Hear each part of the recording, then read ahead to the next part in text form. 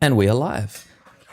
Yeah, right. You should hopefully be able to see our stream starting on your phone now because we are live on both Twitch and YouTube. Welcome to the stream, Jess. Thanks for having me, Ben. This is very Aren't you excited? First stream ever. See our stream first stream starting on your ever, phone first now time I've because ever logged into Twitch. There's a we lot of are we are firsts in live this on both video. Twitch and YouTube. Welcome to the stream, Jess. All right, I am hearing feedback, so I definitely Thanks got for my having stream me, open Ben. somewhere. There we go. There we go. My YouTube is open. All right. Jess, welcome. Please introduce yourself for our. These streams generally start very low key, and we get people drifting in a bit later. But tell me a bit about yourself. Who's Jess? Why are you joining us today? Tell me about yourself for the Oh man. stream. Okay. So I'm Jess. I'm a Sydney girl, and I have been working in the creator economy for 10 plus years, probably before most of the people even knew what it was. And so I have been sitting on the sidelines of the world of Twitch and the world of you know, creators connecting with audiences. But most of my work has been in podcasting and broadcasting. And I've reached a point where, like, a lot of my professionalism is geared towards creativity, but also to AI has, I don't know if you would say threatened. Maybe you can say Threaten's an interesting choice of words for it. I'm there's, curious to get your thoughts. yeah, there's definitely a lot of like anger right towards AI. And Yeah. I've sort of seen that as fingers in ears. I refuse to allow this to happen. That sort of energy directed towards AI. And I'm the type of person who's very curious. So it's just always served me. And I've reached a point where it's like, okay, where do I start with AI? How do I understand it? How do I implement it into my workflow? And I heard this really interesting point made by what's his name? He's the bald-headed guy in marketing, and he's known as like the Godfather. It's called his. It's an orange book, and it's called "This Is Marketing." But he was on Diary of a CEO recently, and he said, "How do you make AI more human? How do you make your work more human with AI?" And I just love that reframe because a lot of the discussion around creativity and AI is like, this is going to destroy us. This is going to just destroy what makes us human. And that's why I'm here, because I refuse to believe that that is the case. I actually want it to create more space and more room for creativity. Awesome. The book was by Seth Godin, I believe. Seth Godin. Seth Godin. There is, yeah. It's interesting to hear the takes on it. There's a lot of different camps on AI. There's a lot of different thoughts around it. Because it's such a universally like accessible technology that's very visible to everyone and is making waves in every field at the moment. Everybody Mm-hmm. has an opinion about it in some way. Mm. The funny thing I find is that your opinion on AI is generally following the social media trends of being within like your social media, I guess, universe, right? Like based on who you follow or what things you're interested in, your opinions probably are reflected back to you. And so if you are much like, I hate AI and like this is ruining everything, like a lot of your social media and the people that you follow will like, reflect that opinion back to you. As opposed to like what I see is a lot of the people that are really excited about the possibilities of it and the acceleration behind it and all of this stuff, right? Yeah.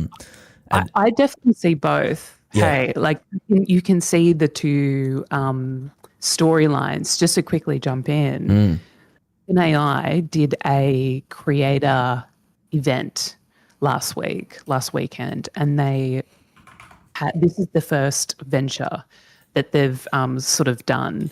And OpenAI invited, I don't know, like 8 creators, and I didn't see the event take place on people's individual profiles.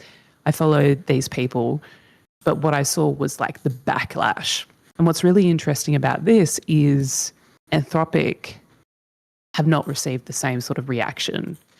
Instead, there's been a lot of positive emotions reflected back at Anthropic because they've been collaborating with creators for the past year. So it's like I see this as a mirroring of, or two paths, two storylines taking place right in front of us. And this is the clear divide people feel towards AI. Yeah. It's just that one is better than the other at telling the story. Yeah. I mean, we get, this is if you're talking about AI in any capacity, in a public forum, you're constantly up against all of the opinions at once, right? And so people ask you, is this going to replace jobs? Does this kill creativity? What do humans do if AI can do all of these things? And I think the interesting part is looking at where the technology is and then how we think about it and how we use it.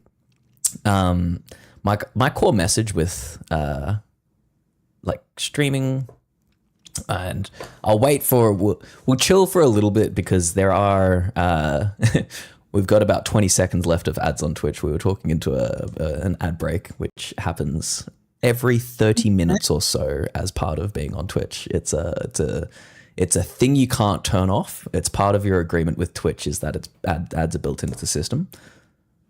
Interesting. I didn't know that. Yeah.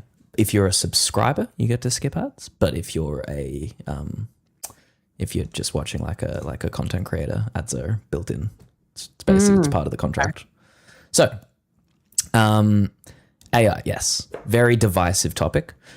Everybody's got a different take on it and a different relationship with it and different thoughts about it. My key message generally is it's a tool. It's a technology that has, amazing properties and can do some crazy things. It's intelligence distilled into a product that you can use. But I think the dangerous thing is forming your opinion based on secondhand information. I think if you're not hands-on with it, and it's very easy to be hands-on with it these days. Like they've made it very accessible for anybody to use it and to see what it's capable of. You're kind of possibly victim of propaganda on, from one side or another, or somebody else's feelings about it for some reason. And that might not actually reflect what it can do for you, right? And I think, especially in social media circles, the dangerous part is that the diffusion models that can generate media, like the sea dances and clings and stuff that can generate videos, have massive implications for creative industries, right? Both good and bad, right? You can still very much tell, this is AI, this is poor quality much of the time. There are glimpses of brilliance where this is pretty cool. And it's scary when you see some of the very high AI generated renders of Elon Musk or Trump in absurd situations. And you're like, it's crazy that you can generate a likeness of somebody and do some crazy things with it that easily and quickly. But especially in other aspects, like in coding and the ability to create things and to take actions and do stuff, there's so much good that you can do with it, so much bad too, but that's just reflects humans. My kind of key take on it is it's not about the tool, it's about the person using the tool.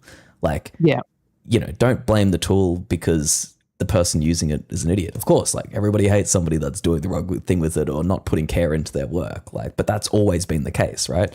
You'll always judge someone harshly if they produce low quality work, right?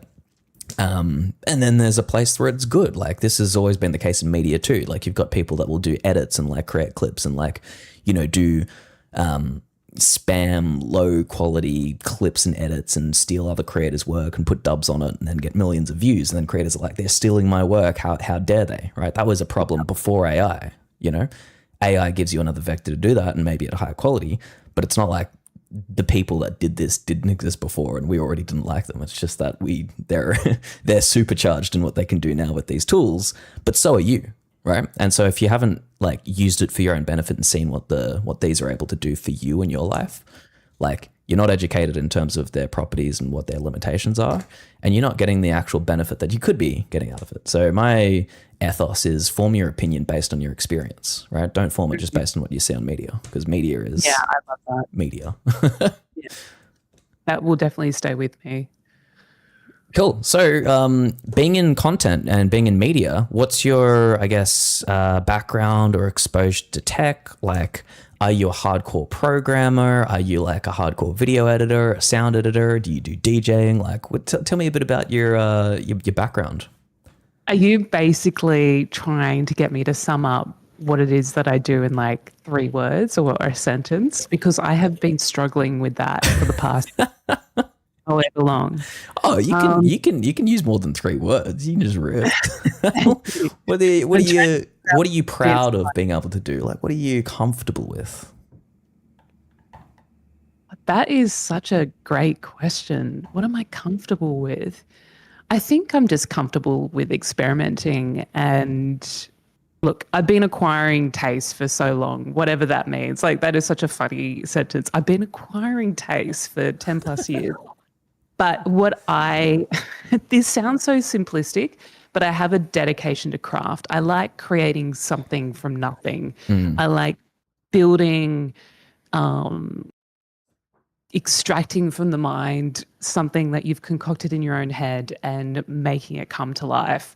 And this is why it's so cool to have this like Friday session with you, because it just speeds up that process and frees up all the other monotonous tasks that are required to do the good creative stuff. But look, you could say that I'm an audio producer, like an executive producer. Like, I have spent time in radio and podcasting, but I think I'm a world builder, whatever that means. It just essentially, how I see it, is building the digital media around the universe, whether that might be a founder or a creator, a business. It's bringing something to life, I guess, through whatever kind of digital media that might be.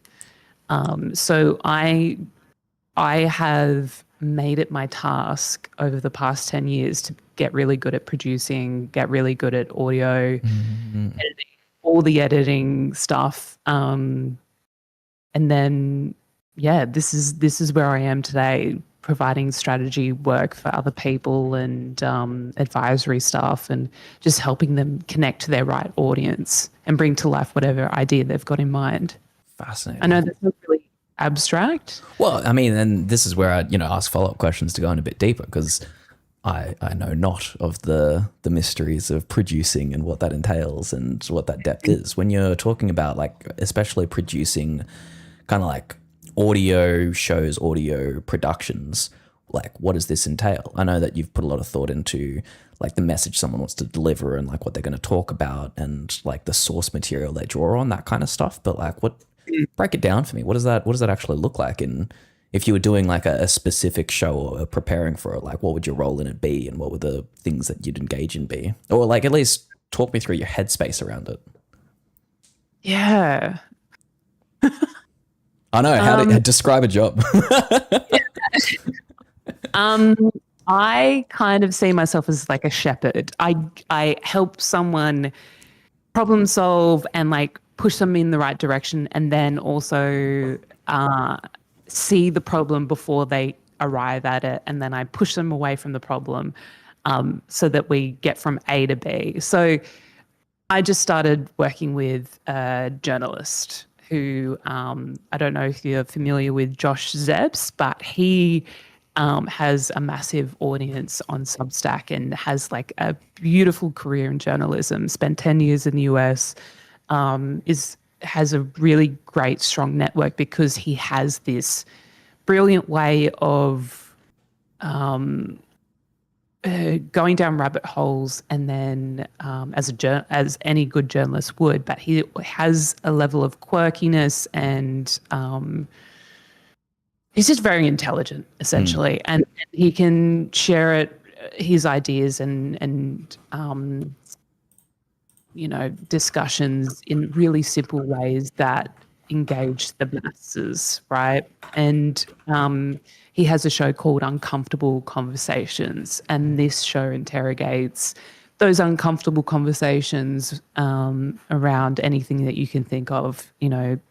You say one word like Gaza, and then there's obviously many different angles that you can take with those types of discussions. I was going to say similar to AI, but that's probably quite offensive to people that are on either side of the camps. But words that evoke strong emotions in one way or another, right? Yeah, totally. And require discussion. Yeah. Because we do not allow those things to happen really in everyday discourse. Like it's always like one side versus the other rather than nuance and long form nuance. And so to cut a long story short, I help craft the discussion. I find the right person. I then untangle, okay, where are we going to go with this discussion? Then how are we going to disseminate this across channels so that we can promote it and then continue the discussion across wherever it may go. And what you're doing with that is you're creating a world, like you're world building around Josh's ideas and the show's ideas, and you're allowing people to engage in a community version of the show. And so it takes a life form of its own, and you this is honestly, if anyone can tell me how to like better articulate this, this is something I really struggle to explain, but it's an audience building process, and it's a communication process, and I'm there to shepherd this whole process, I guess. I really like the shepherd analogy. So really we should be calling you Jesus Smalley, the shepherd of creators. Yeah, I don't know about that one, but yeah, okay. I just I love how this whole industry just continues to shapeshift, and like you can never properly have a good handle on it because humans are inherently just full of variables, and we're all different, and there's always different versions. So yeah. Yep. That's 100% agree. Okay, so producing is very much around really understanding the person, their audience, their message, where they want to go, what discussions they should have, what they should lead into, what that outwards facing persona is, and then helping them make better decisions around that, right? That's the crux of it. They're still the product. They're still the one talking about it. Some kind of definition. Yeah. Yeah. Cool. And then all of the stuff so this is a lot of the stuff leading up to it. And then I guess in production, you've got the stuff coming out of that as well, the editing, the, what you capture, and then how you, disseminate that and how you package it up and then deliver that as well.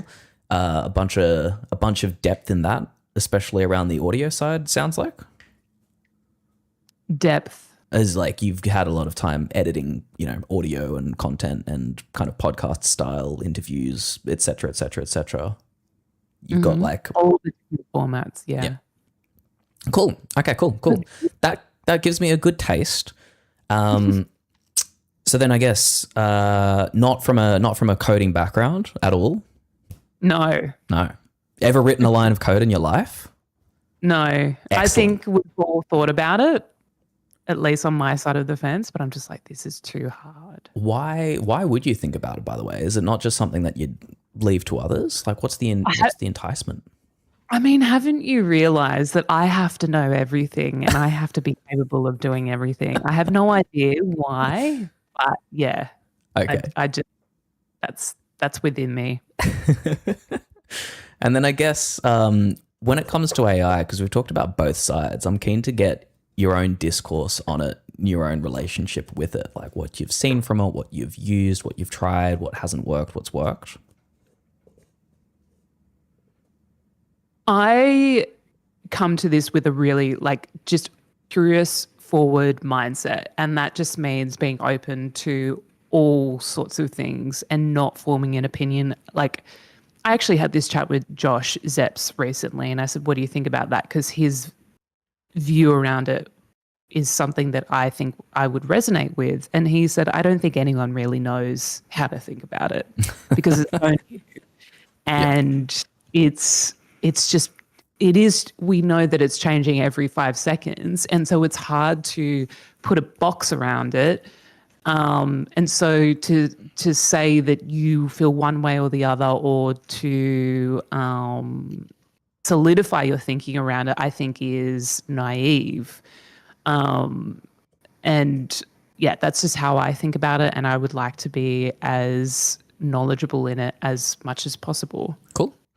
In terms of your own experience with it, everybody's used ChatGPT, and I know that you've got Claude of your own, and you've experimented with it, you've used it and asked a lot of questions. Does it play a big role or a growing role in your life? Do you use it for a lot of things? Is it an occasional delight? Like, I know my own experience, like my own relationship with AI has grown significantly over the last year, especially both in terms of professional work, in terms of creating things, but also in terms of just its role in my daily life as a consultant to, lead me through problems that I'm trying to solve. Like, unclogging a dishwasher, for instance, is not something that I would have done with AI before, but I've done it very successfully this year. Calorie tracking, et cetera, et cetera. Its position in multiple different fields has grown a lot. Have you got like a similar observation, especially recently? I mean, this is our third week now, meeting up with each other. My experience up until 3 weeks ago was an occasional delight, if that. Just using it as a chat. I don't even know what the right vocabulary is for that sort of stuff. Like, just using ChatGPT, but mostly Claude now, because I'm being told that Claude is superior to chat. And now I'm told that it's the opposite. Back and forth, it changes quickly. Back and forth. Yep. But I also knew that, because of the exposure that I have from other people who are way more versed in this space, who actually work in this space, I know that I was underutilizing it, but also paying for a monthly subscription that I wasn't using properly. Yeah. So, yeah, basically, I have no idea where to start. And I've started using, what would you say we have done in the past 2 weeks? I mean, the last time we caught up, the big thing that we did was to download the app and get the actual coding agent experience, right? There's a big graduation that I think many people are due to go through, which is letting AI actually take some form of an action for them. And I think there are a lot of products that are coming and aiming to do that, but the best ones that coders are already using and have used primitive versions of, and the kind of precursing versions of for a while, actually let AI do things on your computer. And that's the big step when AI can start taking actions, doing things, creating stuff, finding information on its own terms, not just what Claude in the in the internet can get access to, but anything in existence. Then it starts becoming a completely different tool that doesn't have any limitations, right? Because it can do whatever you can do. And then it's really interesting because it's like, well, can it look at this? It's like, yep. Can it look at this? Yep. Can it do this? Of course. Everything has yes, and then it's just a number of steps into what it requires, what you need to do to get that yes, and how complicated it is, and how big is the question you're asking, right? So anything can be a yes, it's just how long it takes, right? And this is the wild thing, is those the duration of time it takes to do a particular thing as AI goes through each of the iterations it's going through now starts drastically shrinking. It's like, can I get it to analyze data and generate me a set of leads? 6 months ago, that might not have been easy or quick, or it wouldn't have done a very good job of it. Today, much better, right? Creating a 3D visualization of something that you're working on if you're a graphic designer. Again, 2 months ago, wasn't very good.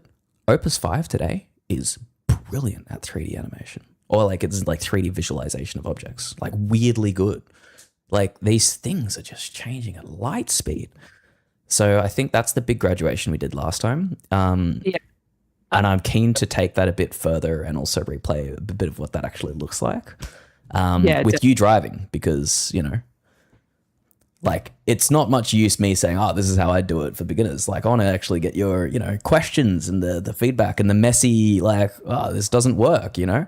And like, you know, you're not like a hardcore coder, so not knowing stuff is perfectly fine. Like you should relish in not knowing stuff, especially with AI in its current form, where it is taking actions on your computer. It is probably the biggest barrier for people getting into it and making their first steps is a language barrier, because it currently sits in this language of like tech, because that's what it uses to do stuff on your computer. And most people aren't familiar with that language of tech. And so it feels like it's a foreign world. You don't need to know too much to get some things done and get some value out of it though, right? And this is the beauty of language models. And this is what I want to go deeper with you.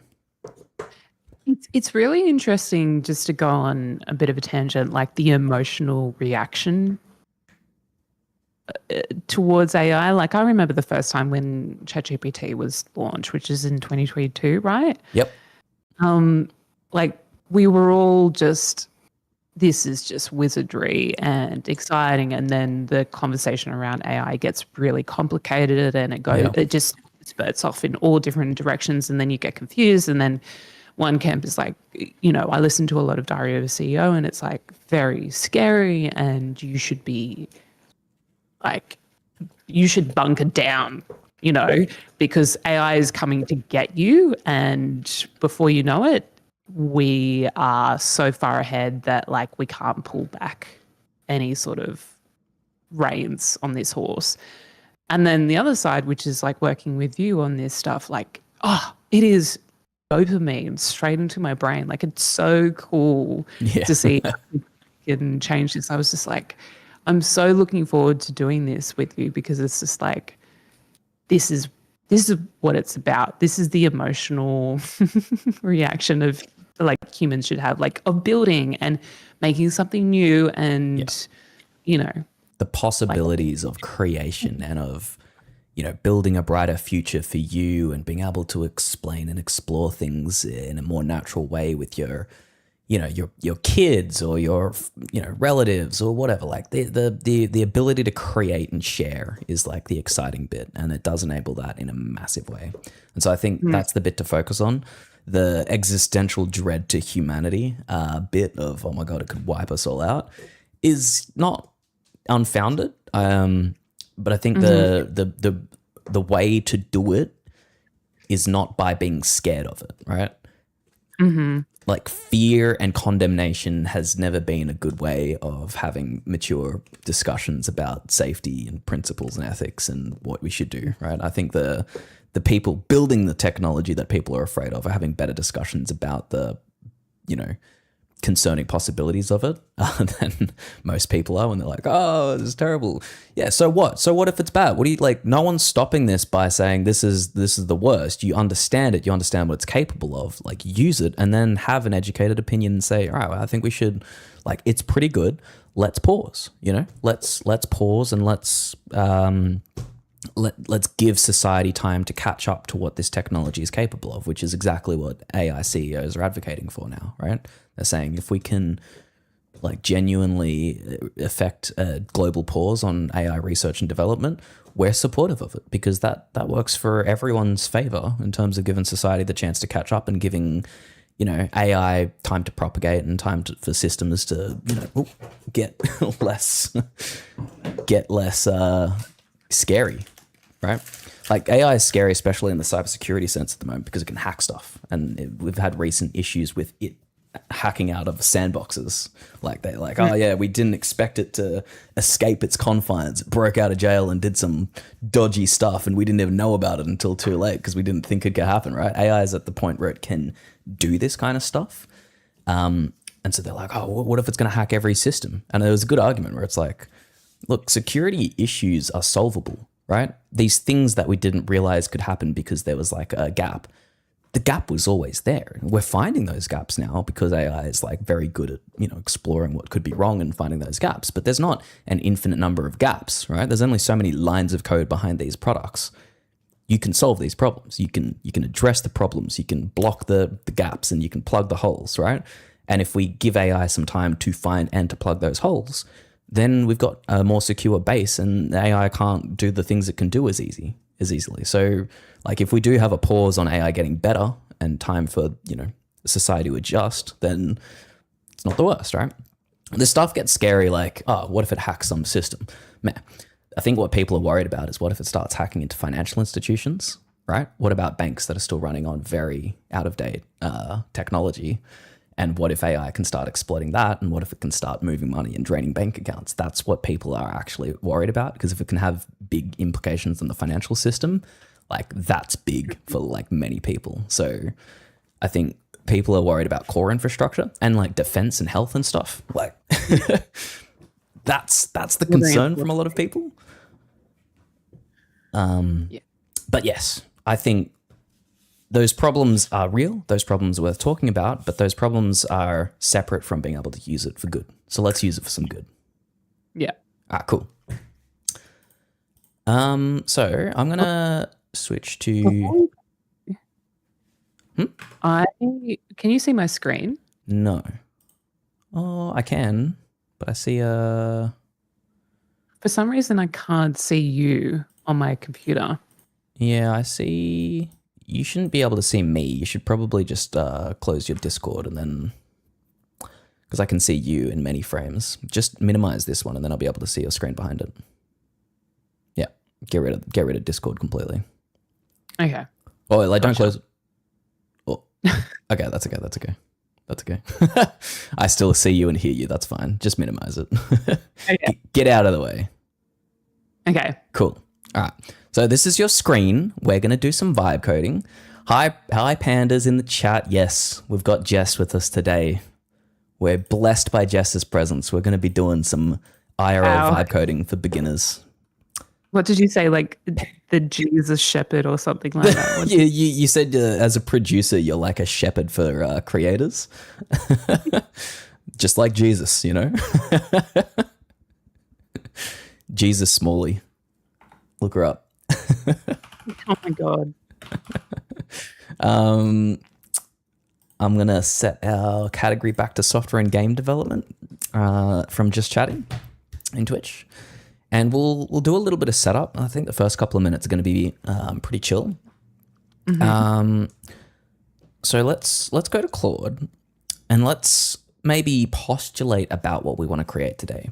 I think we did a little bit of light automation and created a little like organization hub for you at like a little personal website last time.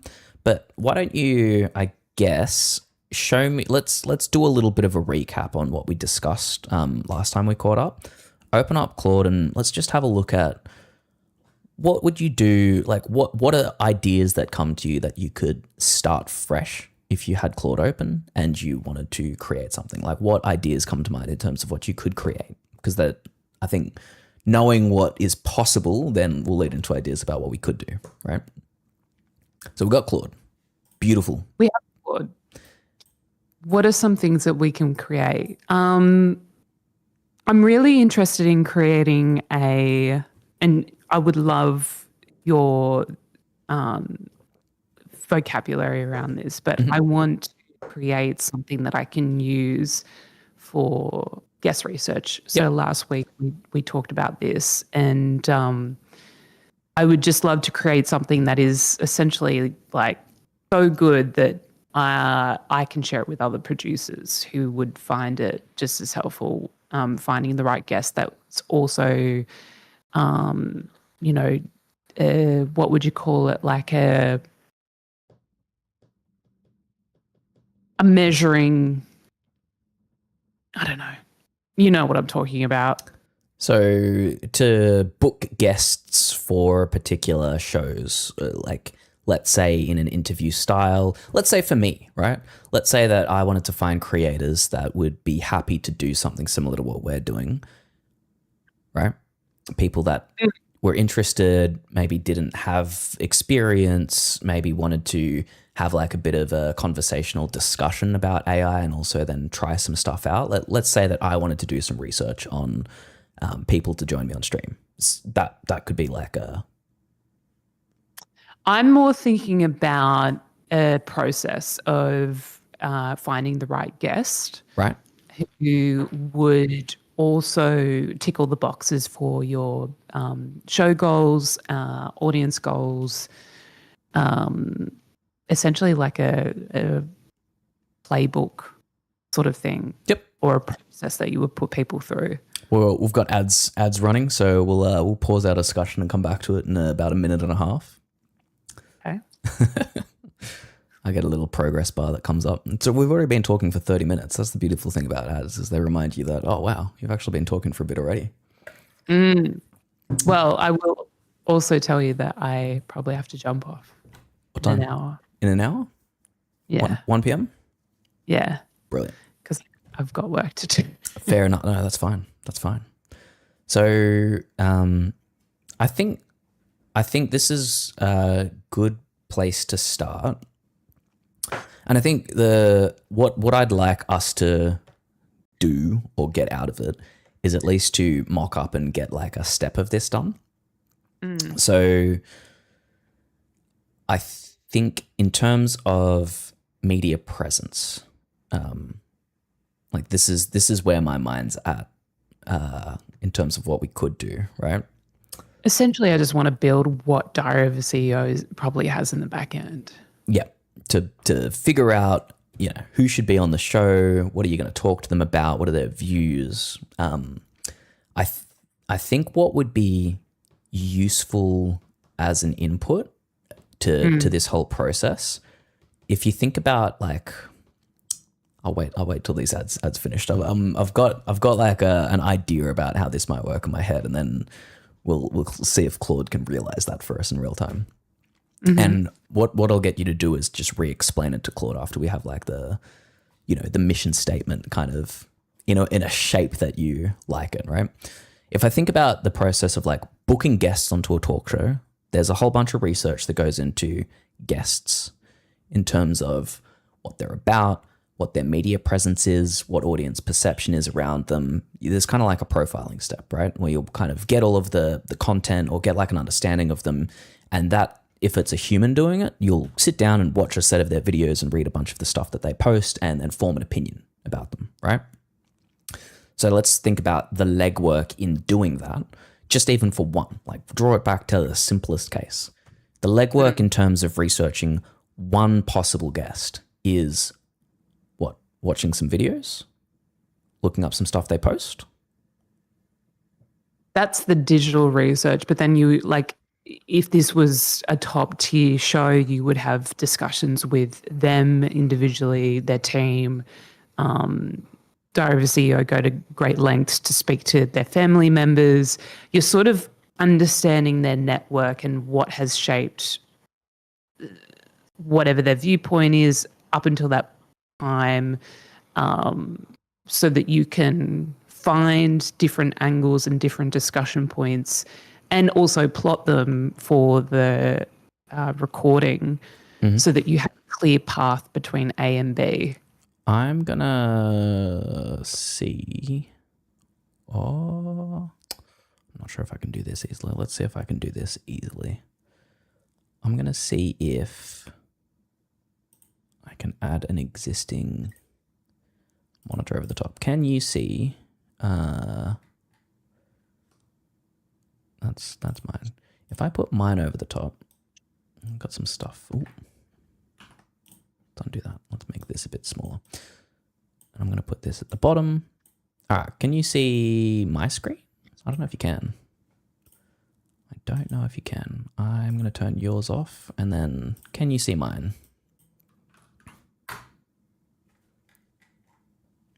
Can I see yours? All I can see is a gear icon and no camera. Let's turn that on. What about now? Yes. Okay. So if you can see my screen, I'm just going to draw out like a quick mock of what I'm visualizing. So you've got a show. Oh, let's make this black. show, talk show. You've got a possibility to have guests come to that show like this, right? And you've got n possibilities, and you're trying to figure out one. What's the next one? Or what's the one for a particular time slot, right? Now, each guest has this concept of a profile, right? And a profile is not something that exists as a tangible item, but it's like this understanding that you get about this person from a set of sources, right? And so your sources could be all sorts of things, right? Let's make this like videos, and I'll just make this a category of sources like this. So you can have a set of sources. They could be videos, let's just say media generally, right? They can be family, friends, interviews. What else could they be? You named a couple of things. Family, friends, interviews. I can't really think of anything else. I mean, their team, their network, key people of interest. Network, interviews, maybe calls. You're basically going to go out and get a bunch of input into this person. And a lot of that is going to be textual or audio, right? Like you're going to have a call with somebody, discussion with somebody. You're going to look at a video that somebody's produced around them, or an interview they did. Like you're going to go and get things around somebody to help them build a profile, right? Yeah. I wouldn't limit it to audio and what did you say, text? Team / network calls. Well, I mean, like the three sources of information are like going to be right. Visual, audio, or like some text, right? Right. And audio can turn into text. Visual is probably the hardest one to AI-ify at the moment. But there's going to be a bunch of stuff that is conversations, audio, videos, also has audio, and then like blog posts, if they write a blog, that kind of stuff. Yeah. Yeah, books, a lot of text, right? The text. A lot of text. This translation of going into, going from a set of sources into the profile, so these arrows of green, this is like the understanding part, right? Understanding, profile building. Yeah. This is what your team does. Like a research team goes and does this step, right? And then like your research team coming up and saying, yeah, this guy is like, great. You say, based on what? You're pointing back to the source. You're saying, well, based on this video and this interview and this call with his family and et cetera, et cetera. But if they don't have this provenance of saying, well, I believe this because of X, Y, Z, you just formed an opinion. Oh, I talked to his mum. Great. Like, like you probably want to capture these sources that you're going and collecting around like guests, right? Mm-hmm. And what's also funny about this is that they can have a huge archive of inputs as you're putting it within this context. Mm-hmm. And yet they might not be able to deliver the story, or they might not be able to communicate in an engaging way. So you can have all these things, but then can they translate it to someone like you and I who will give a shit about it? Because that's then the next step here. Do they make a good fit, right? So there's two big decisions. Do I understand who the person is? And then once I do they make a good fit for the show? This, very subjective, right? This, do they make a good fit is very up to the shepherd, the good shepherd, the producer that's thinking about what needs to come out of the show, and probably the person that is, doing the talking in the show, right? Not to go off in too much of a tangent, but this like whole process is helping me because I've acquired this knowledge over a decade, right? And like you create your own algorithm and taste and own inputs. But for me to try and articulate that to someone else is really difficult to say, well, I would choose something over the other. But I just know that I would pick this over the other thing. And this is why I love it. I love this back and forth with you, because like it is giving me a language to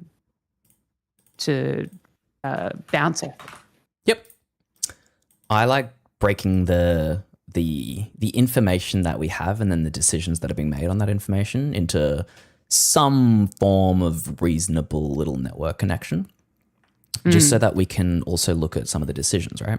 When I think about the idea of here's a set of guests, who is going to make the best guests for a talk show, there is so much emotional subjectivity, fit, like there's a lot of hard to describe relationships and decisions that goes into making this decision, right? It's not like a straight cut, yeah, that's what it is, right? It's not a summary. This is like a, you know, it's like making a hiring decision, right? This is like deciding that somebody makes a good fit for your company. It's not just their credentials on paper or their ability to pass a coding interview. It's also how they'll work as a team, and do they reflect the values of the team, and do I think they have growth potential? Do I see a position for them in a year? Like, do they, there's a bunch of extra things that goes into hiring someone than just, do they look good on paper? Have they done the right things? There's a bunch of other things as well, right? And so hiring decisions are hard. That's why you would not give them to an AI, right? But what is something that we would give to an AI, and we do all the time, is this decision, right? Profile building is not so much a decision on something, it's a summarization. It's a way to represent like a set of information at a higher level, right? And we rely on AI for this all the time. Run a search. Hey, what is tequila made out of? That's kind of like a lookup, but we have this AI overview that Google says more and more people are referring to these days, rather than actually like searching stuff themselves. This goes and reads a bunch of sources, gives you some of the sources it read, and then gives you a summary. And we look at this and we're like, sure. Right? Because there's no judgment there. There's just a bunch of pulling information. And if you wanted more information, you said, I got it from educational gifts from Reddit. And then they read through the cooking, and like somebody has like a 7-step process of bottling. You can go and read this and be like, I wouldn't believe that. That's not how tequila is made. And then you go and like do some more research on sources. But we're very comfortable with AI doing this bit, right? So in terms of the place that I'd use it, 1, collecting sources, 2, organizing sources, 3, summarizing sources, right? And then using those summaries to feed into the decision that you actually need to make yourself, which is this. If you can make this cheaper, quicker, better, give you more information to make it from, then you'll, in theory, make a better decision based on better data, right? So that's this, I think, is the opportunity for AI on this side, while the hard decision over here is not something you would try and get AI to take a crack at, but you would get AI to give you the inputs to help support it, right? Yep. That's Totally. how I'd start. So then we can try doing maybe the very first step of it, which is if we're doing that step of 1, collecting data, 2, organizing data, and 3, summarizing data.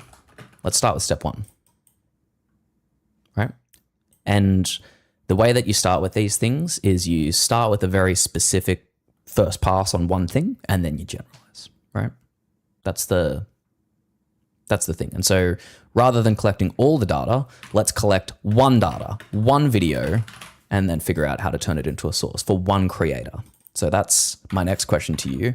What one creator, what one video, or one source should we start as our first step in this process?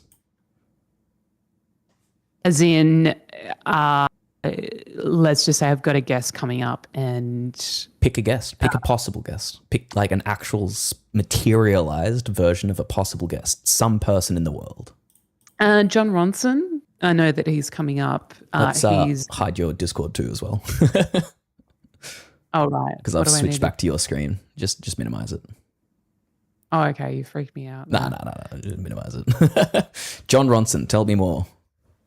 John Ronson is a journalist as well, but he is the what did he write that was like such a good book?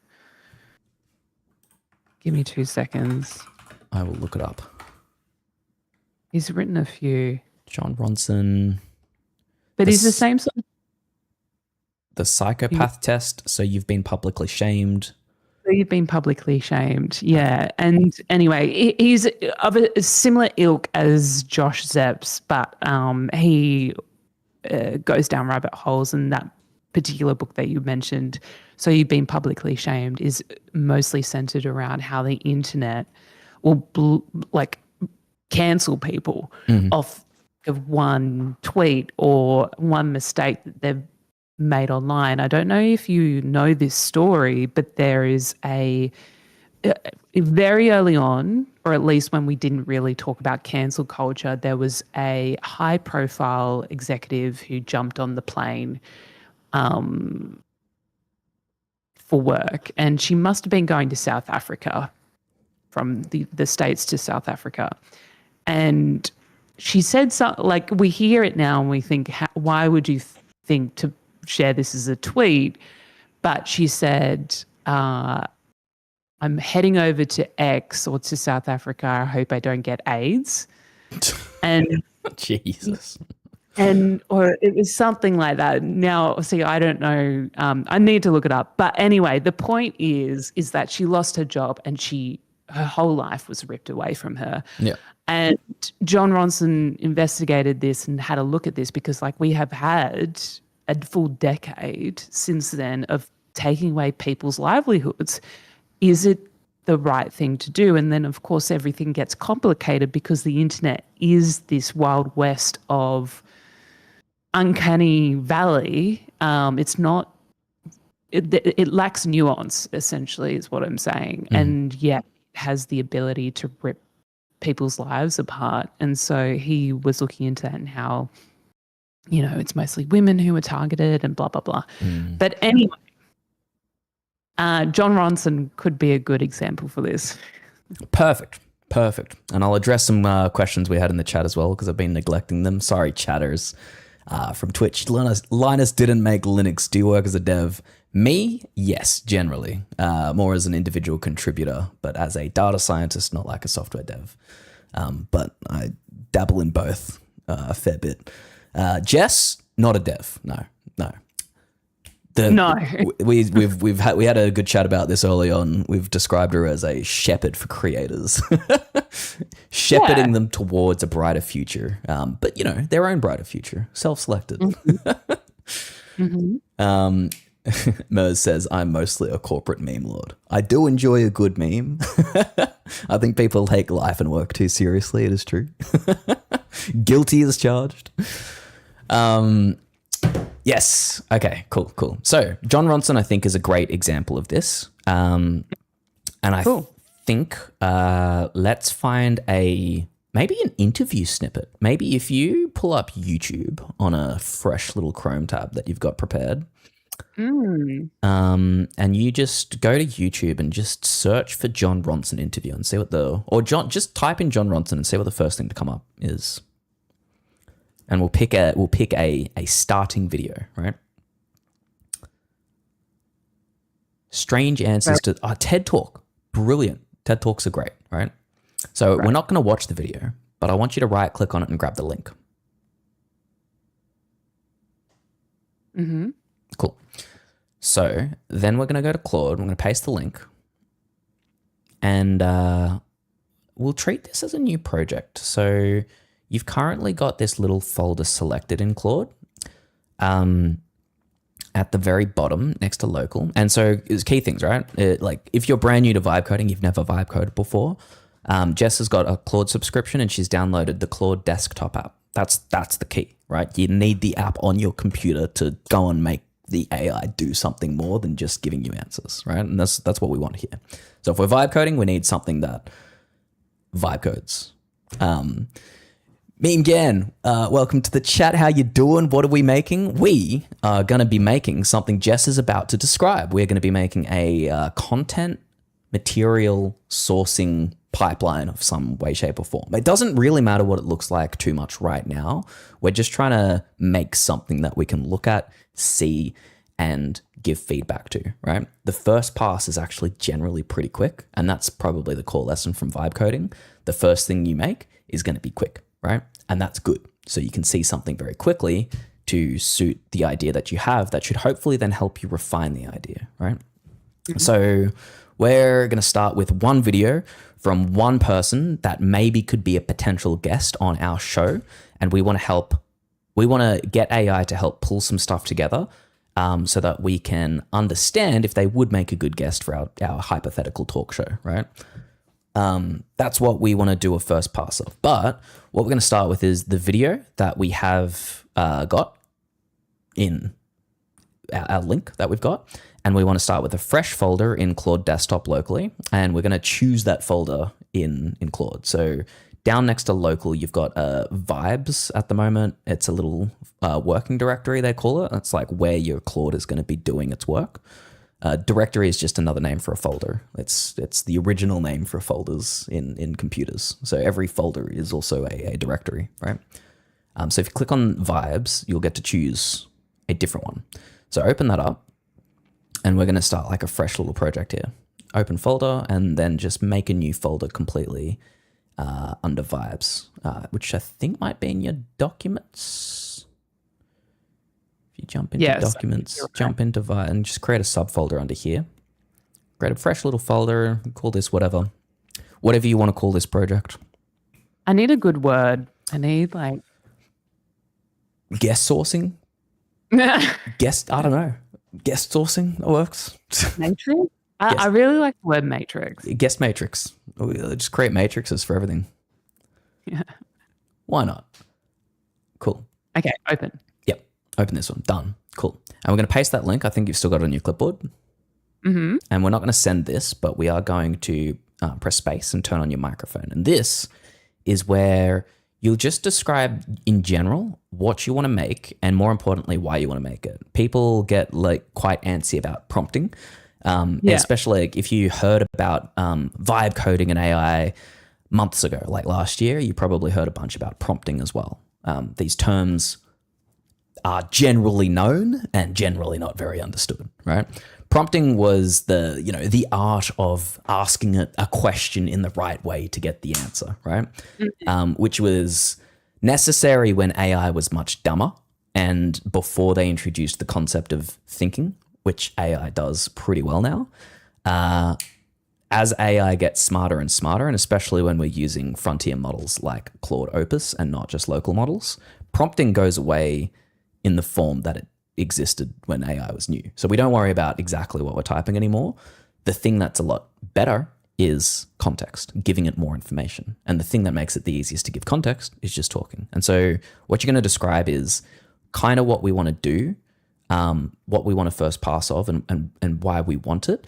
And then what the goal is right now, right? So you give it a bunch of information about what we want to build and then also what you want it to do as a first step, which is let's treat this video as the very first example of getting it and organizing it so that we have our first source to help build like a profile around a guest.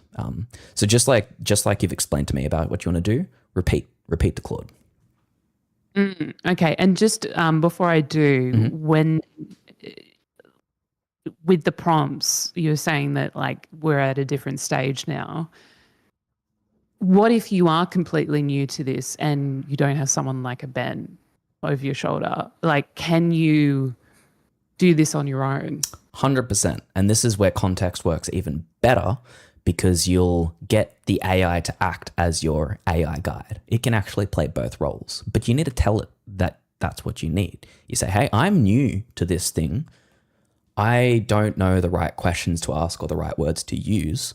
Make sure that you talk to me, with that in mind and help me through this process. This is what I want to do. And so I'd encourage you to say the same thing, is that I don't know the way to talk to AI or the right questions to ask, right? So that piece of information lets AI, if it's smart enough, which it's getting to that point, recognize that it shouldn't use like super dense language with you and the way it should talk to you should adjust, right? But if you don't tell it that, like if you just say, hey, AI, make this thing, it's got no baseline to know that that's what situation you're in, right? Gotcha. So with that, say that as well. Like, give it that context. Yeah. And so just remind me, what are the 3 things that I need to hit when I do talk to Claude? So the main things that we were going to get it to do was we were going to say we want its help being able to get information, collect it, organize it, and summarize it to help build a profile of guests, right? Collect, organize, summarize.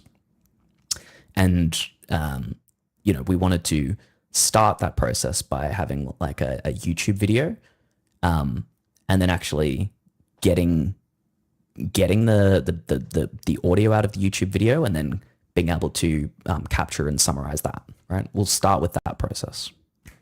Okay. Let's Good see luck. how we go. Good luck. Don't, in your own words.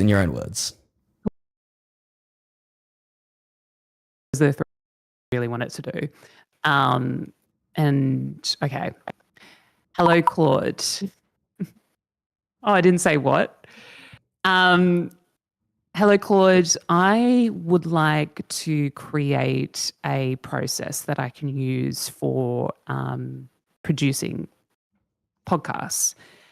I'm new to this and I will need your help prompting the right things, the right questions.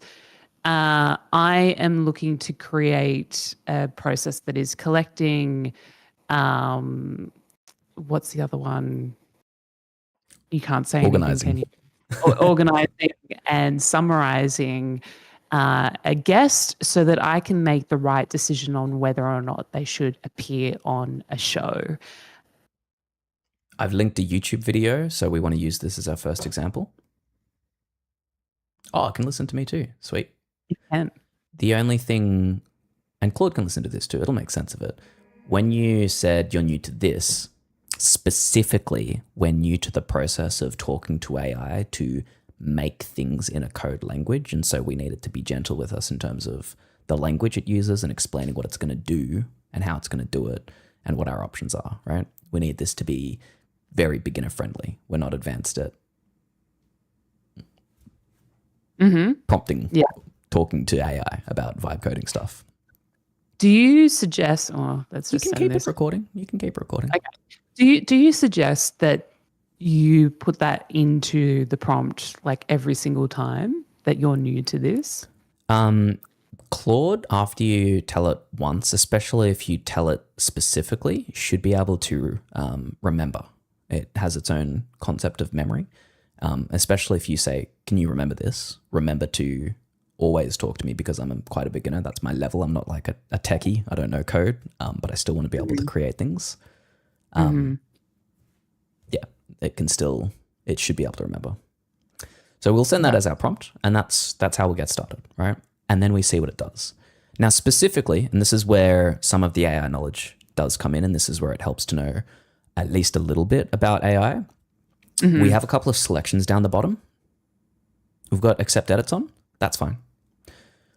It may ask you for approvals to run commands, which is also fine.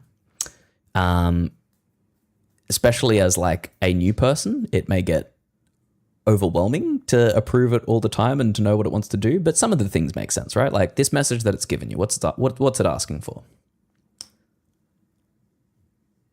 Allow it to fetch the link.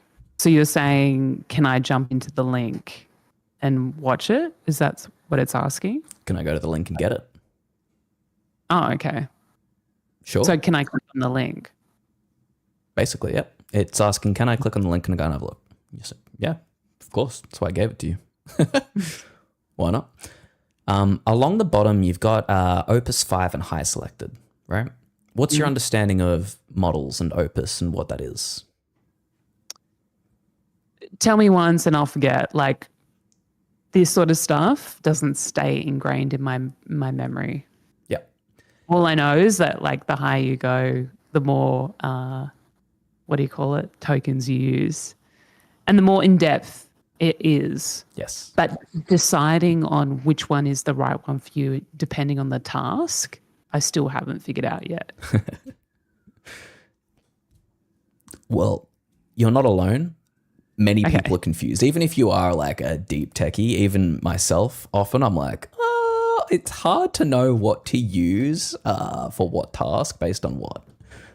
Okay, that's good to know. I love how I think I need to know everything, and yeah, that's really good to know. Problem is that they make these models and they're like, this one's better. And you're like, well, just use the best model. And then they're like, yeah, but it's expensive. Yeah. And you're like, how much do I really care about being the best, right? And so you kind of want to Yeah. use the best money for a price point. We've got an ad starting in 10 seconds for our Twitch viewers that aren't subscribers.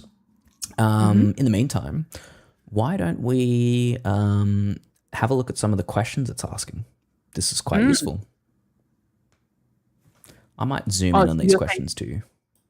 There we go. You're saying scroll up, or it's when you're deciding yes or no on a guest, which of these actually matter to you? Pick as many as apply. Pick as many as apply. That just doesn't sound great as a sentence. These become the columns of your matrix. Pick as many, because it's got your matrix project and it's like organizing around that.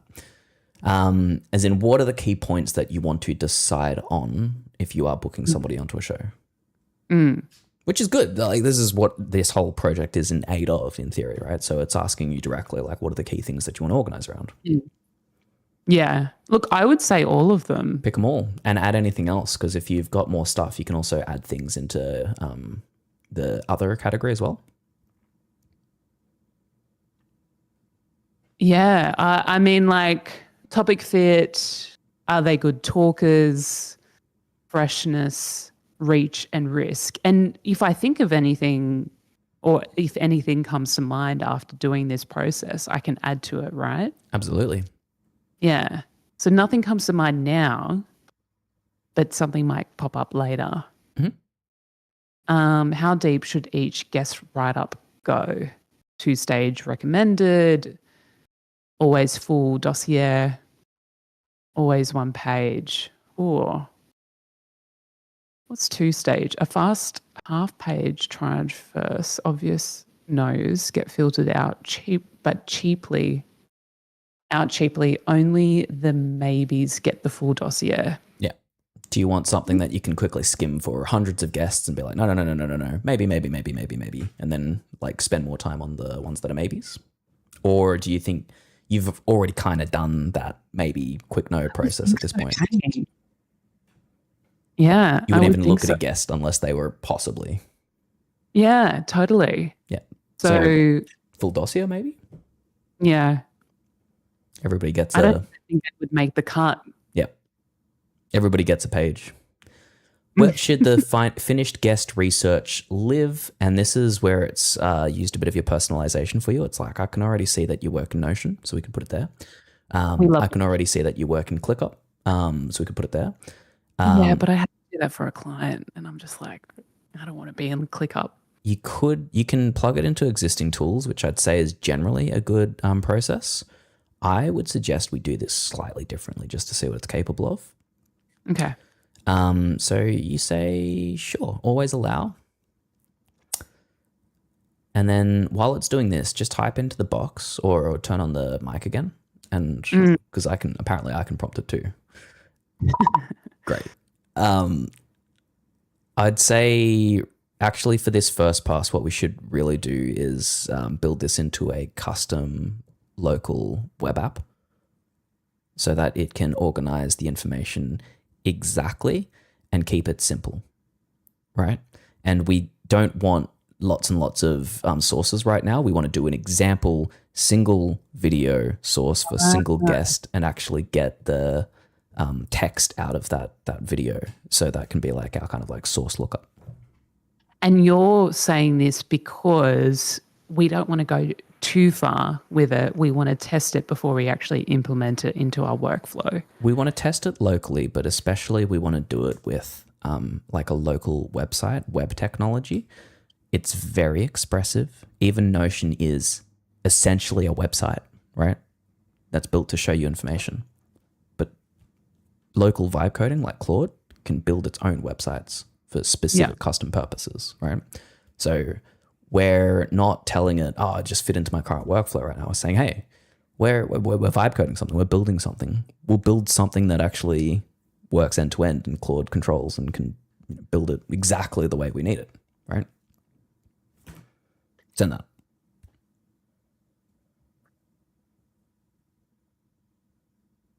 Ooh, you know, let it turn off. Yeah, that's the one. And then say allow, I guess, or always allow.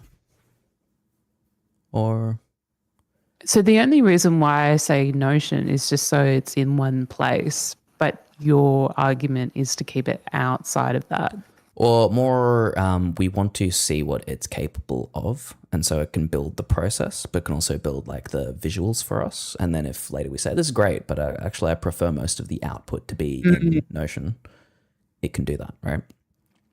And so it says minutes down in the bottom left-hand corner. It's going to take us 7 minutes to do. No, it's been thinking for 7 minutes so far while we've been talking and while we've been like selecting the different options and stuff. So, what it's doing in the background, and one of the things I saw it pop up with is a little prefix that you know said, oh, I'll click allow to, and because you're clicking allow so quickly without reading it, which is pretty typical. I've got good news for you. Don't worry, it's pretty typical. There's a good. The world sees you. There is an option so that you can not worry about having to click always allow anymore. If you click on down the bottom left, there's accept edits as an option. Click on that and it brings up mode selector, and you can actually click on auto at number 4, and that will automatically approve things with its own safety checks to make sure it's not approving something that's dangerous, right? And so Claude has this built into the software to look at what the command it's about to run and to only ask you for approval for something where it really should have you read it. And generally that's safer. If anything that you need to approve, if you're in the habit of just approving quickly all the time without looking at it, oh no, something bad happens and you're asked to approve it and you approve it without thinking about it and it does something terrible, right? If you've got it where it's kind of deciding on what should have your attention, if it does ask you for approval, that means it has deemed this is something you should actually look at. Like, you know, are you sure that you're happy for this to go ahead? So enable this auto mode. It's 1, going to save you a whole bunch of unnecessary clicks, but it's 2, probably actually going to make it safer for you as a beginner. Right. When it does ask you for approval, assume that it actually kicks in properly. When it does ask you for approval, that's something that you should actually have a look at and just ask the question, what is this doing? Am I comfortable with this happening? Right? Like you say, oh, can you just remove that? And it's like, do you want me to remove the whole folder? Are you sure? And you say, oh, that's not what I meant. You know, like, no, please don't delete all of my files. Right? No, as they say. Yeah. No. Yeah, you do it better. No. Us in Australia with our poor accents. I've always said we're one of the few countries that doesn't even speak a full language. Not many people can complain they're like half lingual, semi-lingual. The first thing I see on the Instagram Tiger is a penis for making an AI album. A what? This is Doja Cat. Doja Cat AI album? Tiger. Mm-hmm. She declares him a penis. That. Yeah, so random. That feels more insulting than calling someone a dickhead. Yeah. Yeah. Also, on her X post for this, or stream, or whatever, her room is disgustingly pink. Oh, I thought you were going to say something else because she is like, I don't even know how to describe Doja Cat on stream. Like, she is crazy. I do like her music though. Yeah. I have been known to vibe to some Doja Cat, you know. It has been known.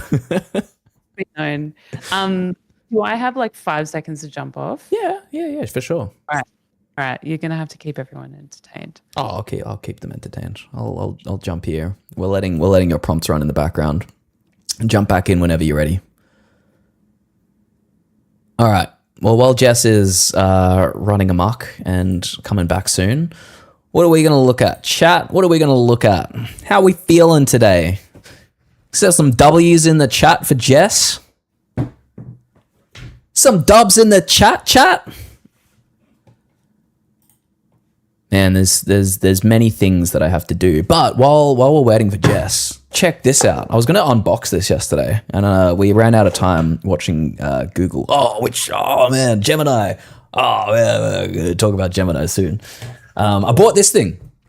I bought a Dell Optiplex. A Dell Optiplex, right? In this age and economy of vibe coding recklessly, everyone needs some kind of device that's always on at their home, right? And I've had my trusty desktop, which I basically treat as my dev server. I paid money for this. I know. I didn't just find it on the side of the road. I really should have just gone down garbage collection night and found one on the side of the road. So if I can find a second one, even better. But no, I bought this so that it can be a version of an always on server that I can connect, leave it on, install Ubuntu on it, run a bunch of local databases, run Tailscale on it, and just run apps myself, so that I can restart my PC whenever I want, and it doesn't take all of my stuff offline. So I'm quite excited to set that up. I need to plug it in and get it going. Yeah, that's what I unboxed yesterday. It's so small. I think it's gonna be terrible, but also it's not gonna be fast. It doesn't have a GPU in it or anything. I'm not gonna be running Quen on this thing, but I don't need it to. I just need it to be on all the time and run local Postgres or Superbase or whatever I need it to. So I'm very excited about that. Very small. I have no idea what you're talking about. Don't you worry. We've got Jess back. Welcome back. Is it something I should know? No. I mean, look, the AI has been, especially in the tech world, changing how people have relationships with tech themselves. People would have a laptop to run stuff, but because it's so easy to build stuff, there are so many tech people that are just building their own versions of anything that matters to them, right? Why subscribe to a service when I can use Claude and build it myself, right? Why do I keep all of my data on this service when I can just build my own data at home and run it on my home computer? And so because people have laptops, people are putting them to work way more than they ever have before, right? I've heard stories of people, I think even Andre Carpathy, one of the top guys that in the US that writes and teaches about AI and is very highly respected for his contributions to AI. He has his own setup at home, and it watches all of his cameras and automatically does recognition of people's faces if they show up at the door to deliver a package or whatever. And he's got this whole setup at home, right? People are just there's this revolution of people that are doing at-home automations and improving life for themselves with computers. And so people are investing into machines that they can run at home and do stuff with. I don't know if you ever heard about OpenClaw. That was a thing. Well, that's immediately what I think of, when the Mini Mac came out. That's why everyone bought it, right? Yes. OpenClaw. I was confused why that is helpful for people. Is it just to have a laptop that just houses all of your needs on OpenClaw? Essentially. So it keeps it gives you a way to have your own little automated assistant that you can customize to do whatever you want. So it's it's you got to customize it. And so it's definitely a tech person product that you just sit around and set it up. But OpenClaw got, I guess, popular because it was the first instance of that made it really easy to do it.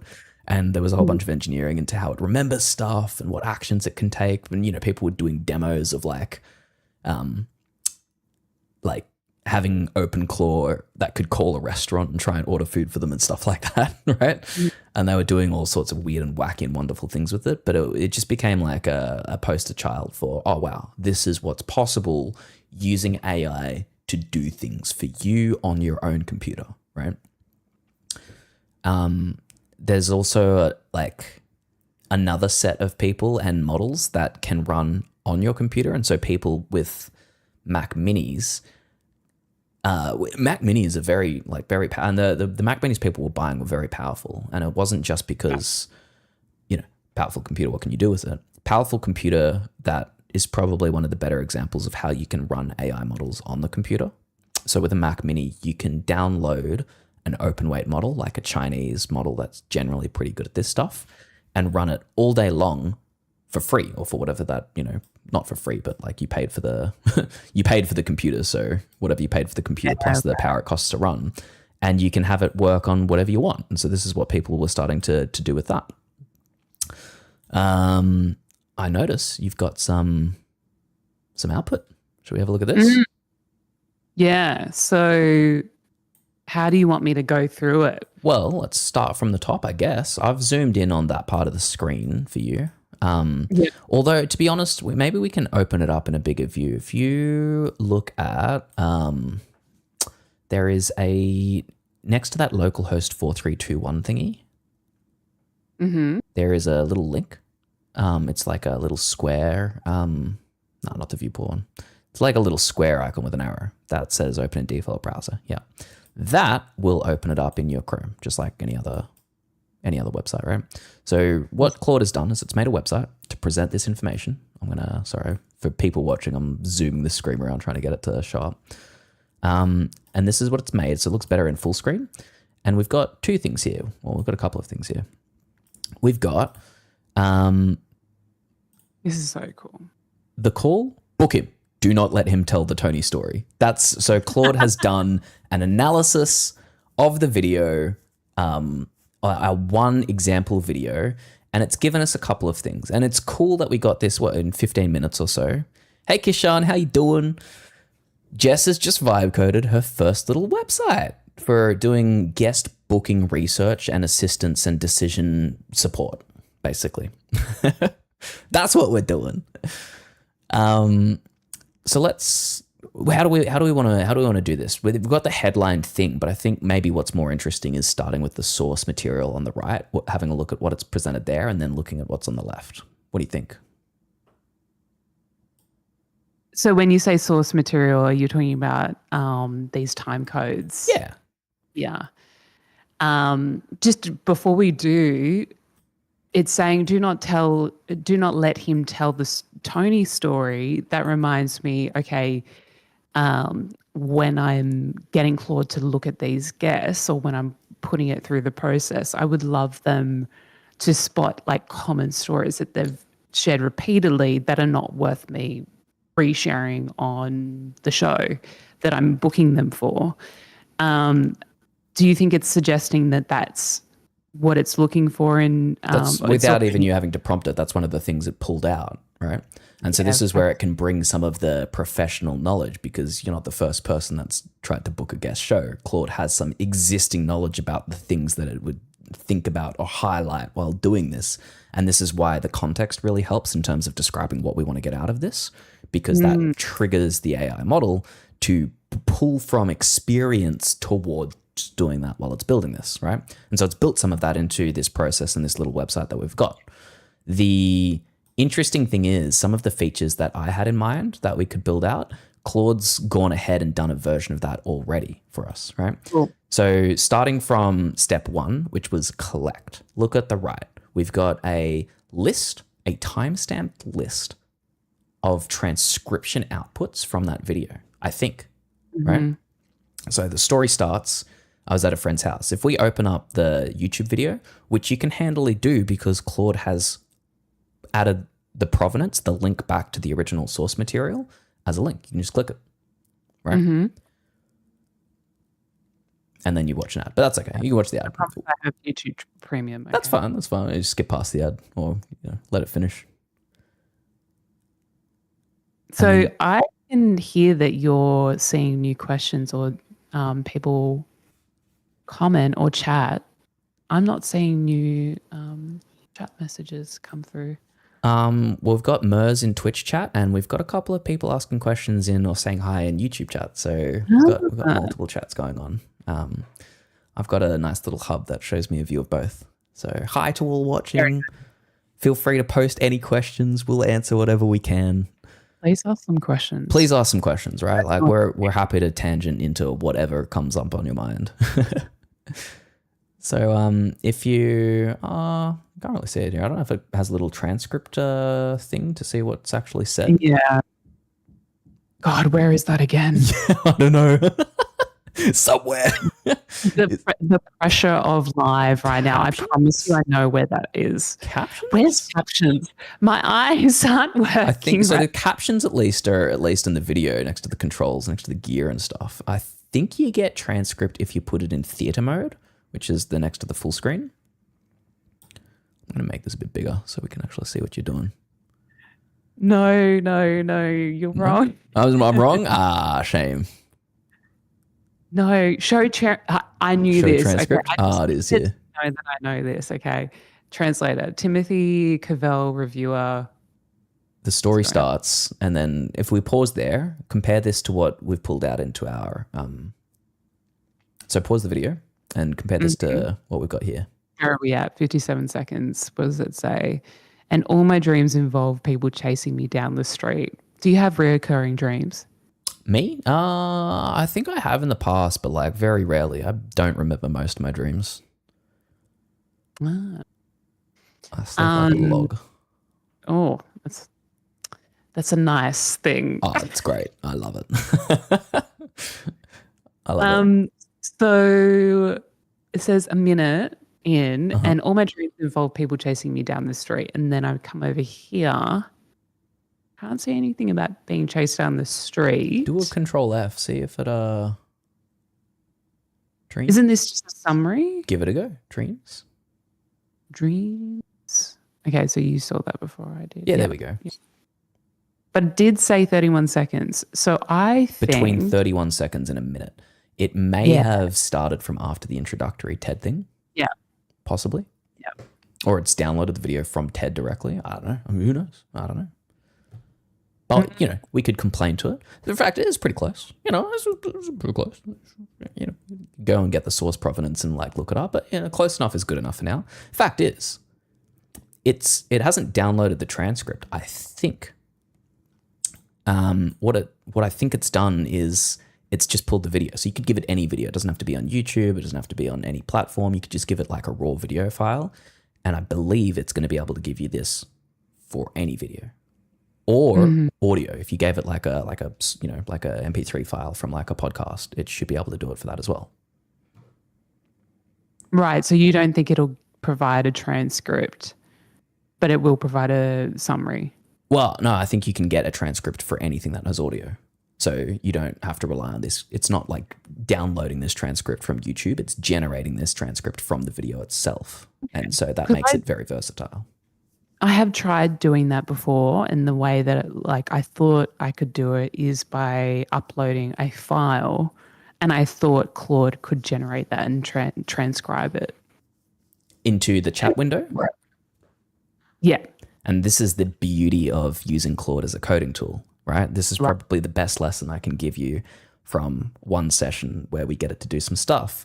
When you have Claude running as an agent in Claude Desktop, it's not the same as using Claude in the browser, right? If to generate this transcript, it's not like Claude is trying to do that in its little model head. What Claude does is it uses tools, like normal tools that anyone could use and download and run on your computer to do it as if a professional was doing it, right? Claude can run those tools. So Claude itself as an AI model is not doing the transcription. Claude is using just a script, like a tool it could run on your laptop to do it. And people have been able to automatically get transcription from video for a long time, right? It's clearly possible without AI. Beauty is that AI knows how to do that process when you don't have to. It's puppeteering. Yes, it's puppeteering. It's calling commands on your computer. That's what a coding model is and what it does. That's what vibecoding is in its essence. It's puppeteering. It's running commands on your computer. Gotcha. I love that. Isn't it cool? When you've been told things multiple times, but I reckon that has properly solidified in my brain. Yep. Because it's not the AI model doing the transcription. It's the AI model using some tool to do the transcription. It knows how to run that tool real well. That's what AI is good for. It knows how to run commands. And you're saying the difference in using my desktop instead of the browser is because there's already existing tools on my desktop that can help be puppeteered by the AI that will then pull from it and then spit out this. And so this is now where the intrigue should start turning into conversation. Let's go back to Claude. And this is probably the next second best tip. When you stumble across something really useful, jump back to Claude and say, again, voice mode again, and just ask, well, actually, before we didn't turn into voice mode, close this. Scroll up and let's have a look at, I don't know if I need to learn OBS better to see if I can use a shortcut to zoom and scroll and pan screens and stuff. But did it say anything about the process it used? I made a small web app that lives on your Mac. It's running right now. To restart it later, you can call this command.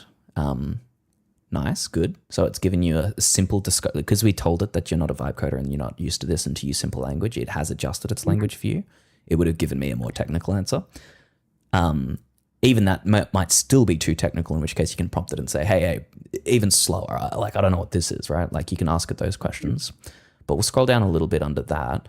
What's the next thing it says? Because it gives you a good breakdown of Notion versus websites. No, just under the code thing that we saw before. Oh, wait, no, you've got that. There we go, cool. The thing it does that a Notion table wouldn't, I pulled the real transcript of that TED Talk, 2,800 words, and it sits in the right-hand panel. You can search it. The left-hand side is the decision. Every score is attached to a timestamp. Click 13:13:33 next to a claim, and the transcript scrolls to that exact moment and highlights it so that you can check whether I'm right. Okay. Awesome. There's also a link out to that YouTube at that second. That's the whole idea. No score without evidence. I tested it. Clicking 1333 lands on the correct block, and searching handles awkward text like laughter without breaking. Good question from Mers. I missed the start. Jess, how did you meet Ben? So I was introduced to Ben from another client of mine, and I was told that Ben was starting something, and it's probably one of those really cool connections where you're like, I wouldn't have met you if it weren't for these other things happening. And when I first met Ben, I thought I was going to be working with him, but he's more teaching me how to use stuff. I thought I was just going to teach him how to start a YouTube channel and like get him set up and connecting with an audience and stuff like that. But it's turned in, the tables have turned completely. And I don't know if you've realized this, but Ben has the gift of the gab and can like translate anything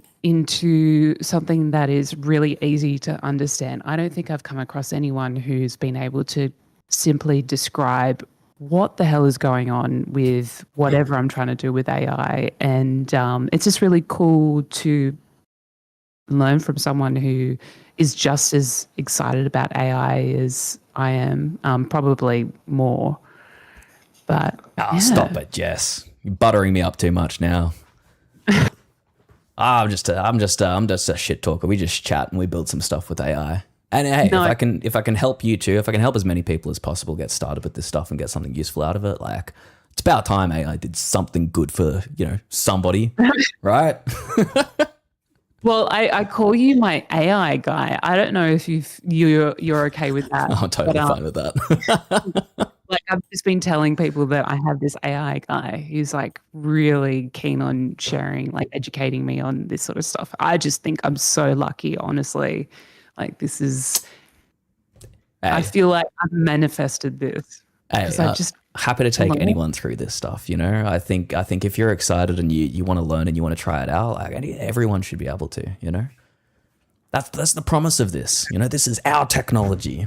As capitalist as the conditions are for making it, we should make this a communist technology. This is the people's technology, right? I love that. Okay, cool. Awesome. Appreciate it. Good question, Mers. Thank you. Okay, so look, it's done a great job. It has pulled a real transcript for us. I've just lost my main screen for some reason, but I'm still streaming, so it should be fine, I think. Ooh. What we're gonna do next, I think, is maybe just ask it about the transcription directly. I know you have to go very soon. It's 12:59. Keep an eye on that time, by the way. Let me know if you need a drop off. I'm willing to stay around until we've sort of finished this. Cool. Because I know that I wouldn't be able to continue. I would just like to put a bow on it. Yeah. Let's put a bow on it. Let's wrap it up then, and let's go through what it's done for us, right?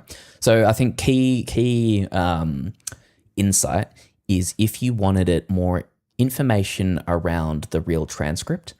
I think it's worth asking that just to solidify that. Just ask it, how did you get that transcript? Is that a repeatable process? Just ask it that.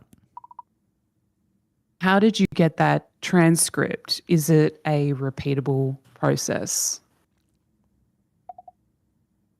Oh.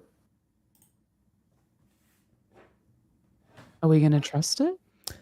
Yes. Why did that happen suddenly? May read or write. Yeah, that's fine. Oh, this is just saying, can I write within this folder? And it's like, yeah, you already have been. What do you mean? Yeah. What do you mean? Do you mind sending me the link to YouTube in Discord? The link to YouTube, which our YouTube? Yeah, absolutely. Yeah. Absolutely. Not the YouTube. Let's send that in. Here we go. Send this directly.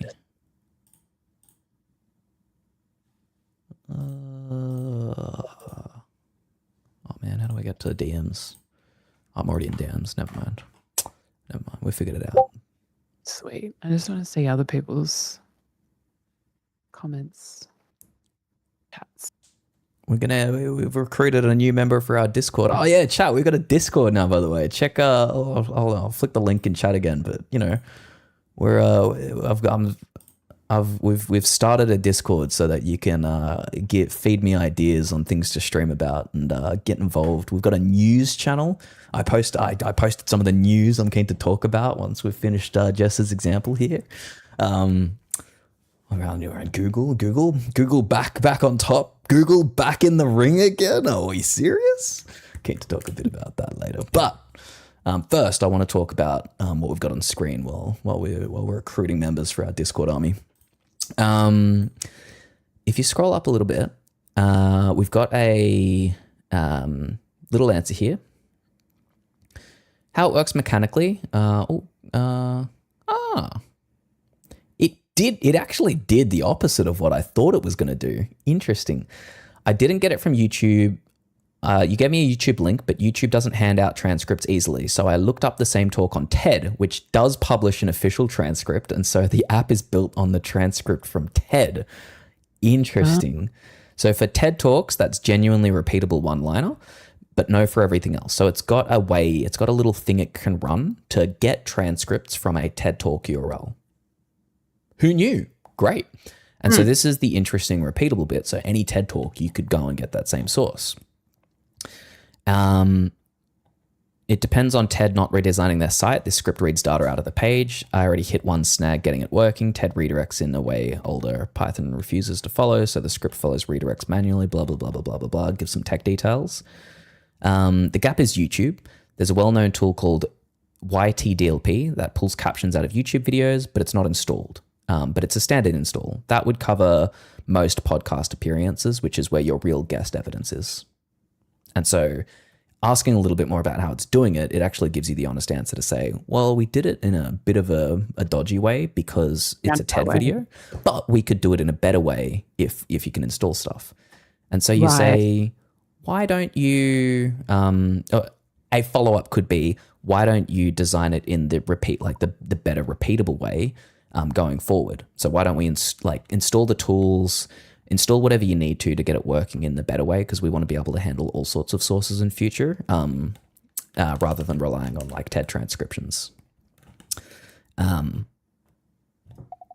See, this is my concern, right? How I would can you see ask these questions, right? yeah, this is Would like this how do you follow-up, get this at it? follow-up wouldn't have occurred naturally to you, right?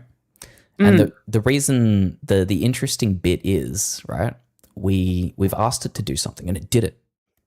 Just did it straight away. We go, wow, that's great.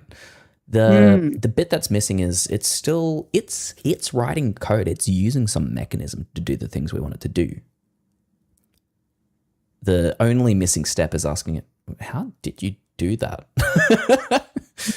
Even at a high level, like help me understand at least what you used to do it. That's the only question to ask, right?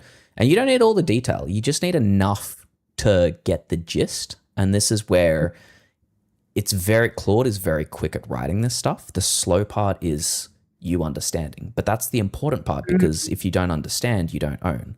And so if you want to build this into some kind of a product, you want to take it further, or you want to use this again and again, or you want to make it real, it is important that you start building that understanding.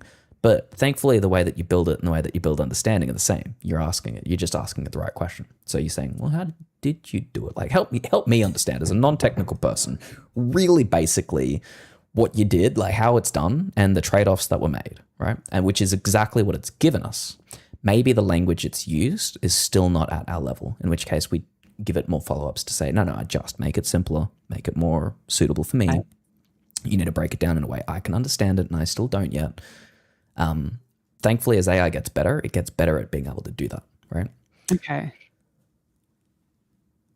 Kishan asked, what AI tool we are teaching you? Claude? Yes, this is Claude Desktop. Claude Desktop as a coding agent. Very accessible. The only other one that I'd recommend for beginners learning how to do AI coding is Codex, ChatGPT. Well, maybe Google soon, but it depends what subscription you have. I hear. Yeah, I hear. What's the first thing that you created? Do you remember? With on my own? Yeah. I mean, I would have been using it to assist work tasks, like because I was already doing coding stuff. You know, I've been doing coding stuff for 15 years now, but definitely the last 10 professionally. And so I would have already been using it to help, you know, write scripts and analyze data and explore things at a basic level, but especially as like a very hands-off vibe coding project. I made a game. I made a cool game. Cool. I can send you a link actually. Yeah. You can play. Or When was the last time you were like, oh, this is so cool, whatever someone else has made, or is that just a daily occurrence? what other people make? Yeah. I mean, there's always something new that people are making these days, like some new comparison or some new tool. I think the cool things are like exotic, weird things, or like really well made things that have AI in them as well. Like Exotic is such an interesting word that you've just used, by the way. exotic from a like a technical perspective. So like when people use AI to use tech to make something that the tech wasn't designed to make, or that is, you know, something that's been around for a long time, but it's being used in a completely new way that like no one's ever thought of before. Like that's the stuff that I find quite fascinating. Yeah. You know, people use some technology that's made for some purpose and they use it to like make a game, and it's like, you know, it's like it'd be like if someone made a full 3D game in Excel, like using nothing but Excel, and you'd be like, what the heck, like Excel's not made for this, right? That kind of stuff is fascinating when people are using AI to do this. A recent one was Pokemon. You know Pokemon? Everyone knows Pokemon. Yeah. Did you ever play Pokemon like Red and Blue, like the games on Game Boy back in the day? Yeah, Sure did. yeah. Oh, you remember the 2D running around? People have made full 3D versions of that with point of view rendering that run in the actual game with AI, where you can run around and be in the game. It is fascinating. Fascinating. I know I've just like received an update on I mean, what do you call this? What, like, this is the other thing. I need the language to be able to communicate back to you. Like, do I just say what it spit back at me? Because I can get really bogan about it and just be like, whatever it's created. But there's someone, so this is quite, I don't know if the word is overwhelming for me, but like, I just know that what I want to be able to do is to do this after you and I have had a chat, like after you and I have gone through this process and apply it to another thing. Yeah, look, this is quite overwhelming for me to like 100%. understand. 100% it's overwhelming, and this is why it's important to just sit with it and just try stuff. Now, the good news is you don't need to know the language to progress. If you see something that you don't like or you want it to work differently, the beauty and promise of vibe coding, at least getting started with it, is just ask it. Just say, just describe in your own words what you're looking at and what you would want or what you would want differently, right? The language, you can then ask it to help you translate or help you articulate something better again, but you can describe stuff in your own words. So looking at this site right now, I want you to just put the microphone on and describe one thing that you're noticing or seeing, right? Just like almost give it a verbal review as you're looking at it in your own words.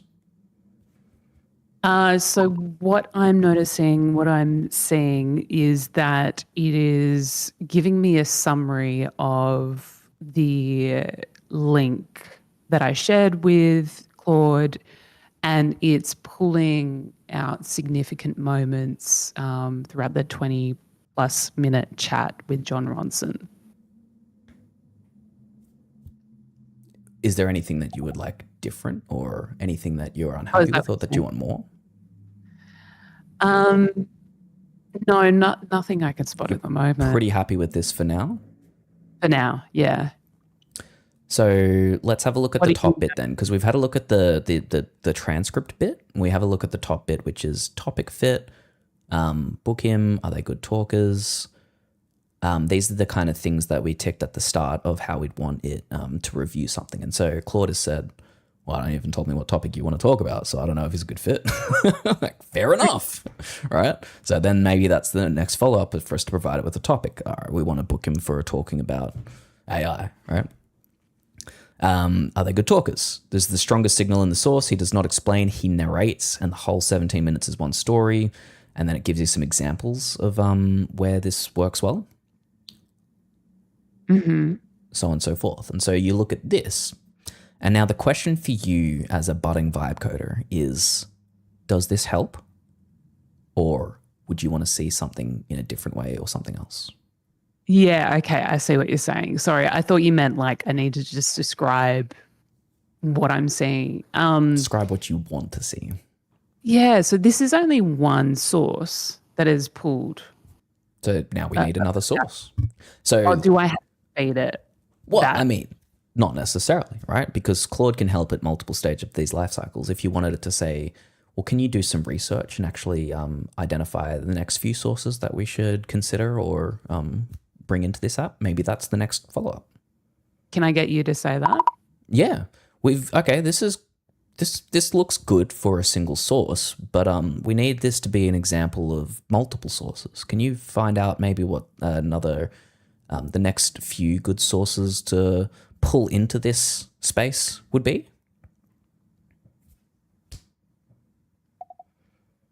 And so the important thing is we're using simple language because, like, at the moment, that's what vibe coding is about. Vibe coding is not necessarily about using the best tech. You're actually letting the model make decisions for you. It may not make the best decisions. And when we asked it about how it was doing getting the transcripts, it figured something out, and it figured something out that worked. If we start probing into the technology it's using, we might prefer different technology if we have that vocabulary. But if you don't have that vocabulary, you can actually offload more of this to the model, right?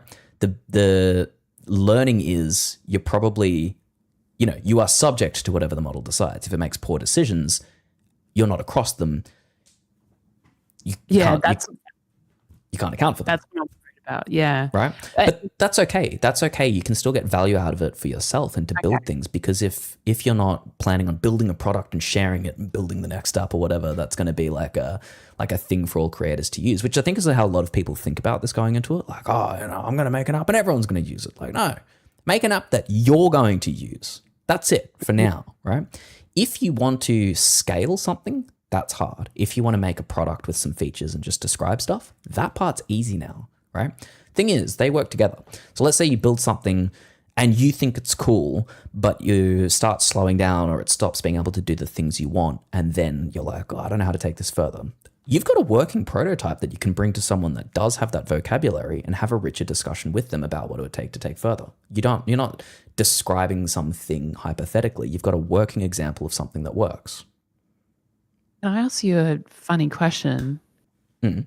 How do I give them that prototype? Like, how do I give them what I've worked on? How do they receive that? Screen share it. If you're having a discussion with someone, show them your screen. I don't know. However you're looking at it. It's not a link that I can share with them, or that's what Claude can also help you with without having to know anything. It has this idea of artifacts. If you hover your mouse over the top left of your screen, just under new, there's an idea of artifacts. Claude can take this thing that it's built locally and it can publish it as a artifact, right? And then that artifact can be shared as a link with other people. Then it actually lives on Claude servers, right? So if you wanted to share an actual realization of something with a person, you can publish it as an artifact and you share it from there, and then it's a shared product as a website, right? Web and creating websites has actually become a really, really powerful format with AI and vibe coding. They're very, very good at creating websites, and then it's like a really good form of media just for organizing information, right? And when you think of a website, like, don't just think of like website, like front page for something. Everything you use is a website, basically, right? YouTube is a website. Notion is a website. Google Drive has a web interface. Like, web is just a way of accessing things and presenting information. It's very powerful. So, what do we got here? We've got more questions. What sources should I pull in and analyze? And so it actually, has done some research and then asks you the questions. What sources should I pull in and analyze? The three: O'Brien, Gunsberg, Talk at Google. I would have thought that, like, I wanted to pull from all of the sources. Tell it, hey, all of the sources that are relevant. Like, beyond the three is what I'm saying. So it's searched them, but it's like, which ones do you want me to pull in and specifically index in this site, right? And that's kind of the question it's asking. You can't have all of the information from the internet on your laptop in this little site, right? Okay. This is like running on your laptop. It's small. And so you're being selective about what you're pulling in. You're doing research, right? You can't read everything in existence. It's the same. It's saying, well, what should we start with? And also I specifically asked it to start with, what are the few next things that we should pull in? Because we're building out a process for curating media, right? That you should be across as well. We don't want it to pull everything. We want to take it step by step and pull in sources as they become relevant. So because you've said that, maybe we should go with option 3. The 3 options there. The recommended one. Sure. Yeah. When the app handles several sources, what's most useful to you? Compare across sources, get a switch between sources, timeline view. Now this is the fun part, because it's really starting to ask you more about your process to help you understand what you need to do this. If you're a guest booking, what's the best way for you to mentally consume the information, right? Now, this is an interesting thing, because on the one hand, you can adjust it perfectly to how you do think about the world. So it makes it very, very powerful for you. And on the other way, the way that you view the world might not be the way someone else views the world. And this is where it gets interesting, is that this might not be an awesome technology to share with everyone when you start building it very, very personalized to your taste. Maybe you have taste that reflects everyone. Maybe you're amazing. Maybe you have perfect taste. I don't know. Some people do, right? Maybe you don't. But the fact is, we're building a thing for you to use for a purpose. And so you start customizing it to do what you want.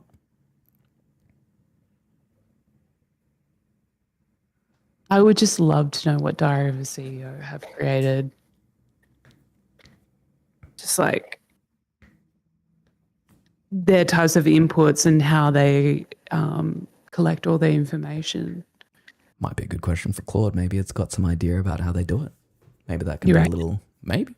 Hey, how do you think that they do it? Because Diary of CEO is a media production. There's probably some industry standards that AI would be pretty versed around. And so it could probably say, I don't know exactly, but I would, assume that they work like this, right? Okay. Well, let's definitely ask that. I'd ask that. You could do it in this one, or you could just use like Claude.ai. Chat still has a good place. Agents can take actions and build things and run commands. This is their power, right? Claude in the web has all of the access to information on the internet. Same as like ChatGPT in the web. If I'm doing a research task, I actually tend to default to the web interface. If I'm doing like an action coding task, I do it in the desktop app. So if you gave that same question to Claude in the web, let it think for a bit, come back to you with like a response, you might get something good. Okay, so don't do it in here. That's what I would suggest. You could. I tend to feel I get better answers if I use web for researchy tasks. Okay. We had another question from Kishan on YouTube chat. She's your student or you guys are friends? Oh, both, I guess. Bit of both. Bit of both. Why not both? Yeah. In March 2025, he says a new book is nearly finished. Out next May. That would be May 2026. Let me check whether it's out. Browse the web. That changes everything. Okay, so do I need to browse the web? Do I need to click that? No, it's doing it. It's doing it. Okay. So what should I put in Claude browser for diary? In Claude, in the browser. I'll pull it up.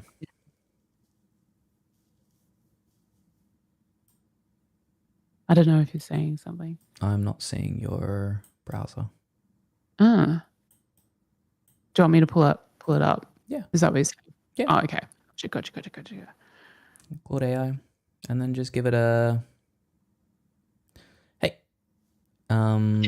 Maybe change the model to Opus because we want good answers as much as possible. And maybe it'll give us a better answer. Maybe it won't, but meh.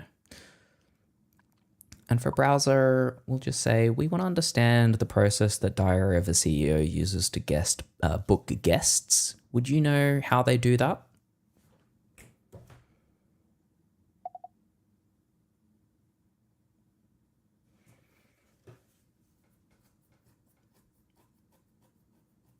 There's questions that I've asked it about how internal politics work at certain companies, and the answers that it gives are surprisingly accurate. Oh. Surprisingly. How? I mean... I want to know that. You never know, right? Like maybe there has been forum discussions about how things work in certain companies. Maybe it's like for something like Diary of a CEO or just like any podcast bookings for major events. There's a lot of different major events and a lot of bookings that happen. And so I'm sure that the process is actually not that different. Mm-hmm. And so if we have a look at the answer that we get from this, right? Zoom in a bit more. The pipeline, research and trend monitoring surface candidates, in-depth research on each potential guest, expertise, background, alignment with DOAC themes, and identifying unique angles that can make the next episode stand out. Pitched to Stephen, he's the decision maker. Outreach via maintained contact list for talent agents and publicists, etc., etc., etc. Podcast only accepts in-person recordings from their London studios, no remote. What is in public? The actual scoring criteria. How far out they book, hit rate on cold outreach, inbound agent pitches. So they've actually shared a bunch of this information, apparently. Mm-hmm. Yeah. So it's just found that, and it's like, well, I just said so. Here you go. Mm. And if it didn't, you'd say, well, can you estimate what that process would look like for a production of their size? And if you wanted more detail, you could, can you break it down? Can you like break this down into a set of steps, or like, what kind of sources do they draw on, or who do they talk to, that kind of thing?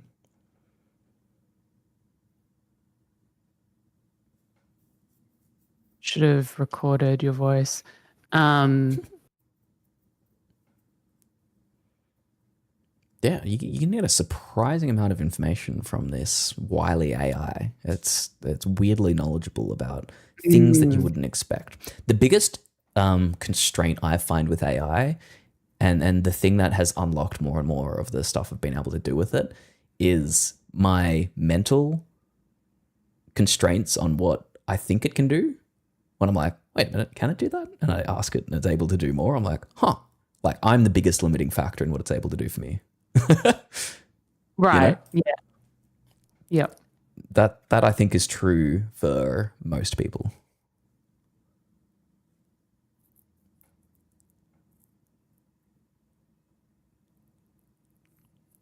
Yeah, so they start with looking at what topics are trending to then figure out what people are related to that topic. Makes sense? So before they even like think about a guest, they don't have guests in mind for a topic at first. They don't even have a topic in mind at first. They've got to find the topic first to then find the guests for the topic. Topic to candidate mapping. Build a long list of who could own that conversation. This is where emerging voices and outliers matters. The brief is explicitly not just to book the famous person, but to find the person with the sharpest angle who hasn't been overexposed on other shows. Don't find some person that's already been on Jimmy Fallon a billion times, unless they really do make like a specific cut.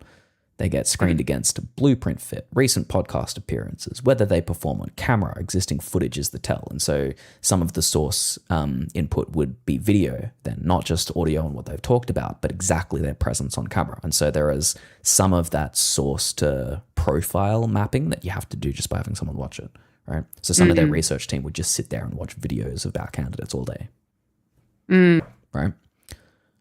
But some of the stuff in terms of summarizing their podcast or what they've talked about or like that research material is exactly what the tool we're building could do in terms of curating that information and putting it into some organized format with some AI summary on top of it. And then we could use that as our first research pass. And then we use that to accelerate what the human is going to do anyway, right? Yeah. All right. See you, Kishan. Thanks for dropping in. Enjoy the library. Each long list name gets screened against blueprint fit, blah, blah, blah, pitched to Steven. So then after the research is done at this point, they have gotten rid of a lot of people, and the people they do keep then have a good story and like a rationale for why they've kept them. Then they sit down with that shortlist and that gets pitched with the different kind of like rationale behind it, right? But, you know, AI is not doing the pitching. AI is just helping maybe to prepare the information. Somebody sits down and walks him through that pitch deck, and then he'll say, yep, no, yep. And they'll probably prepare some kind of an artifact to say, well, this is all of the research that we pulled together, and these were the important points, and this is organized in that way, right?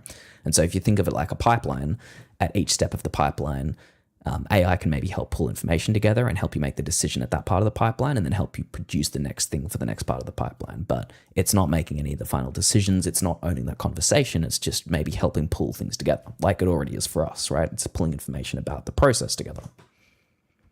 Gotcha. Yeah. Fascinating, right? I want what they've got. I want to use it. Like all this stuff. I'm just trying to figure out how I can organize this. It is overwhelming. It is overwhelming. It is overwhelming. And this is where, because there is so much information that you can get access to, using AI to help do the organization bit around that information is almost becoming a necessity because there's just so much knowledge. There's just so much information. It can just be like, it can be overwhelming very easily. So you got to take it slowly, and you got to expose yourself kind of regularly and try things here and there, and just having these conversations and seeing what it can show you and how it can show it to you is probably the easiest way to just, you know, get started and keep it going. So over here you've got guest matrix loading guess. Yeah, I think it's opened the wrong ones. Yeah, it's got 2 tabs. Jump back to the other one. Oh, maybe. Oh, okay. What's going on here? If it ever looks a bit weird, just default to asking AI, hey, this looks a bit weird. You can even give it a screenshot. You know how to screenshot a Mac? Yep. If it ever looks a bit weird, you can just take a screenshot of it and say, hey, it looks a bit weird. Why?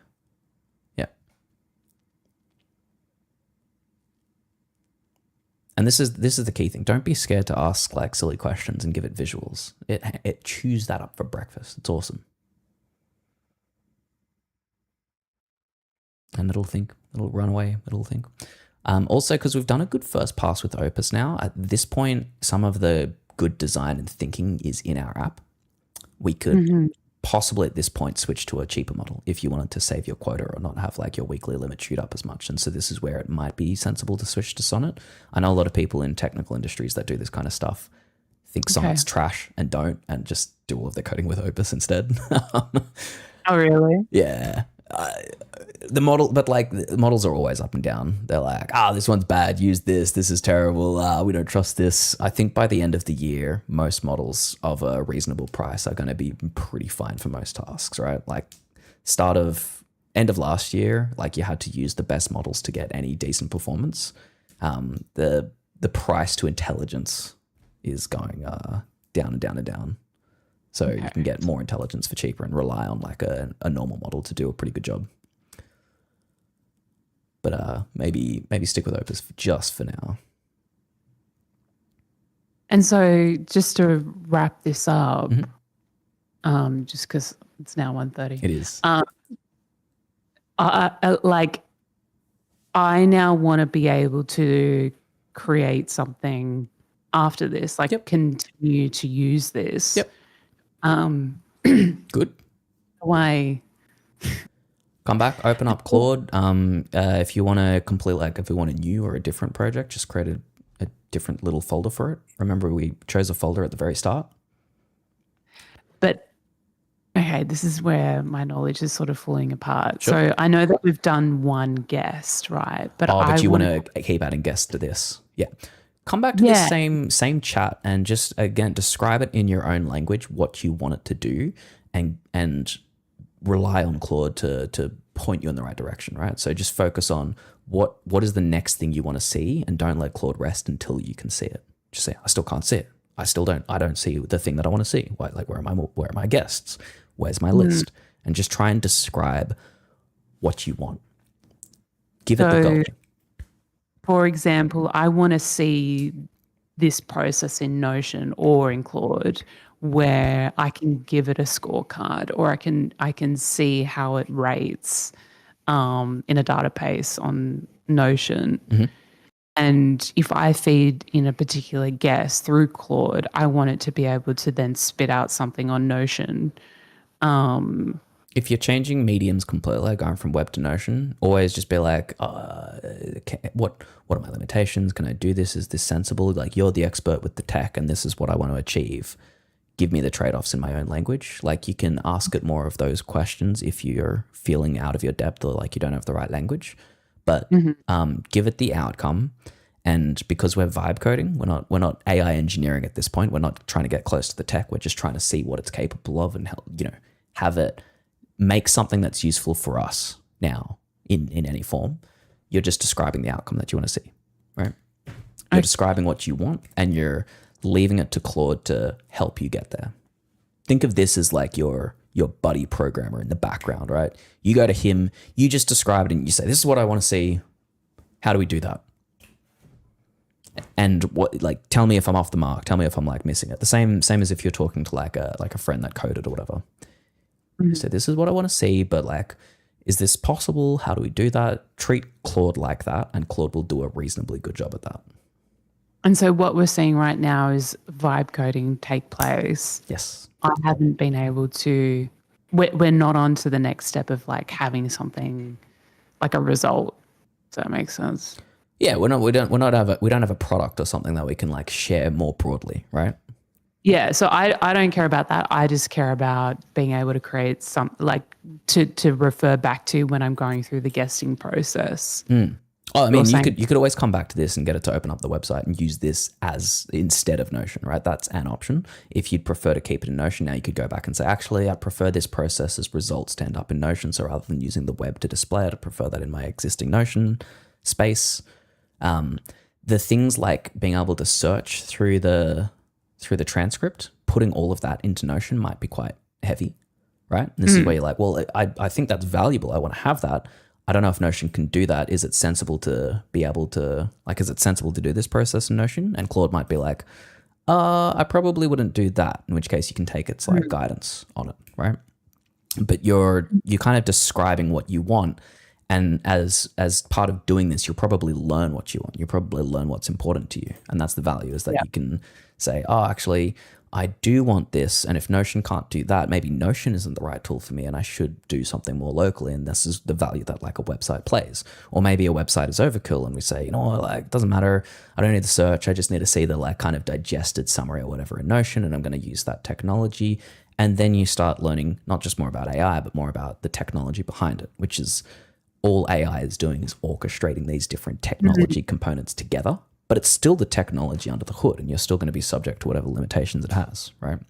And so that's then the actual skill set to learn, is you can make better decisions about this is what this can do, this is what that can do. And AI is teaching you by doing and showing you what is possible. Yeah, okay. And so this guest matrix right here, this is the result. Like, this is the web browser that you're talking about. This is the product it's made now. And you can iterate that product. You can say, I want different features. I want this to look different. It can change anything about this site. It can add anything. It can remove anything. You can tell it, change this title, change this font, because it's a website and it can do anything at once. With Notion, it doesn't have as much flexibility. It's using the product features of Notion. It can't just change everything as it wants. It can do anything in Notion. It can do anything that Notion can do.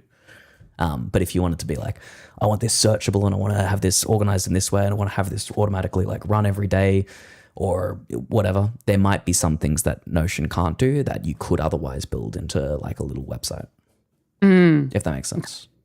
Yes. But you'll need to navigate that to see what you want and what these things can do, and Claude can help you navigate that process if you are clear with saying, it's kind of what I think I want, tell me what's possible. Okay. Well, do you think this is a good time to wrap things up? Absolutely. We shall end our little foray into vibe coding. Hopefully you got something out of that. Hopefully you feel a little bit more enlightened on the possibilities and how you can engage them. It can be overwhelming. My best advice is take it slowly, just spend a little bit of time and get Claude to break things down for you slowly as you go. That's how you'll learn. What I was going to ask you before, what would you recommend? Like, essentially, I still feel like I'm dipping in and out of AI, and so it's still a bit of patchwork. I need a playbook. I need like an instruction manual of what you would recommend I now take how do I further my knowledge outside of using, like, going through this process with you? Like, AI and vibe coding and this stuff is a tool, and the best way to learn a tool is to use it not for the sake of using it, right? So like at the moment, we're using vibe coding to make an example of something, but it's not something you'll use every day, right? Are you saying that that's the same approach as like what you and I had to the internet, like just constantly tinkering and getting so used to it, second nature? Like, you're saying treat AI as we have with the internet. Yeah, you start integrating it into your workflow, right? Like, maybe we used to do research at the library, and then you start saying, well, actually it's more efficient to start my process and see if I can navigate that on the internet, and then if I can't for some reason, I'll fall back and use a library, right? Like, in your day-to-day, look for opportunities where you're like, oh yeah, I could take an AI approach for that. And then you're not having to justify or carve out separate time for it. It just becomes part of your workflow doing other tasks, right? This is how I typically use it. Something that I would otherwise do, I turn it into an opportunity to learn some new capability or use AI in some new way, right? Like, I'm like, I need to track my calories because, I want to be more health conscious. I'll use AI and see what it can do to speed that up. Can it give me good calorie recommendations? Can it help build an app that I can use to track my calories, et cetera, et cetera? Like, that's how I'll look for opportunities to integrate it without it being like a separate journey of discovery. And then you build confidence and you build like a knowledge of it, and it doesn't feel like wasted time or something separate. It's what were you doing already? All right, try doing that with AI. See what it can do. And maybe it can't do it. And so then you say, well, I'll go back to my like normal process. No harm, no foul. Okay. That's what I'd recommend to try and make it not this like separate thing. It's just a thing. It's Yeah, just a thing. that's what it feels like. Yeah, totally, totally. Yeah. Okay, that's good to know. Give it a go. Report back. You're welcome back anytime. We're gonna let you go though. Hi, iBurrow check, by the way, saying hello. Welcome to the stream. Welcome to the chat. Unfortunately, we're going to lose Jet. So big W for Jess in the chat, please. Thank you very much. Okay, so all I need to do is hang up. Yep, you can just skedaddle, and I'll keep on streaming. We're gonna talk some tech. Thanks for joining us. Thanks, Ben. Bye. All right, cool. We had a good chat. We had a good little chat with Jess. That was awesome. We made a little content curator, guest booking assister, guest book researcher. I don't know what to call it. But that was fun. I hope you enjoyed that. Okay. How we doing? We had a whole bunch of stuff released. I did not spend much time in my last stream talking about it because I was watching the Google Made by Google event yesterday on stream. It was pretty cool.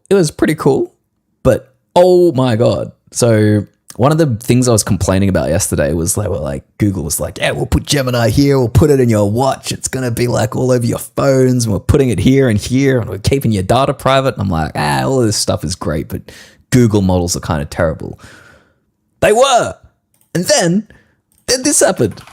Gemini 3.7 Flash got released, and it is actually pretty good. I think Logan Kilpatrick released, maybe this was on their actual release, but they showed their progression on Deep Suite from 3.5 to 3.6 to 3.7.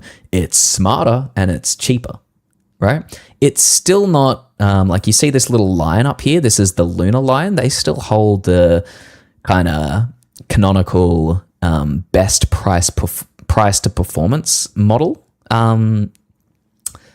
that is in existence. But the thing that Gemini has always done, like, it just needs to be good enough, because the thing that I have noticed the most about using Gemini 3.7 Flash is not the performance of it. Where is it? Oh man, I'm just going to go and find it from, give me a second. I'm going to go and find this from my Discord where I shared this in chat. It's not the performance of it, it's this. You see that speed? You see that 340 tokens per second speed?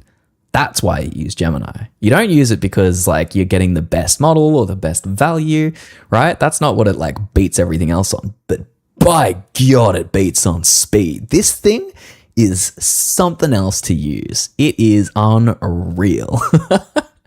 For like normal tasks, I want to use Gemini 3.7 as the like driver model that then delegates to other stuff, because goddamn, it's so goddamn quick at the driving thing that you can do a billion tasks or iterate stuff really quickly, and it just chews through work. This thing is awesome. So I'm impressed that Google is competitive with, like, they're better than DeepSeek V4 Pro. There are a couple of intelligence points behind Kimi K3, which people were losing their mind from. Look, front-end UI design, vision, and web search, they regressed, and people were unhappy with Gemini models for a long time, but they are claiming Gemini 3.7 is like a resurrection, and like, you know, limited testing. I've used it for less than an hour this morning. Like, so I'm not going to claim it's good at everything, but I'm pretty happy with how quickly it can do stuff, honestly. It's pretty cool. It's pretty cool. I'll show you. Look, let's make something. Let's make something together. Any ideas for what we could make? Because I will just turn this into like a Minecraft cooking session if you don't give me something else to make. Thoughts, chat? What should I make? What should I get Gemini 3.7 to cook up for us? How do you rate models? Let's do some play. Let's do some playtime. You haven't fully tried out 3.7 Flash. They don't allow custom harness use. Yeah, with their OAuth stuff. And same for Claude, right? They kind of blocked it or say that you shouldn't use it. They were starting to like come down on Claude users. There is a project of mine you could mess with. Well, I mean, drop it in the Discord because then I can like consider it. But otherwise, I'll default to a project of mine or like a completely brand new venture. Depends what it is. Depends what it is. Okay, I can be convinced. I can be convinced, Borrow. I can be convinced. We're gonna get it to install some Minecraft moddy stuff at the moment because I do want to show off some of that stuff that I've been playing with as well. But yeah, they've released Gemini 3.7 Flash, which is pretty exciting. They also released a bunch of other stuff. So DeepSeek V4 Pro just came out as well, 8.13 yesterday. Artificial analysis puts that at what's its total at? Puts it just under Gemini, just above GLM 5.2. It is apparently faster than Grok 4.6. It's slower than it's faster than Luna. It's a little bit dumber than Kimi K3 and 4.6, but it's got higher token speeds apparently, and it is cheap. But people aren't very happy with DeepSeek models at the moment at the top end either because they reckon they're all benchmaxed. They think that they're cheating a little bit on the benchmarks. You know, they're not very happy with them. 50 or 100. Fight arena game where Gemini is used to create characters to fight against in deathmatch. You prompt using a specific character limit like 50 or 100 and prompting because the key to knowing how to win the arena. Is it like you prompt the model to fight in the arena, or like you prompt the model to make the arena? Is this like an AI played game? That sounds like an ambitious ask. That sounds like an ambitious ask to our poor old model that's just trying to get his poor little feet off the ground. I feel like we need to give it some I feel like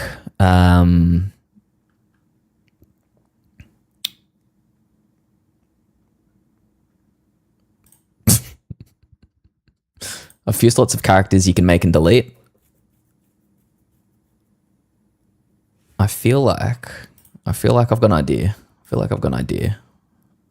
What we're going to do, 1.20, 1.11, I'm going to open up this this mod. Oh, this folder. I'm going to check if there's any mods. Oh, there are. Not the ones I want though. Let's kill this one. All right, let's go into this and let's get Gemini in a new folder. New project. We'll put this under just my normal projects here, and we'll say let's call it a bike mod. I don't know if this is possible, and so this is the fun. Can you make a mod? Make a new Minecraft mod and install in this folder for to put a bike in Minecraft that I can craft with 4 sticks that I can use to ride around.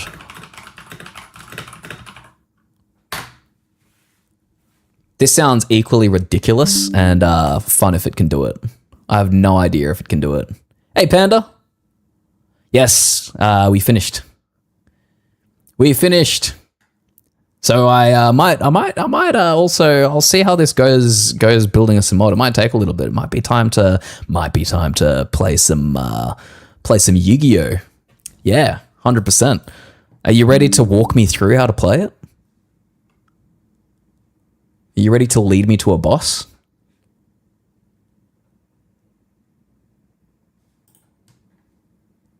It's good to see old friends catching up in the chat. Let's go.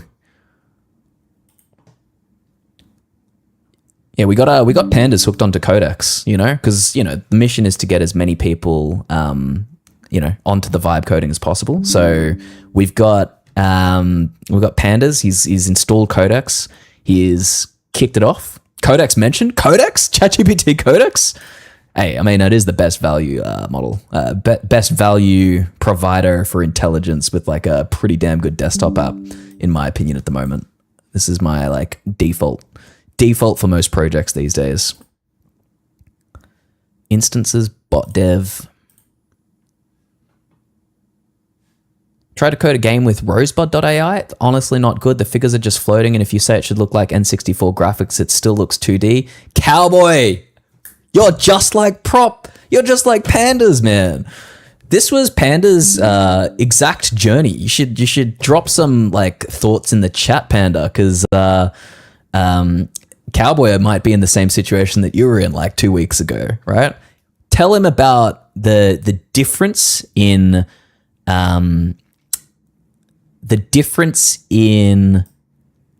quality that you got from Codex after switching, because you were using, what was it? Oh, I can't even remember. It was really hard to look up. Really hard to look up. Mako AI. Yeah, that's right. You were using Mako AI initially. And then we did a little Codex switch, and it was night and day difference. Night and day difference. Let's show you. All right. So, actually, do you have your original game too? Can I start with that, Pandas? I don't have the link to it. You might need to post it in Discord or in Twitch. I don't know if Twitch is going to block you for it, but try it. Give me your original game. I want to like show you the before and after for Cowboy. What's this doing? Yes, allow all. Go, Gradle build. Oh, it's trying to install Gradle. The Mako Minecraft and Pokemon crossover. Like, I want to do the before and after because I think it's an awesome like progression journey visual. Give me that Minecraft Pokemon version. Is that the Mako? That should just be on a Mako link. It might even be in my history. Mako AI. This one. Yeah, don't worry. I've got the link. Don't you worry, Pandas. You just relax. You just sit back. You just kick back and keep the commentary going. So this, when Pandas first joined the stream, was a Minecraft Pokemon kind of like concept mashup where you can mine blocks, you can run around. I think you can get what do I have to press to get a mount? There's a secret mount button somewhere. Whoa. Monster Training RPG. This one? V, that's the one.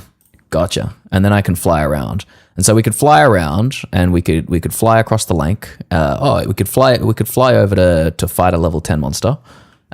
Jump off the mount. And then you can use, is it I? E? E. You can use E and then go into the creature workshop and then you could draw monsters like this. There we go. Where is it? Need blocks. Oh, you could wait, sketch. There was a sketching paint. There we go. Paint, sketch, brown, big. There we go. I could draw a big circle, and then we could draw some other circles, and then I could give it a head, maybe apply. There we go. I could give it a head. Can I give it a green head? Maybe not. Well, I mean, I think you need to go back to vertex. Oh, actually, no, I'm doing three things at once. Hold on. Could give it a. There we go. Sketch green. Give it a. Okay. Apparently, I can't do anything here. Man, maybe I need to draw it in here. Oh. No. Okay. All right. I need to get out of vertex edit mode to click and drag. Infinite ink. NPC creature editor in the starting title. Do I have ink caps here?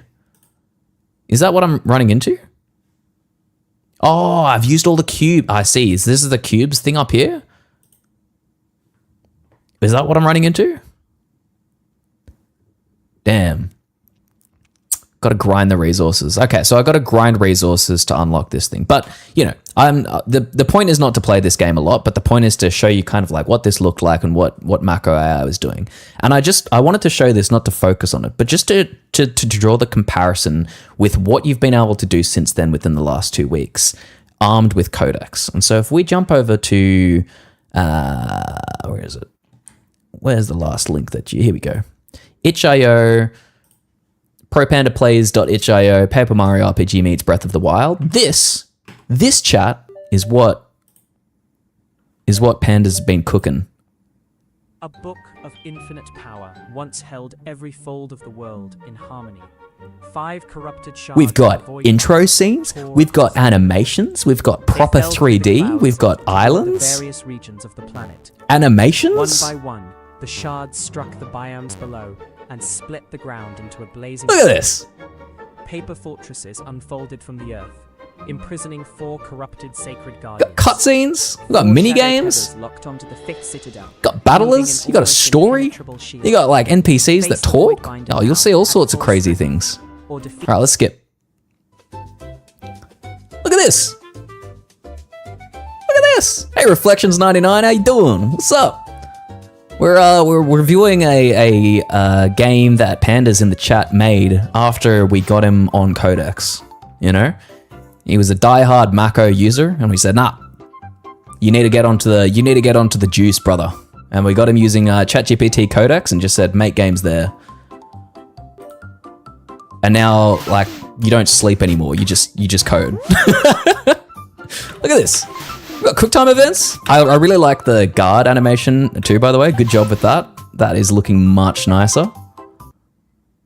Look at this. Congratulations. The world is now ready for you to explore. Walk to the northern ledge. Jump off. Jump to your doom. It's a bit dark, Pandas. Straight up. Jump off the cliff. Look at this. We got a full 3D world. We got islands. You can jump off. We can open the Willow Glider. You get like Breath of the Wild style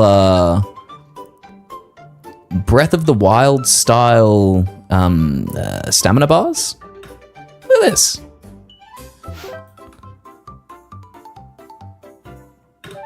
Monster battles now.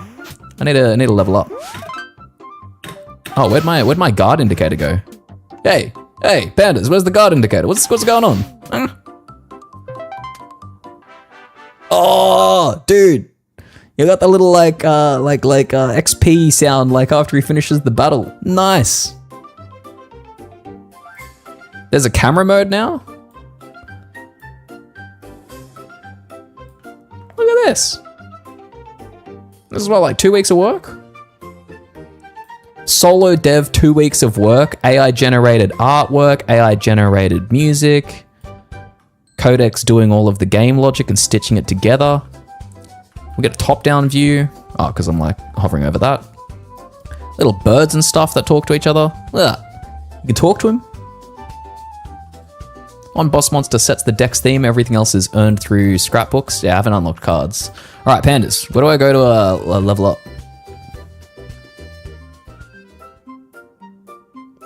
I gotta fight some monsters, right? And then I'll get to the next level. C is the camera mode. All right, let me kill something first. Yeah, treat that as a bug. I don't see the defense indicator after the very first battles with these guys.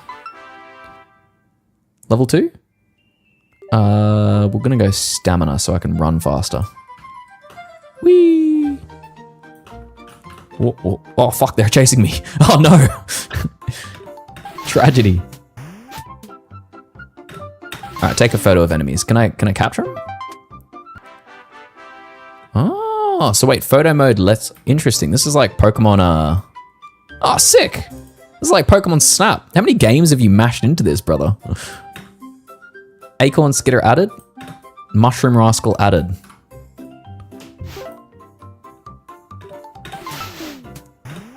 Oh, I see. Now, so you can perfect guard if... I see. I feel like this game would be hard to play without you in the chat. This is like this is like a Twitch exclusive game.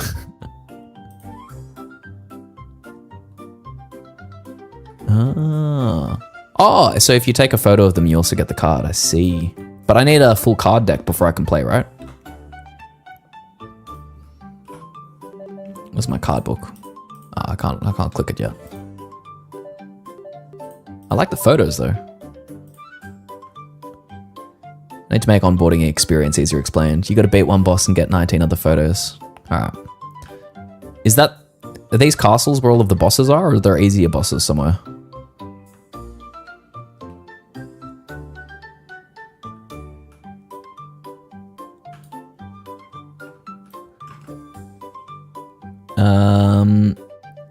One question, how long do you think it will take to program a whole game like Super Mario 64 with the same graphics in 2 weeks with AI?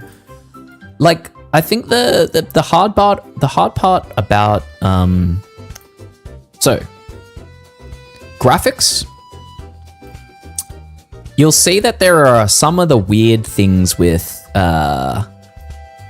like this game in terms of 3D. Like the houses are a little bit weird in terms of like planks coming out of the side, unless that was intended.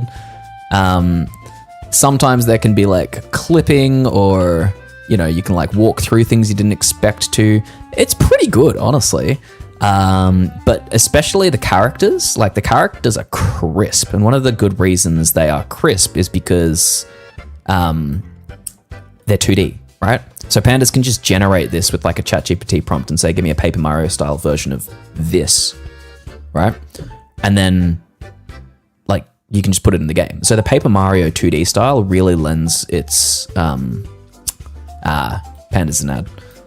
The 2D style really lends its style to this kind of game. I will pause my thoughts until ads are done. We'll wait for 60 seconds.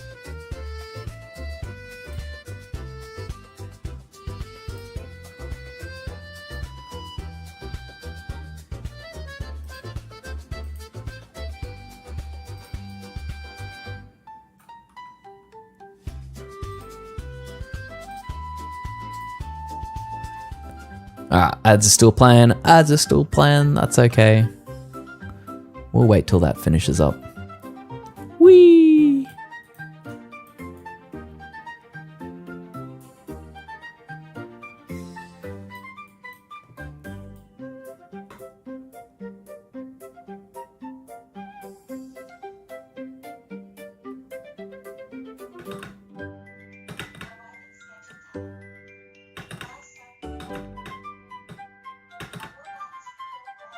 Yo, you back from ads? I'm just running around. I'm just seeing where this guy can go. Man, these things take you high, don't they?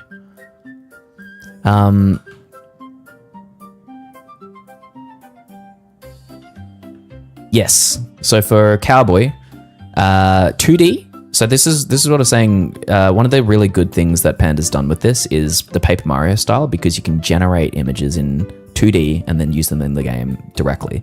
The second that you're trying to do animations or 3D or any of that rigging stuff, AI is not quite there in terms of 3D asset creation, or you're like using a paid service that has like some custom pipeline for doing it. It's a bit harder to get, but you can just generate like a monster, right? And just be like, give me something that looks like a bat in like 2D Mario style, right? Oh shite, I'm gonna get wrecked by these things. Alright, run. Oh, I couldn't run. Soothing song. Oh. Oh my god, look at those guards. Look at those guards. Run. Ah.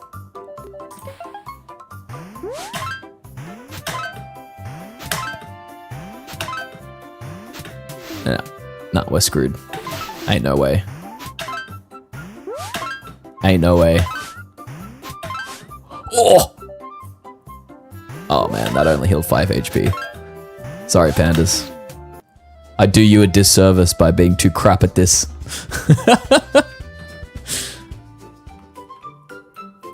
But look, I mean, the only way to try Cowboy is get Codex and give it a go. Like, it's good to test its abilities by giving it like a one-shot. Like, hey, can you make something that looks like this, and what's the best way to do it, and see what it's capable of, right? Try it, because you can use that as a reference to try it again in a couple of months and then see how much better it gets, right? And you can use that to test out, you know, the best AI model or whenever we have these big capability jumps, and use that as your, you know, use those as your examples.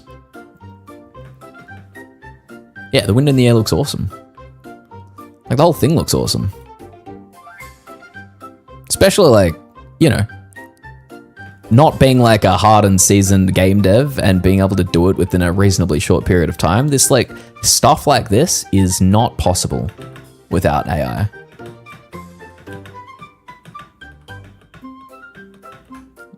Your best vibe-coded project is something weirdly useful to some people. What's your best vibe-coded project? Oh, you can use AI to help you with Godot as well, surely. Go.dev. Go.engine, free and open source 2D and 3D game engine. How do you interact with this thing? Docs, get involved, introduction, GD script. So they have GD script. You could use AI to help you write these functions. And yes, Unreal Engine has a beta MCP. A lot of programs are starting to support MCP for interacting with them. MCP is becoming OP. Alright, I need to find a metal goo. My only gripe with this is, like, this is fine for a playtest, but I'm not gonna be able to do this every stream, pandas. So if there's not like a cheap way to test features or like a dev mode, I can't playtest the opening sequence every single time unless there's something about it that you've put into it. So this is like a one actual playthrough to the to card games.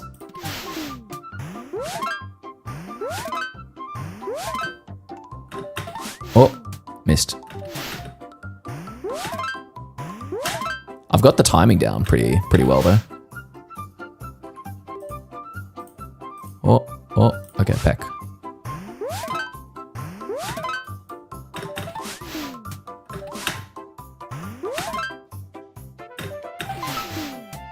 Alright, got him. Got him. Hit P to save. Ah, alright, well I will. Alright. If we can save, you know, that changes things. Saved. Alright, done.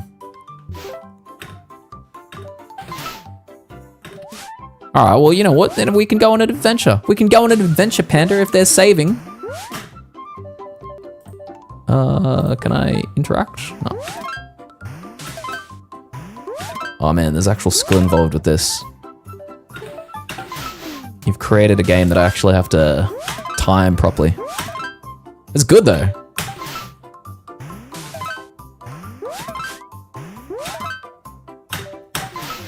Alright, we got the Firefox thing. And I'm dead. Shame. Shame.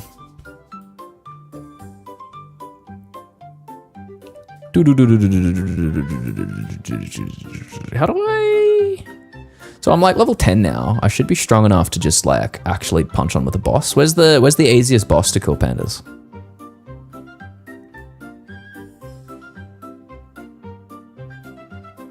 Get more defense by equipping... Oh, alright, true.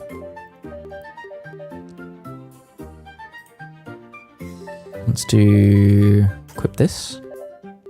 Equip this. Equip this. Equip this.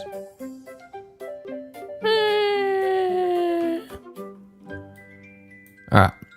Where's our nearest boss? I want the cards. We wanna try the card game, but where's the nearest boss? See the cave? This one? Oh, this one. Oh, that one. This cave. This one. That's a cave.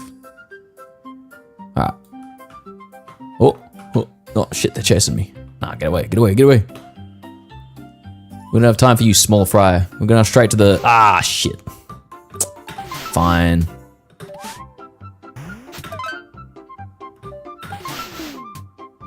Excellent. Alrighty. We got some Pebble Guard gauntlets. I equipped some badges. Oh, badges. 9 badge points. Let's say we say more XP, opening hit deals +2, more HP, attacks deal more damage. Oh shit, that's a huge one. Look at this one. 3 BP for...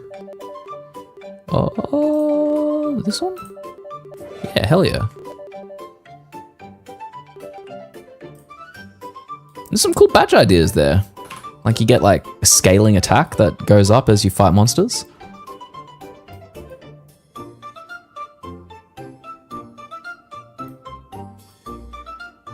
Look at this.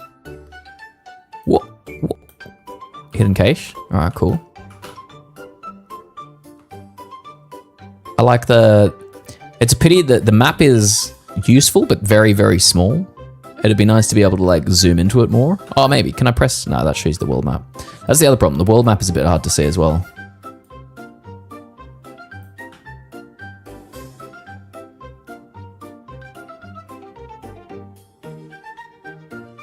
I'll make minimap bigger. World scale is questionable. You need to remove the stamina bar. That's the thing I hate the most in Breath of the Wild. Hey, you got your playtesters now, my friend. Panda's pandemic.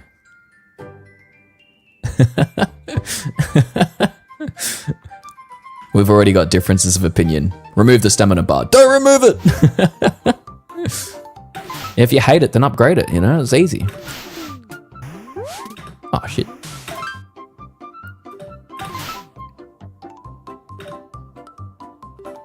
Oh, I've only got 2 MP.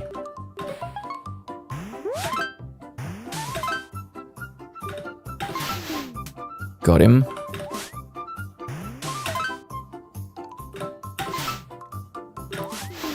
Yo! Killed! Look at that. Did we get 300 XP?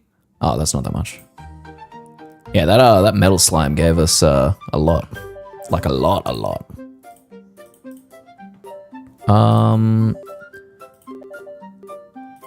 Can we wait, do we heal up totally after each battle?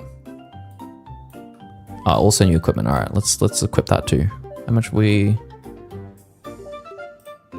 but we can only equip how many things? Oh, 1 in each slot. I see. We want more attack and we want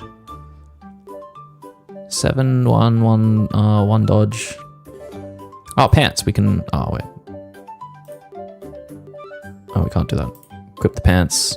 Ah, the slots are over here. Ah, the slots are a little bit visually hard to distinguish between the actual items.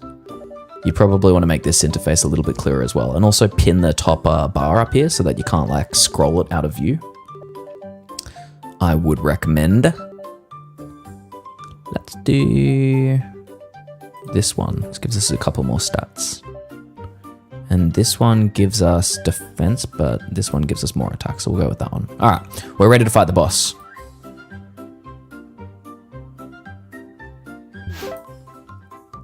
Oh, I should have taken a photo of him. Shit. All right, good guard. Good guard. Oh, this boss is toast, brother. Easy. All right, so now we get more stamina. Wait, where are our cards? Hey, where are my cards? What's this? Huh? Where are my cards? Where are my cards?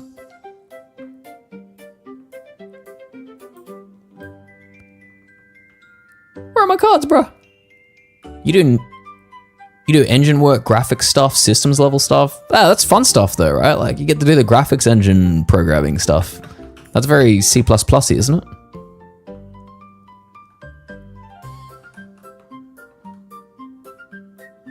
Hit it? Hit what? Oh, hit I. Ah, here.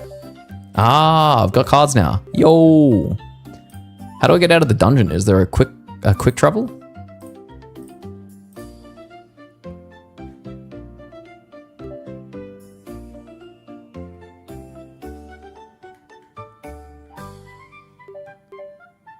No quick travel. All right. Well, I'll just walk. Fine, we'll foot it. We'll foot it all the way back to the entrance then. Fine, we'll do it the old way. Do it the old-fashioned way. Get a bit of exercise while we're there, you know?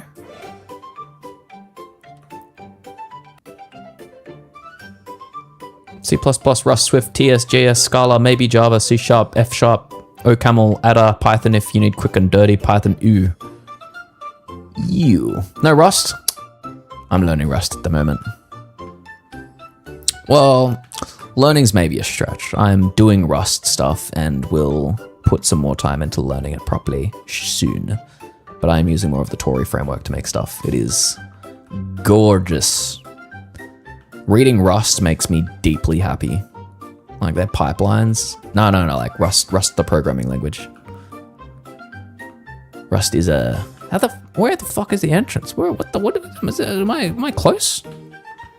What is going on? Is it over here? Is that the entrance?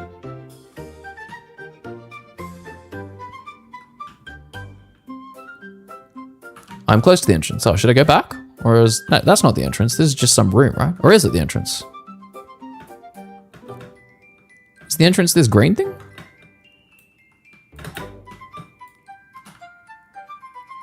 Oh, it is. That is... Yeah, that was not the easiest to see. Alright. We'll go back here.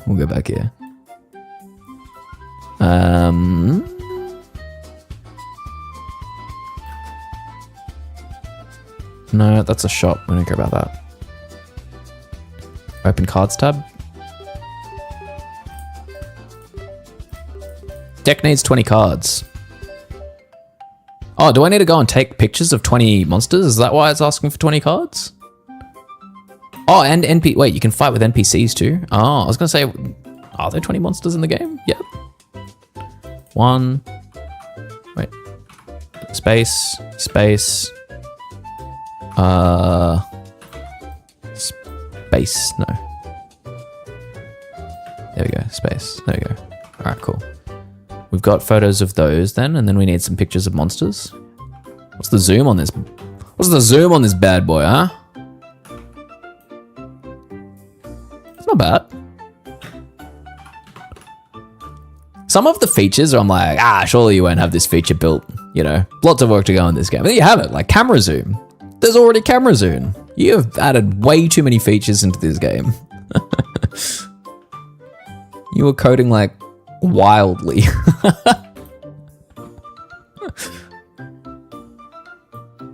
Can I take Storybook Tree? Thunderbore, Stormcap Mystic, Cindervolp. Oh, there's another tree somewhere. There we go. Can I fight with trees in the game? In the card game? Briarbroar. How many cards do I have now? Oh my god, you can fight with all of these things? Bruh. I hope it uses the photos I've taken of them as the cards, because these cards are gonna like, there's gonna be like 15 cards of fucking plants. Bruh. Alright, let's take a picture of Metal Goo.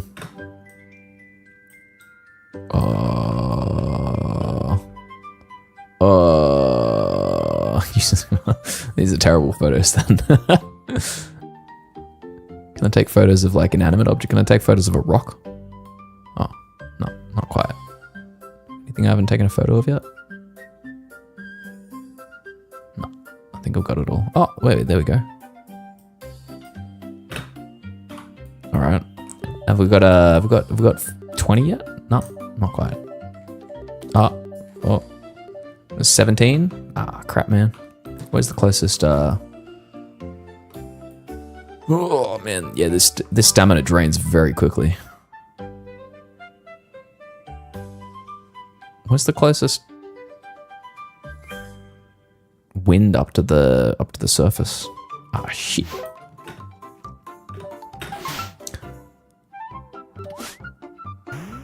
Why are they so hard? I swear these things were easier before.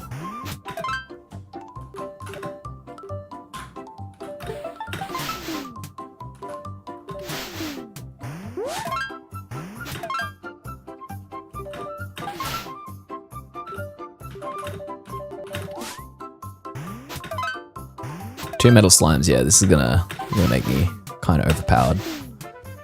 Not that that's going to help with the card game they're actually trying to play.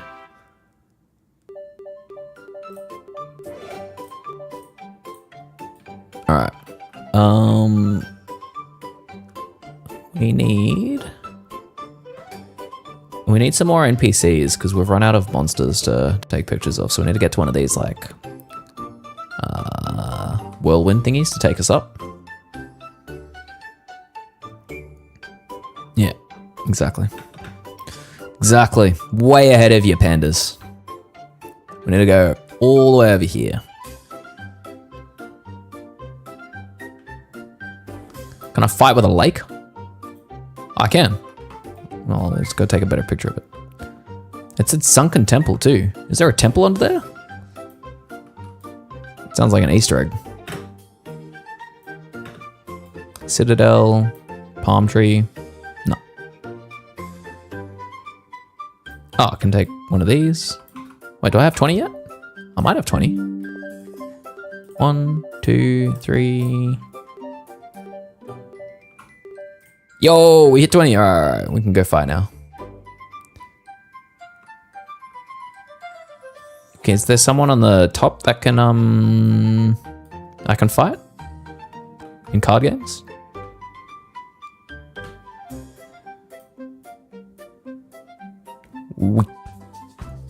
Oh,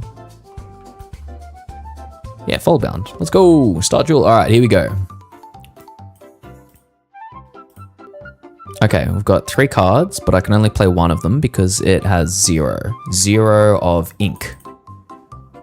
1 ink, 1-time action. Fold up to 2 flat allies and give each. What does folding do? Ivy quick fold? You use storybook tree. Alright. Ink ready, flat cards fold upright. All my cards are 3 ink, so I can't do anything. So I guess I'll end. If you attack, you get folded, and then you take 1 extra damage. Oh, you get 1 mana each turn. You draw 1 card each turn. Okay, so now I've got 3 ink, mana, ink, mink, Anna. Let's go. Let's play our sunken temple, and we'll play it in front of this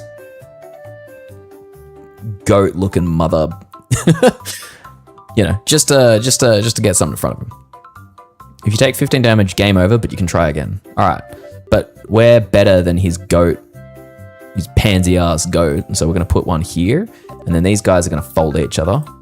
Oh, the goat's back up. Wait, what? They get up each turn? Okay. Okay. Play an adjacent unit gains 1 HP. Does this? Yeah, okay. So that gave him 1 HP. That's pretty cool. And then we're out of ink. Oh, okay. Okay, and now we can say a dependable folded fighter that controls its column. All right, we'll put that guy there. Restore 3 life and give your weakest unit 1 HP. All right, cool. I have no idea how much health I'm gaining or losing. I think I'm losing. This guy's at 15 health and I'm only at 13. That's not good.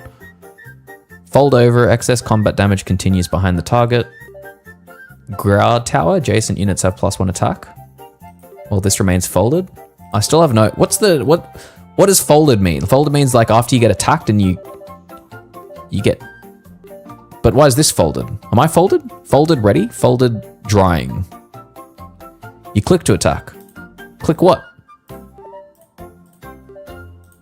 Oh. Oh. But I can't... Oh, because these are drying? What does drying mean?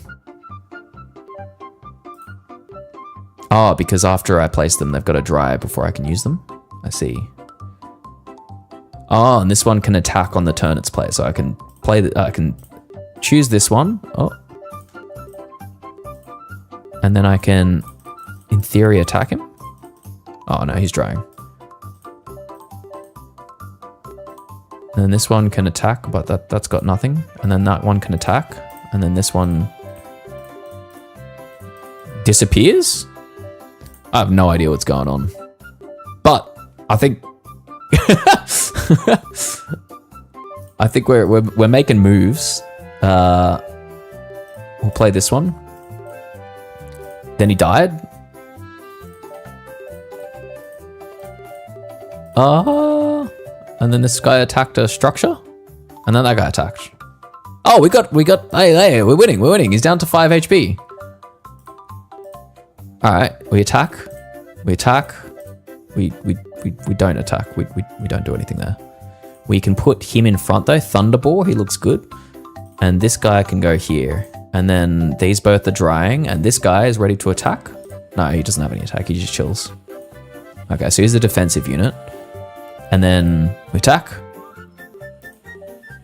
And then we attack, and then he's out, and then he doesn't do shit, and he just chills. Okay. I think, where, oh shit. Oh no, it's all over. Oh no. Oh no. Oh, wait, no. We've got an obsidian skitter. We're still fine. We can wait a turn. Oh, then he plays some things. We play this one, and then he can attack. And then he doesn't do shit. Paper barbs, melee attackers take 1 recall damage. But look at this guy. I do 5 damage to him and I only take 6. This guy doesn't take any damage because that guy is a pansy. Neighborhood rally. This guy gives his friends 1 HP. Oh, I lost a guy. But we got more. Hey, we got more barbs. Ivy Quickfold has been reduced to 0 life. Your fold-bound record is now 1 wins. Hey! Like, given I don't play card games, I mean, you know what? Maybe there's a future in it for me. I don't know. Maybe I'm just the best. You never know. You never know until you try yourself in more situations. You never know until you know? There are actually tons more monsters in the later areas. Spooky region, desert region, snow region, but you will die. Yeah, I will die. For sure I will die. No cards in hand. You're probably going to lose. Nah, me going to lose? Not even reading the enemy cards. I don't need to read. I see 2 numbers. I see attack and I see health. And as long as mine are bigger than theirs, we win. It's like Pokemon. As long as you're the higher level, you're probably going to win. You know? Like, simple rules for a simple man. Like, that's all I need. Bigger number, better. Right? Who said bigger isn't better? Bigger is better. Bigger's way better. That is pretty cool. Hey, the fact that they've actually all got like working conditions and that it has like some logic to it, like you're kind of cooking with the game design. Like, I feel like you design games like I do coding projects. You get in there, you design the heck out of it, you don't finish it, and then you move on to the next one. That's how I do projects, and it feels like that's how you're doing games. But also, you've added a lot of features into like the game very, very quickly. This is vibe coding 101. But hey, the whole thing works and runs in browser and works surprisingly well, right? When you show what you do with your AI coding needs, don't forget to save. Oh yeah, let me save. P. We've saved. You know, pretty good. I like the biggest complaints around it is just like polish aspects and onboarding, like explanations of things. And then like, you know, the card games could have like more like slower animations and like, you know, effects if you like attack a boss and like get that hit off and blah blah blah blah blah. You know, it's all of this classic stuff. You know, you can do this and that and blah blah blah blah blah. But again, for the amount of features that you've put into this thing, you've like done an enormous amount of content. Like, this is a pretty good portfolio project of what you're capable of doing with AI. Right. And I think given that you'd never used Codex until recently, it's a pretty good example of like what AI is capable of in the right hands.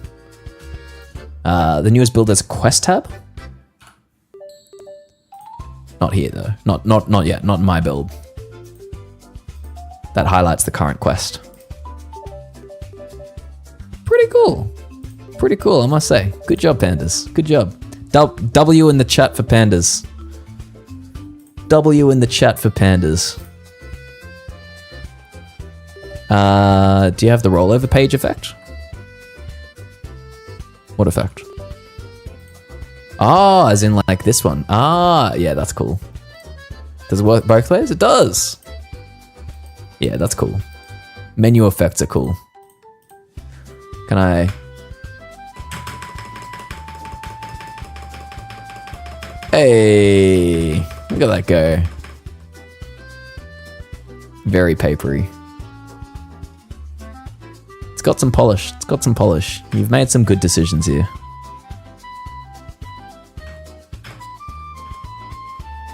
Yeah, honestly, like, I remember, back in the days of like early days where companies would just churn out like terrible games very, very quickly. Like, this is better than some of the games that like people have made to like market like TV shows and stuff. I remember there's like kind of like hastily made games that were just like made to promote some kind of like TV show, and it was like a terrible game, but they'd release it anyway, and you were like, what is this? This is better than that, right? But not made by a team. Made by one panda that doesn't sleep. Awesome. Alright, W's in the chat for pandas. This is good shit. I'm gonna end my playtest there, and we are gonna go and see what Gemini 3.5 was actually able to do. My pleasure. My pleasure. Looking good. Looking good. There is a lot of content. Perfect. Well, you can stay in that ad until I finish like approving all of these. Why am I getting approvals for all this stuff? Just default approve everything. What are you doing? General. Always proceed. Turbo mode. Q. All right, there we go. Yes.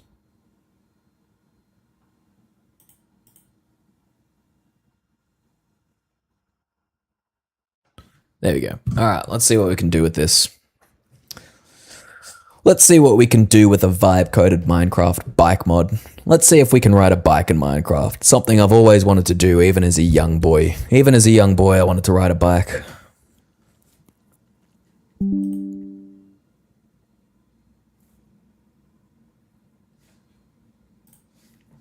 Man, there are a lot of approvals with this thing, aren't there?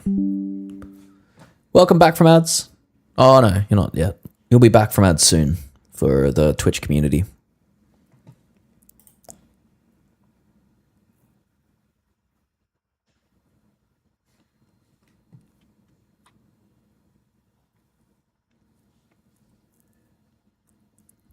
Welcome back from ads. Hopefully you're back and with me again. I am dearly wishing that we get a bike mod actually created for us.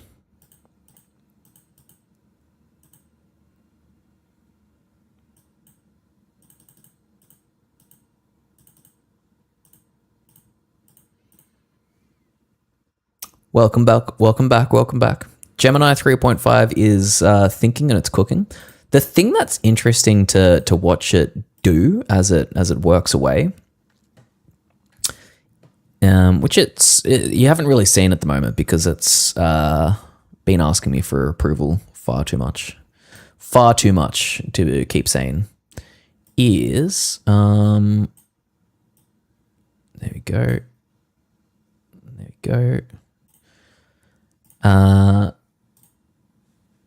So this is anti-gravity. Anti-gravity is Google's version of like Codex. And in anti-gravity, you can get to their Gemini 3.7 Flash model, which they just released yesterday, if you want to try it out. The great thing about using AI on projects like Codex and stuff is, like, let's say you're making a game, right? Let's say like Pandas wants to add a feature. You can easily just open up anti-gravity, try it out for one prompt, try it out on a feature that you were thinking of doing anyway, and then just go back to Codex and keep working, right? Like, you can mix and match these tools so easily. There is no vendor lock-in that you're actually tied to. You just, like, there's no migration between platforms because all of the work is happening in your own folder. When you're using coding tools. So you can just try it out, right? Like, if Claude becomes better than ChatGPT, you switch to Claude. If anti-gravity becomes better than everything because Google is, like, doing good work, you switch to Google. Like, you can kind of switch and change because it's all just working on files for you, right? Your files in your folder. You bring a tool to it, then you get rid of that tool when it doesn't serve you. Which is just my way of saying if you want to give a Gemini 3.7 Flash a go yourself for free, you can, right? I've used up about 30% of my weekly limit, and it hasn't even finished one task because I'm on the free plan. But that's fine, right? Like, you're trying it out. You just want one or two prompts to see what it does, right? So it has what our AI has done so far is it's created a Gradle build. It is installed. It's installed a Fabric, I think, starter mod to get it working. And we're now just getting the build working to get the demo mod working before it goes and creates our bike riding mod for Minecraft. We'll see how it goes. I had turned off, or I tried to turn off turbo mode. Always proceed. Stop asking for permission to do stuff.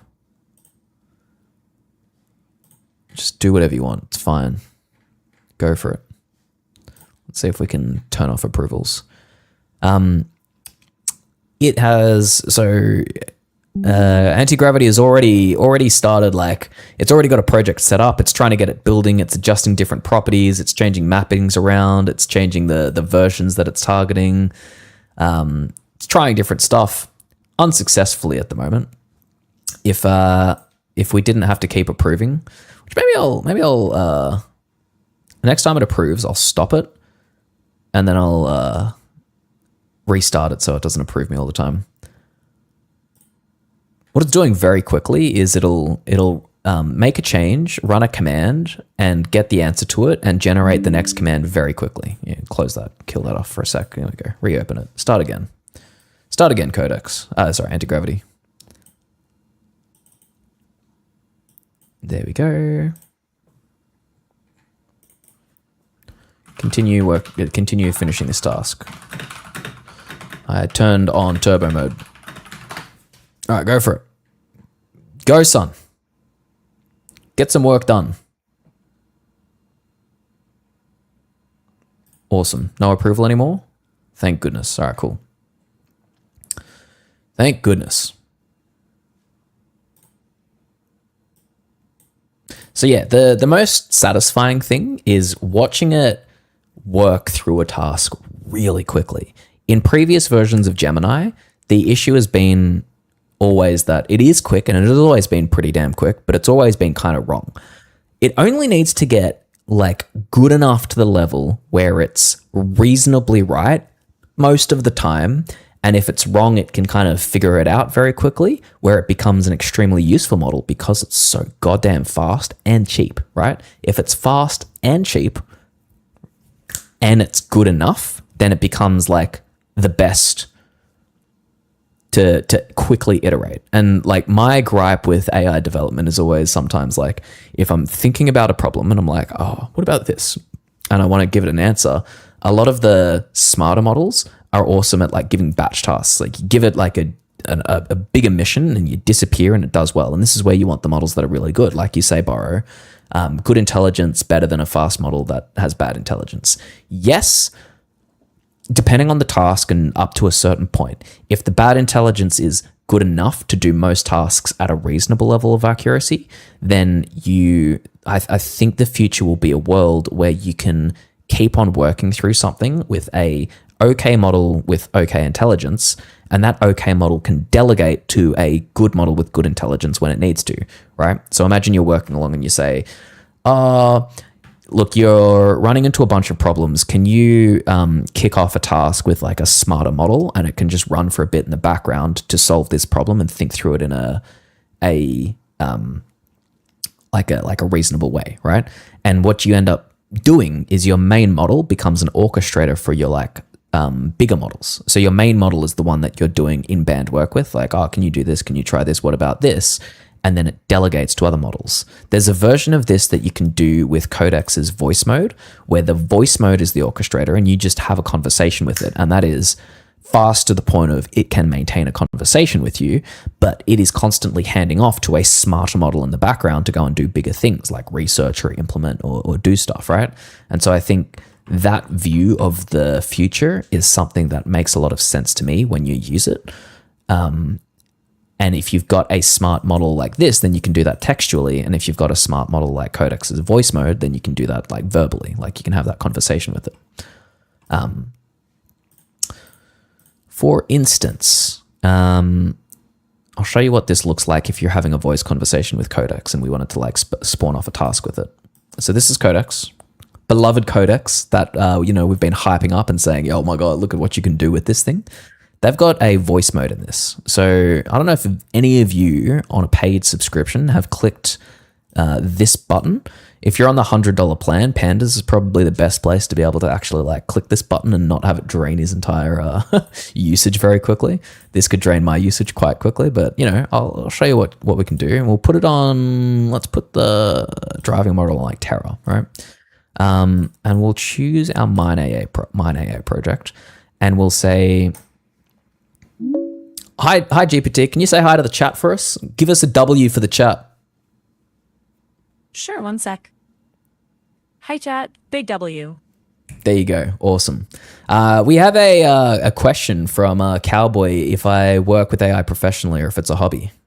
Do you know much about me? Do you know enough to give us an answer? Let me take a look.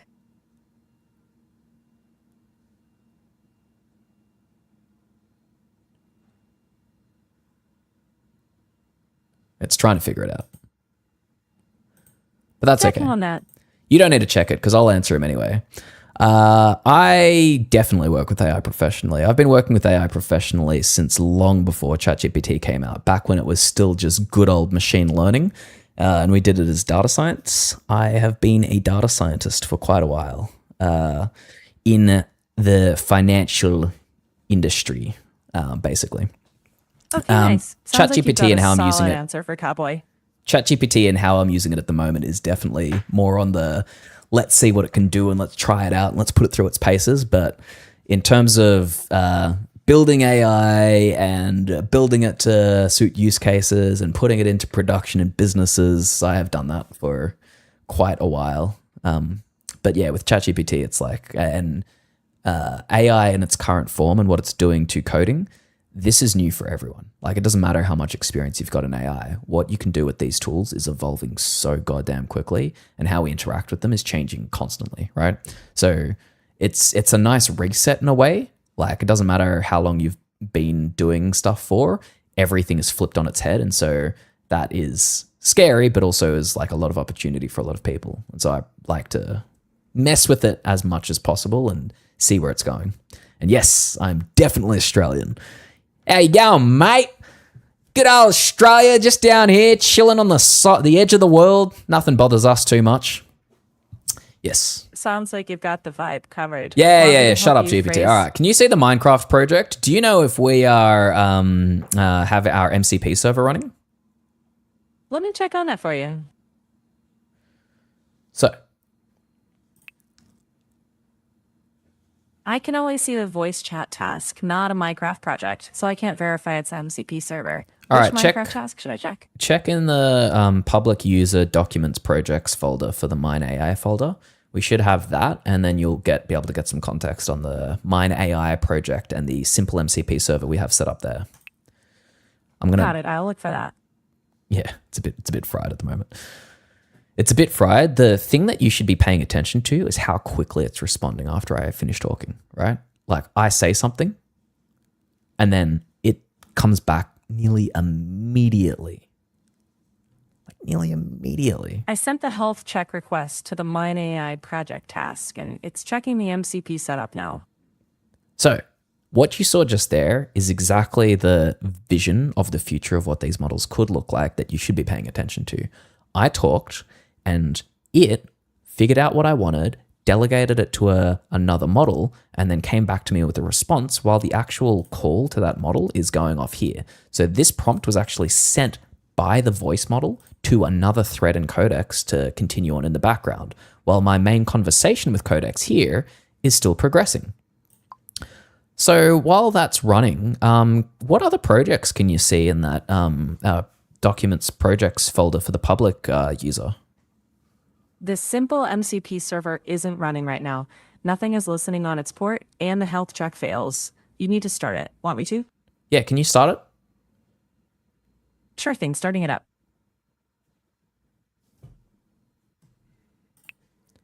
So, isn't that crazy? Like, yeah, it went and had a look, saw if this thing is Start running. and verify has been sent. Start and verify has been sent it off to an agent to get it running. Do you know if my CurseForge instance is correctly wired up? Can you get an agent to check that out too? Let me check that. Right? And so this is the They'll vision have that it they're kind of check that pushing too. towards. One startup is confirmed. Something which you can talk to, or like a CurseForge main wiring model. check Sent. And then like you have your smart threads and your smart models doing work off in parallel, but you coordinate it from like a central hub, right? Which is exactly what like Codex and all of these things are, but putting like a model behind it lets you have like full on Jarvis conversations. So you can sit back and you can be like, I have this idea for a feature in the game. How would this look like? And then it can be like, oh, you could do it like this, this, or this. And you say, that sounds good. Can you do it like this? And then it just goes and does it, right? Crazy. Crazy. Crazy. I make a video game too. Like I should? Is that what you're saying? Like I should make one? All right, I'm going to cancel this session. Cancel the voice chat, but let it like keep on thinking. What did I make? Let me see if I've got a link to it. I made one, very simple one on GitHub. On GitHub with Gemini Jules when 2.5 Pro maybe, or 3 Pro initially came out back in the day, this is like November. The cool thing about this game that I made was I made it entirely on my phone. So I was using Jules on my like phone as I was wandering around like Singapore, and it was a thing of beauty. All right, let's how am I going to do this? Can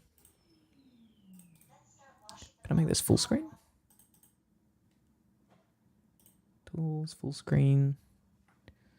I don't know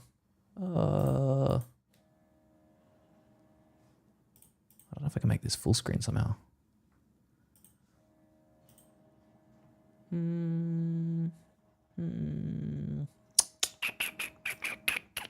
All right, whatever. We'll what are we gonna do? We are going to. Oh, I'm still on your game. Excellent. What if I can?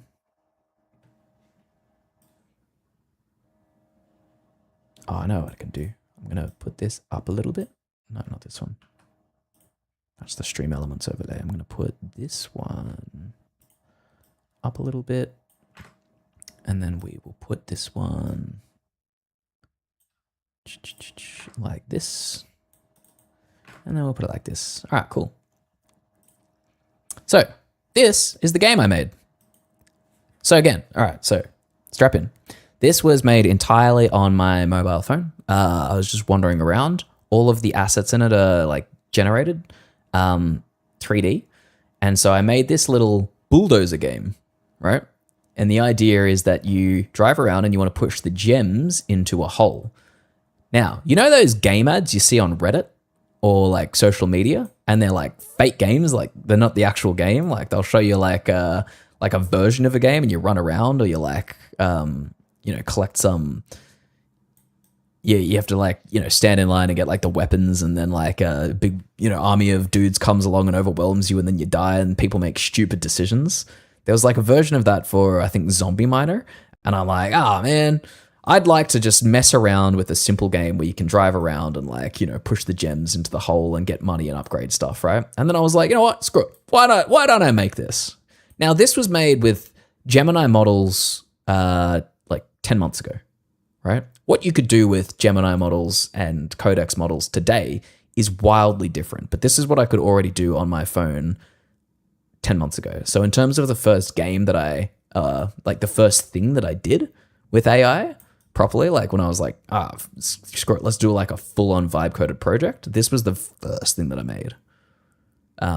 Fully hands-off, end-to-end, describing what I want, letting AI do it. And as I was making this and actually like making progress on it, I was like, oh my goodness, like development has changed forever. If you can make something like this without putting nearly any energy into it, like imagine what you can do if you put energy into it, knew how to use the tools, and as models get better and over time. And we're seeing some of the effects of that. Like the game demos people post as like AI models get released are wild, right?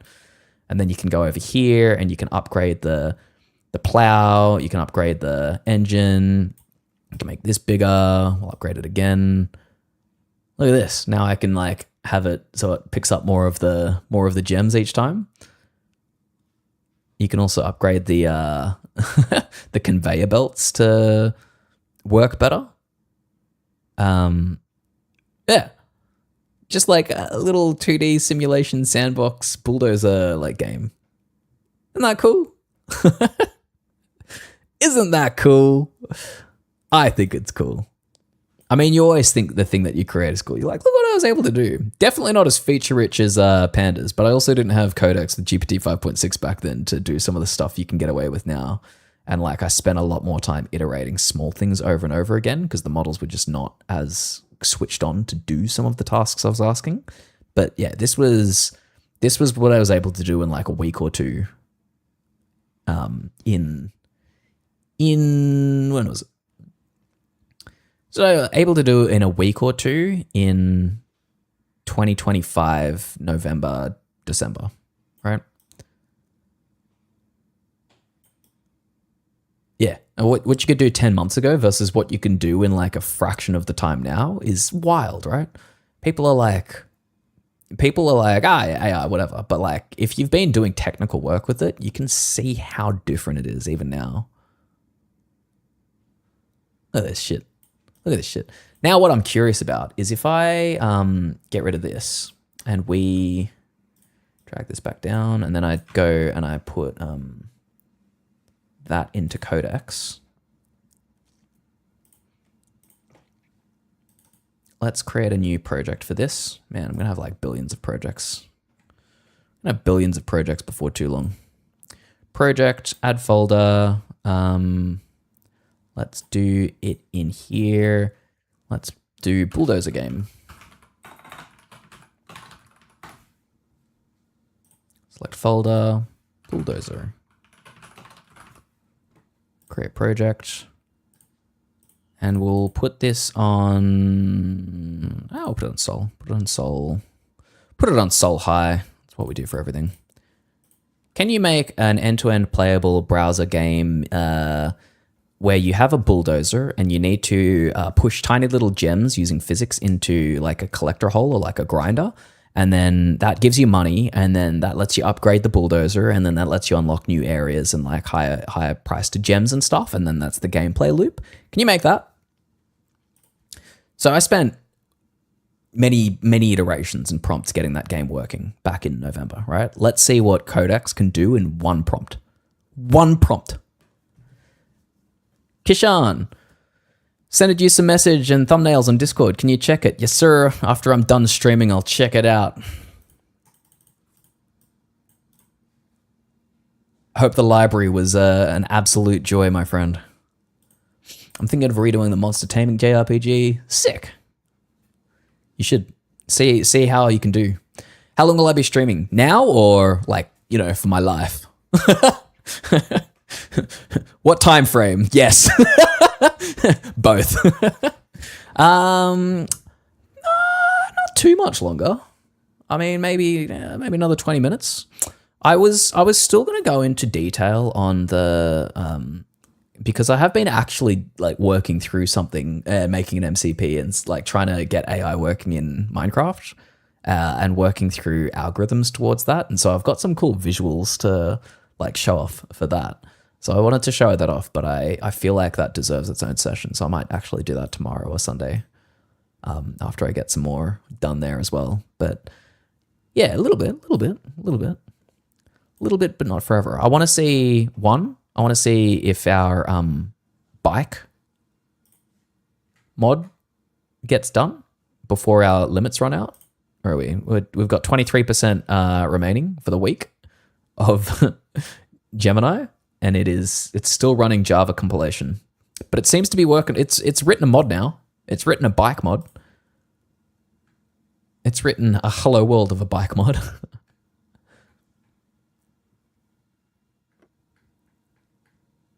Now it's writing the mod. Okay, so it's generating the mod now. We'll see if it finishes. Updated the starting tutorial after the tutorial battle to explain the camera and C key, how taking photos works now. Nice. Remember to, design it so that you would disclose these systems, because I think that like in Zelda, they basically pause when you encounter a situation and then explain how it works in that situation. That's probably the onboarding experience you want if you just drop someone into an open world, because you're either going to drop them into a tutorial segment where you design that they'll run into these things in sequence, or you do the opposite. You let them explore however you want, and then you introduce the systems to them the first time they encounter them. So the first time you see a monster, you're like, hey, you can get more information about monsters by pressing C and taking a photo of them, and then you give them that little tutorial then, Exactly. Yeah, exactly. First time onboarding. Game is looking good. I would suggest you to add some button with the button. We can go forward, back, left, and right. Oh, this is for the bulldozer game. I haven't touched that for months, 9 months or so.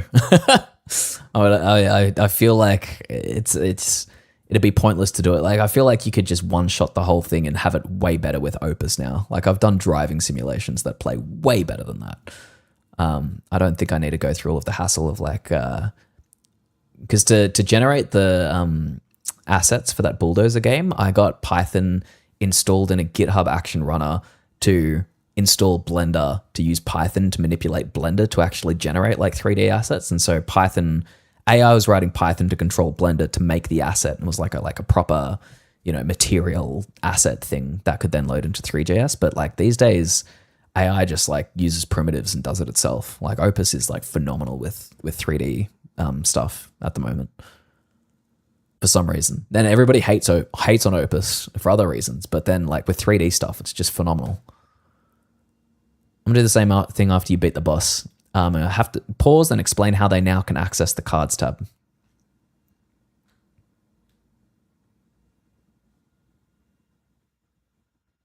Yep, exactly.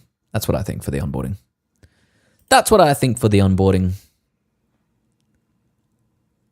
Alrighty. Let's look at...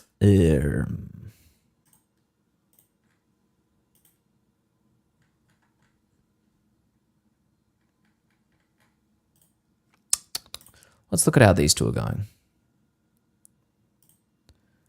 Mine MCP is up and running. Stopped all 3 codex sessions. That's fine. Sent the verified CurseForge wiring results. So...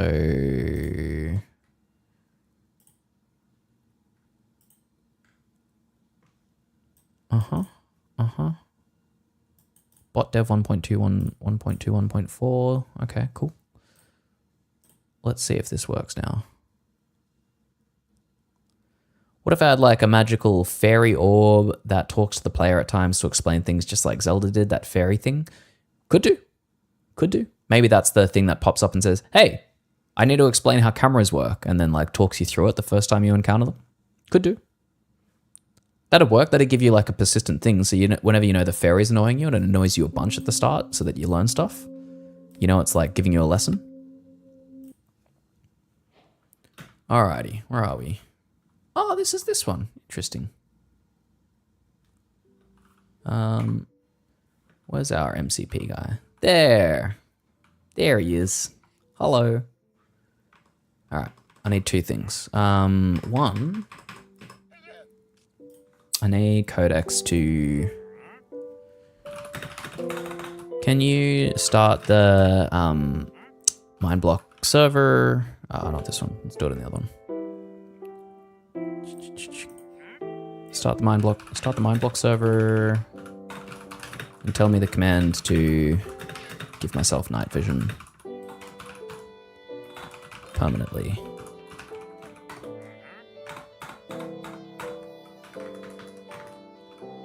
UI. There we go. Alrighty.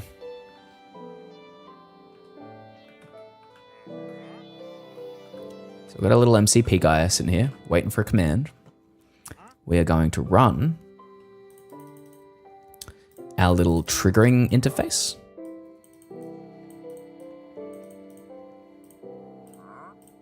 Da-da-da-da-da-da.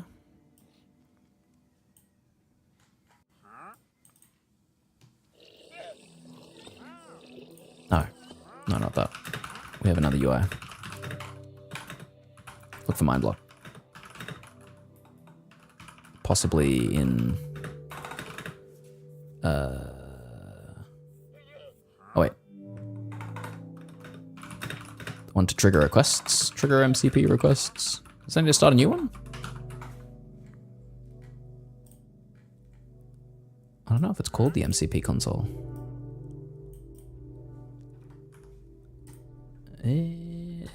Let me get this up. We're looking at...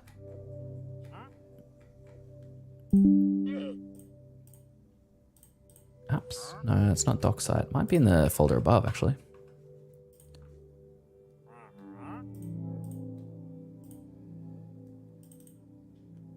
Oh,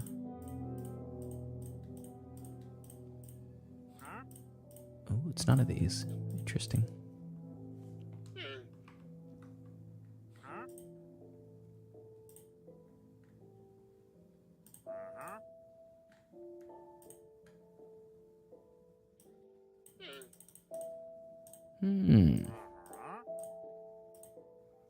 I might have left this on my other profile. So basically I've got an account I use for streaming, this Windows account, and then I've got another account I use for day-to-day stuff, and I flick between the two because, you know, I've got different accounts logged in on both.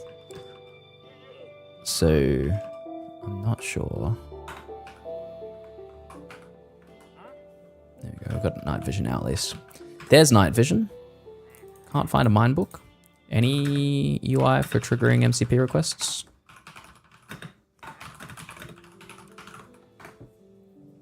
Yeah, it might have ended up on my other account. Damn. That's fine. Experimental simple MCP console. All right, let's try that.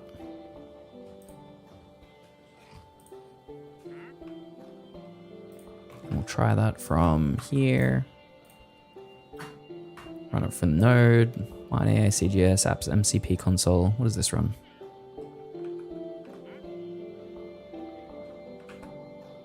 Yeah, this is the one. Oh, Blockworks. Yeah, okay, cool.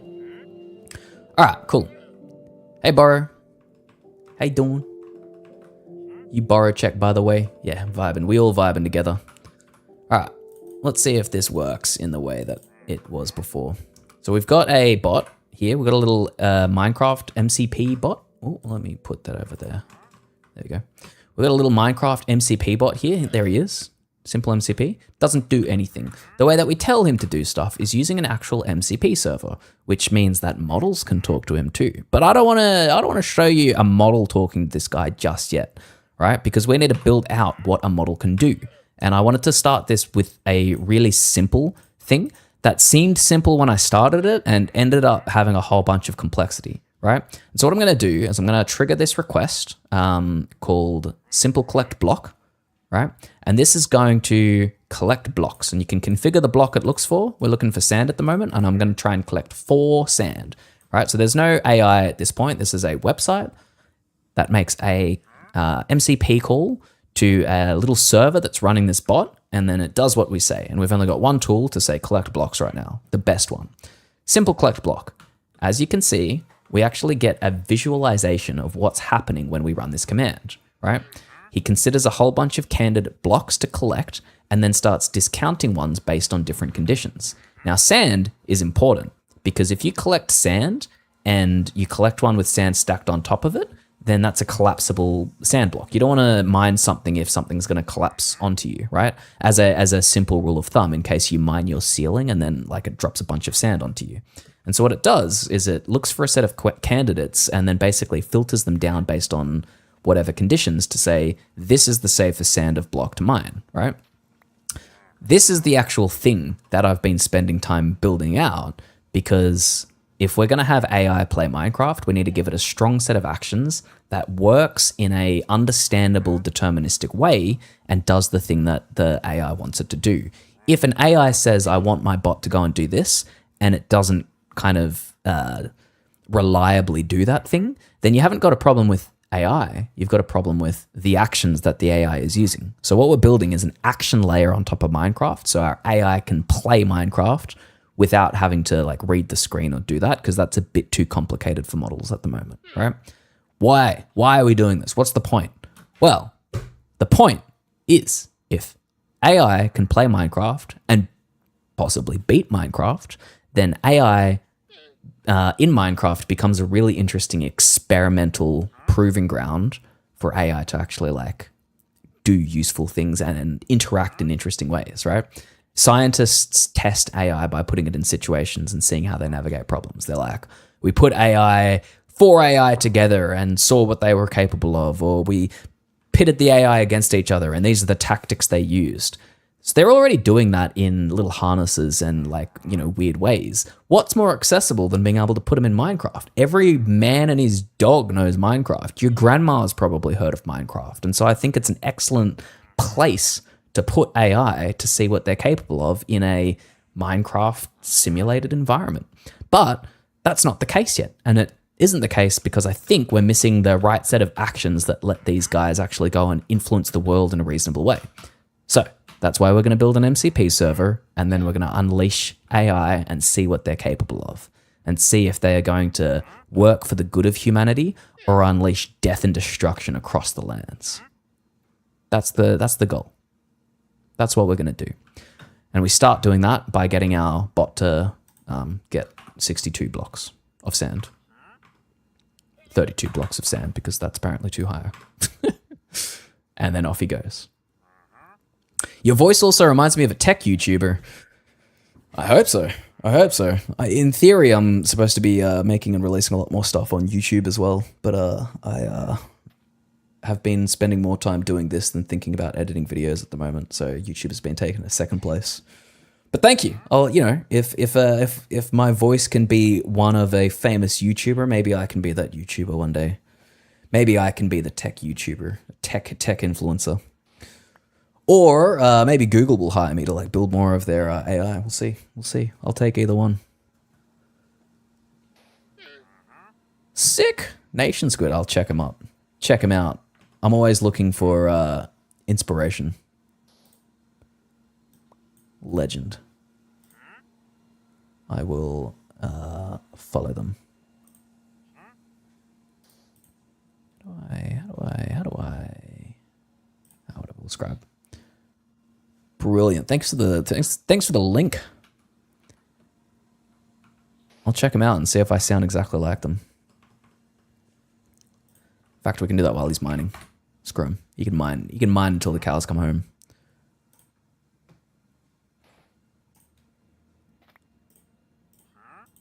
I muted this. To the very top, you had to not only be really good at what you did, but you also had to show it in the loudest, most flamboyant way possible. But then at the turn of the millennium began an era. Is that pretty simple?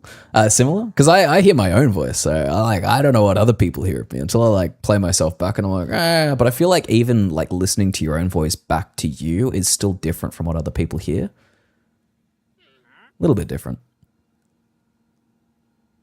Hey, we like that. We like the deeper. Is the Bulldozer game finished yet? Good question. Let's see. It says so. It says it's Gem Eater. Oh, it published it as a site, so I can share it with you. You want to play with me? You want to give it a go? Let's publish another site.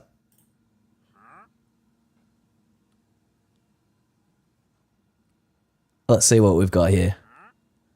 This doesn't look as good. Definitely not. Definitely not. Mine still wins. No, it's shit trash. Cancel your Codex subscription. It's not good enough. Let me give this out. Copy link. There you go, chat. Feel free to give it a go. All right, fire up the dozer. Push the glowing gems into the yellow grinder. That is shocking physics. And definitely the graphics are not as good. Give it a go. Give it a go. No, bruh. No. Nah, mate. Down here in Australia, tell you a thing or two about that, mate. When I went to the US in March, I found it interesting because people were like, where's that accent from? Like, it was very noticeable. But, you know, you never think your accent is, like, different, right? But, like, you know, when I go to... Because I had the same experience with, like, the US accent. Like, I'd order food or whatever, or go to a coffee shop, and, like, I feel like the American accent is so well suited to, like customer service and, like, ordering stuff, and, like, I don't know, it feels right. I don't know why. It just feels right, you know? For some reason, I'd always notice it and be like, oh, it's different, you know?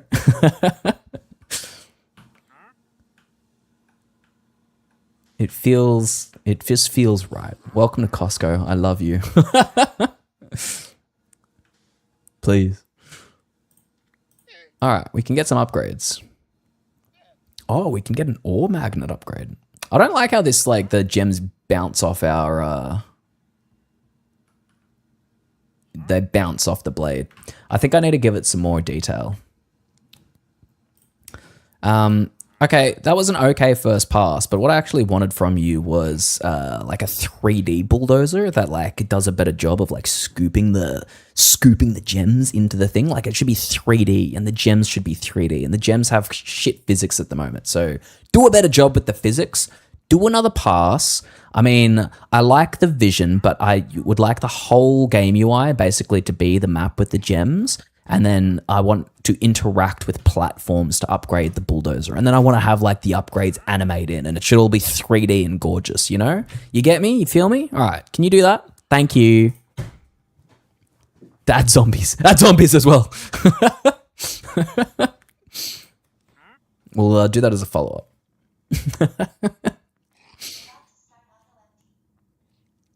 If you want some quality stuff, ask them to use archive.org. They've got some useful physics papers.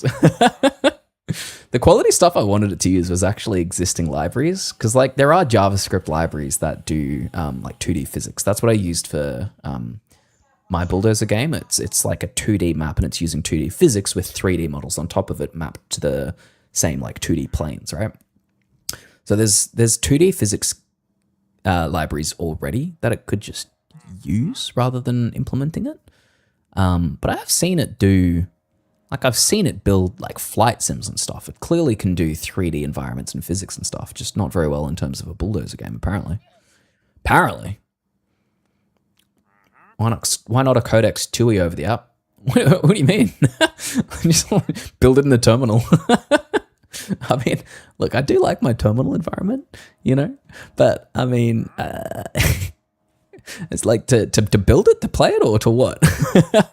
I've had these dishes next to me for hours. I need to put it in the sink. Yeah. Go clean up after yourself, pandas. Go hit it. All right, where'd our bot go? Did we collect 32 blocks? I mean, you're all the way up here. It makes sense. Maybe you did. Let's find out. Let's do another 32. We want to go here, here.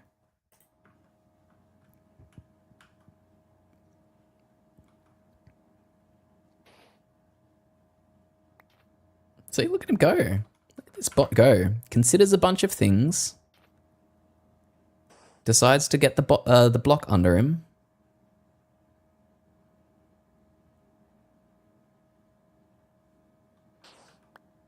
Nice, nice.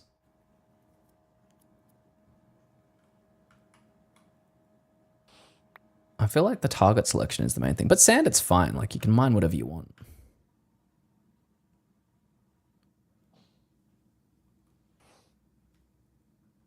I need to run this over a period of time and see if I get failures. Codex has 2 versions. They are not equal, apparently. Yeah, so there's the terminal version that you can use from terminal if you've got it installed, or in WSL. You can call it from there. They should be close enough that they shouldn't be like a huge difference. So if we go up to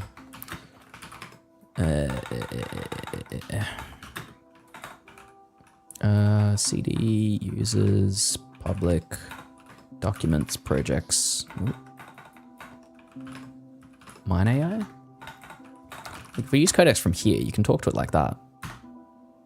They're not that different though. Like, I feel the desktop version actually has more because it has the ability to access its own like inbuilt browser ecosystem and do visual stuff, which the terminal version isn't as geared for, I don't think. Not that it can't, it's just not as built in, right? Like you can extend it with that, right? The sessions, I think, like if I go into Codex, right, and I do /resume, I can resume all of the same threads and conversations from desktop. So they're clearly managing state in the same place. I'd be surprised if they were that far away from each other. I mean, it might be. It's a slightly different environment, but I think they'd try and keep the experience reasonably equal among their own tools, you know? Each their own. Each their own. If I'm like Vimming rather than VS coding, I'll for sure be working in like Codex or have like have an NVim plugin so that I can like pop it open at a heartbeat and like ask questions. Whee! I don't have anything set up here actually. Would do it. I don't have jack shit set up on this profile. Could do an NVim setup. We could do a NeoVim plugin configuration session, but I'll probably spare you from that, unless you're explicitly excited about lazy Vim and plugins setup and getting into Lua. But let's leave that for another time though. Lazy Vim, yeah, baby. Lazy Vim, yeah, baby. This is what you want. This is what you want to make your life lazy. It's a good base starting setup with a whole bunch of features. If you're like a purist or you want to like do all of the like config of Vim yourself, you can choose to not use it, but this is a good starting point with a lot of the things that you'd want in like a modern editor. Things like oh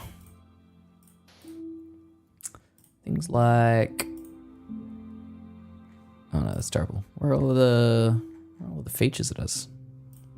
Well, things like what you can see. You get a bar, you can look at the files, you get completion, you get like nice key completion stuff. So if you press a key, it'll show you all of the commands that map to it with like different second keys. So if you press like G, it'll be like, oh, you can press GT to run this or GH to run this, and like shows you. So it makes Vim way more accessible as a beginner. Still not like as easy as just using VS Code or any other IDE, or just not writing code anymore and just using like using AI. But I still think there's a good place for understanding how things work. Like for instance, you can vibe code its ability to do all of these actions, but if it starts not doing what you expect, if the model doesn't handle everything perfectly in the way that you assumed it would, you kind of need to start actually knowing what it's doing, right? Especially if you're going to release a package, you should be across the tech. And if you're not looking at the code, how can you be across the tech? So I think there's still a place to know code and to spend time and effort looking at it. Which is exactly why I'm doing that. It's exactly why we are sitting down and we are writing everything within this human reviewed folder by hand. Well, we're not writing it by hand, but we're reading it all. We're reading it all. Welcome back, pandas. Action play tests, simple actions, source, actions, collect block. This collect block function, whee! This is our first foray into madness. We want this to be nice. We want it to be a good model for other functions that we're going to make and other actions we'll add. We want it to work well. We don't want it to fall over. This is what we're spending our time doing. And that's why we're visualizing what the hell it actually does, so that we can be across the what we're looking at and why we're making poor decisions. Because reasoning in 3D space while you're writing code is surprisingly hard. Like, you need to actually think about how this stuff works and what conditions it will or might not work. So yeah, that's what we're doing. I am happy though. We have just successfully done 2 rounds of complete 32 block succeeded collections. So we're pretty close to this actually just being a thing that works, which is exactly what I want from collect block before we move on to the next thing, which is going to be moving around the world and exploring it and looking for biomes and sampling that and building up a virtual map in the bot's little memory. How cute. How cute. We're going to give you some memory. Yay. Anyway, too much vibe coding, not enough actual coding, so we're doing actual coding with Minecraft. But we'll go into that in detail next session. I'd prefer to spend a whole session talking about that. Let's check. 1, did this finish? No. We ran out of our weekly limit before it finished our mod. All right. Codex, come to our rescue, please. Actually, you know what? Let's give this to Claude. Codex has been working hard. We'll give him a rest. We'll give Claude some work to do. We want to put this in a new folder, into documents, into projects, into bike mod. Can you finish getting this project working? I think most of the code is written.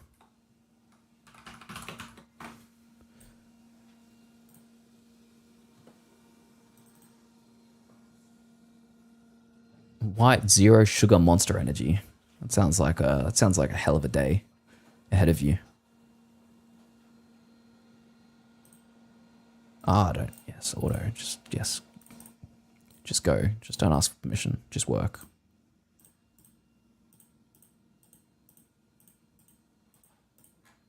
All right, we'll let Opus 5 take care of it. Well, we go and check on our 3D build the monster.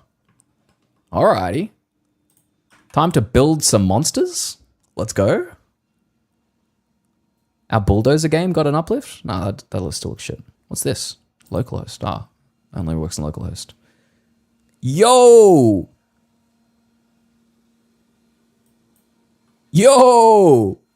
Look at this.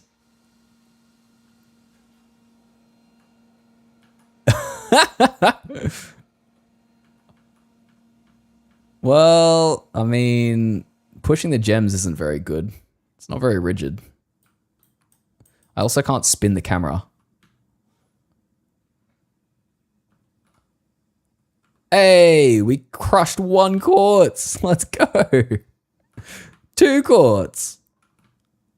And it's got stones on the ground. This is way better. Look at this. Okay, it's a little bit like laggy. But I mean, hey. That's a model of what we want, right? All right, we've only got 160. We need 160. We've only got $50 in funds up the top right. So we're going to skip that, and we're going to go and complain to Codex. That's a pretty good second pass for ChatGPT. You know what? I'm happy. Oh, it's not even done. It's still working. Oh, it's publishing. I see. Fair enough. Gameplay first, optimization later. Early alpha should not focus on optimizations. I agree, but I think like core to this game is the gems actually interacting with the plow properly. Like if it doesn't feel like you're pushing the gems, that's kind of the whole game. So that is not so much. I feel like that's the core gameplay I'd focus on for something like this. You just use compiler patterns. I love a good compiler feature. I saw an article. I wouldn't mind, like, if I had infinite time, I'd stream all sorts of stuff. I saw someone write an article about getting SIMD optimizations working nicely in Rust. SIMD is a nice single instruction, multiple data thing for speeding up data operations where you can send multiple instructions to the CPU in one batch. And so you can like get parallelization speed ups on certain classes of problems. And it's really interesting if you're doing like data work, right? Because you're dealing with vectors all the time. So SIMD is awesome. So I love to drop down to that level a little bit for something like SIMD. But I like those. Yeah, I like once you're. I agree. You don't want to over early optimize. Oh, for data science, yeah, brother. Oh, I love R. I love R. I love the dplyrs, the ggplots. Reading the tidyverse blog. Oh, just brings me joy. Such joy. Such joy. What have I been working on recently? What was the last thing they added? 2026 April. Man. Lean 4, F sharp, F star. No, less familiar. Process X. Look at this. Look at these pipelines. Let's connect two or more processes with kernel level pipes, exactly like a Unix shell pipeline. Pipeline, new, list, sort unique, C, sort RN. Sick. Just R just feels good. What's lean for? Wait, is this what they're using to prove all of the maths and the math stuff? Interesting. Oh, they got functional programming constructs. This feels very Haskell-y. Lean 4 relationship to Haskell.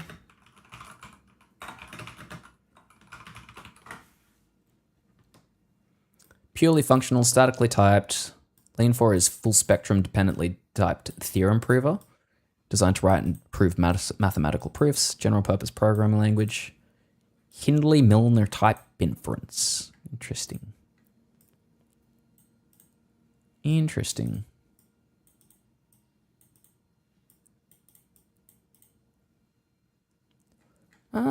So you can actually functionally... You can actually program in Lean 4 and do proper functional programming. Dude, I mean, like, one of the things I love about Rust is you can do nice, like, pipelined operations. Like, this is what I always loved about, like,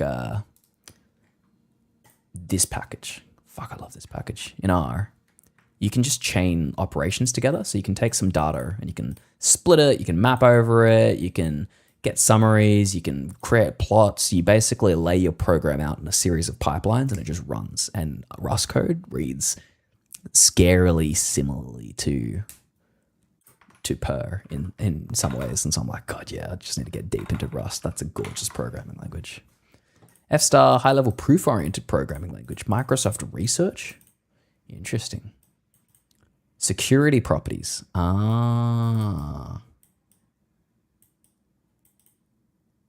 Co-translating. Interesting.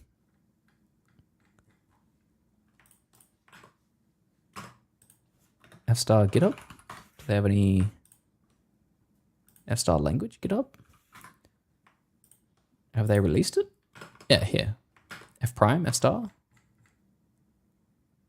They've got F prime as well. Component driven framework. Interesting. Damn. There's too many things to learn. There's too many languages. There's too many interesting things. And I want to see if my mod is done. It's not. This has been cooking for ages.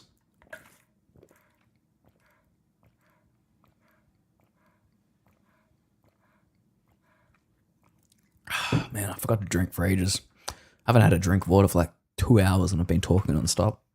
It really makes you thirsty, you know? Really makes you thirsty talking a lot. Wait till man learns how many alcohol and Fortran versions got spewed out. Oh man, this is just endless. There's endless coding languages. There's endless models. There's endless like algorithms and theorems. There's just way too much knowledge in the world, right? For any one small, poor brain to handle. There's just a lot of knowledge.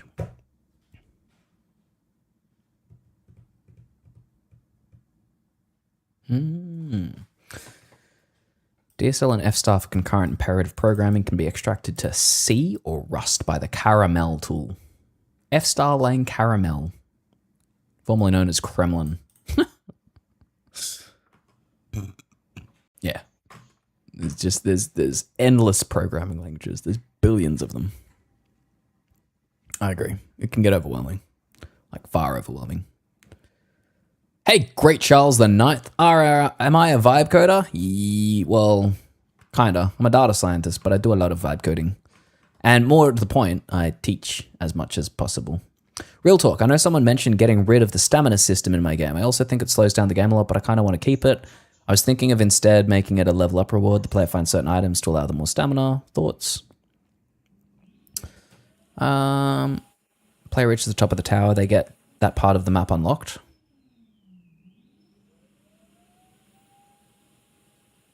Yeah, OSRS with its run energy system. I mean, I think like whenever it's difficult to use a system, that's an incentive to unlock and like go further in the game and get rid of an annoyance and replace it with like being overpowered, you know? Sometimes it's fun to start out slow and then like unlock stuff, but it depends. Is that the core mechanic that you want? Like Zelda is very movement based, right? Like you climb, you use it within combat, you use it to fly around. I think I'll wait till ads are over. I'll wait till ads are over and then I'll answer Great Charles.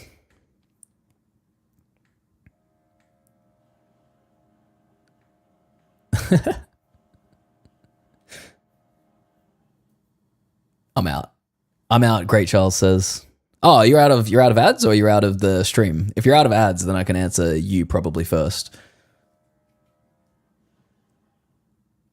And then if Pandas is out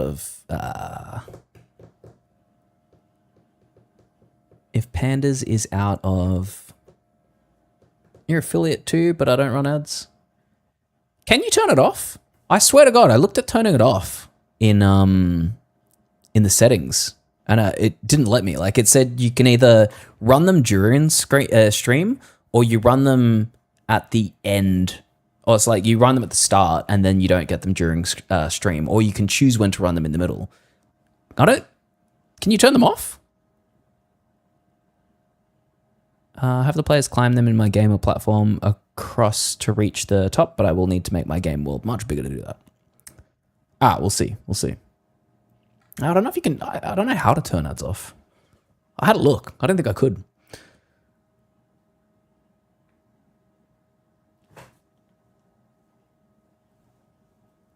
I'll keep an eye out. So Pandas. I think stamina works well in Zelda because the whole game is built around stamina. You use stamina to fight, to run. Yeah, Pixel. You can't disable that's completely. That's what I thought. I had a look and it was like you could choose like when they run somewhat, but you can't turn them off completely. That's like the agreement you make with you and Twitch. Unless if you got Twitch Turbo, you don't see ads, or if you subscribe, then you don't see ads. So regular viewers wouldn't see them, but I don't think you can turn them off completely. Yeah, for your game, Pandas, I think stamina, if it was core to the gameplay, then you design the mechanics around it and you'd reward it. So because everything in Zelda is constrained by stamina and everything requires it, running, gliding, fighting, like stamina is such a core mechanic to the game, and so it works well and there's incentive to level it up, and it's a bit more forgiving than even yours is at the moment when it's not a core mechanic, right? So if you wanted to keep it a little bit, you might just want to make it more generous and easier to level up, or wire it into the game in a deeper way and then have like a progression loop around it, right? Maybe. But I don't think you should necessarily take it out. I just think about like for all of the mechanics, like you add a lot into your game, think about the role that they play with each other, because having clear relationships with the mechanics is how you'll make a great game, right? Having too many and overwhelming people is how you might, increase friction if you're designing it for like, the mass audience. For answering the Great Charles. The Great Charles. What am I vibe coding? So the things I'm vibe coding, I was testing out poorly because it gave up. I was testing out anti-gravity with Gemini 3.7 Flash. My God, does this just add sound? Wait, where am I getting sound from? The hell? I'm getting sound from somewhere. Am I going high? What the hell? What's going on? What? Where is that sound coming from? Is that coming from here? Okay, that's coming from Minecraft. What the hell? Am I going crazy? All right. We're using Gemini 3.7 Flash, which came out yesterday, and we're going to get it to make us a Minecraft mod, which lets you ride bikes. But then it ran out of our full week of usage before finishing our mod. So that's what you get for not paying on this account for Gemini. So we didn't finish our mod to ride bikes. But that's what we were trying to do. And then, hey Tommy, how you doing? Welcome to this chat. We were trying to make some stuff, and then Gemini gave up, and so we've switched, and we've told Claude to finish off what Gemini poorly started. Yes, launch run client. Open the game window. Sure, dude. Claude will take us all the way up to opening the game window. Awesome. The other thing that we added was that we were getting our codex to work on where is codex? This one, ChatGPT codex to work on was a 3D bulldozer game. This thing. Claude Code is giving you 100% more credits. Is it 100% or 50% more? I know I was giving 50%. Did they upgrade it even more? Usage. Your limits are temporarily. Oh, it is. 100% for co-work, 50% for Claude Code through to August 19. So we've got 5 days, and then they jack up they reduce the limits and take them even lower. Unfortunately. So yeah, better use up those limits. I'm keeping these. I got the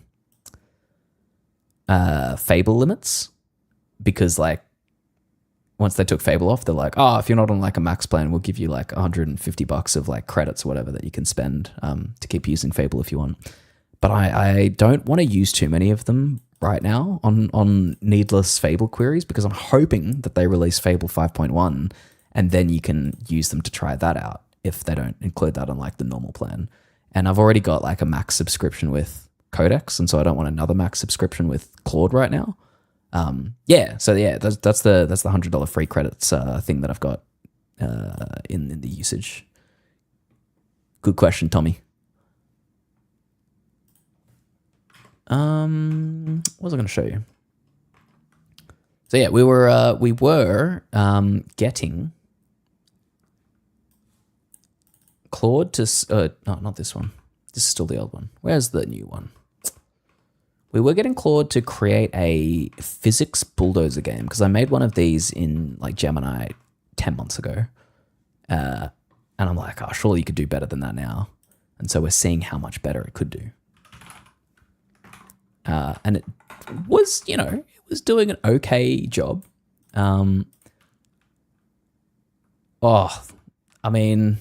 It's still got some physics problems. So we wanted to fix some of those. Hey, can you fix the physics of how the gems interact with the plow head? Like, it's not like we're running over gems and they're getting trapped on the wheels right now. So can you make sure that those interactions are crisp and so it actually feels like we're pushing gems around? And then we'll make some more changes. Lunar X-High Effort is literally one of the cheapest frontier models we got. Yeah, ChatGPT Lunar is very good value for intelligence, 100%. If you're using AI for UI or front end, you're cooked. Yeah, it's a struggle to keep up with the best AI. I've stuck with Claude for a while now, but I'm thinking of giving Codex. Any thoughts? Most people tell me to use multiple for different jobs, but I'm not made of money. I think you get very good question, Paul. I think you get very, very good usage limits with Codex. I think they're very generous at the moment, like super generous. I think they've been doing an incredible job at releasing features and models.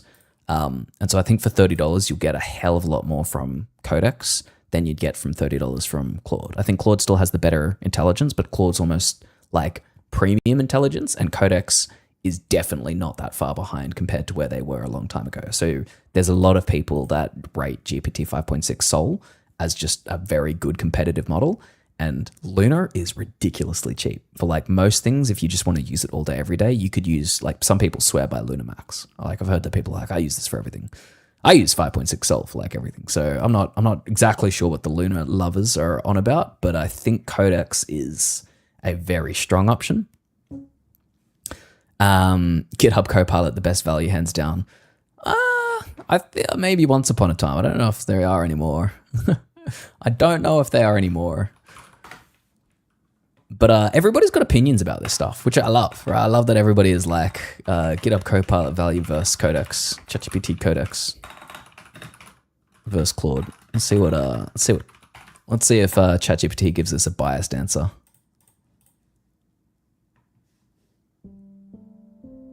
Press enter to enable the narrator. Oh shit, we got our Minecraft mod up. Yo. Hold on.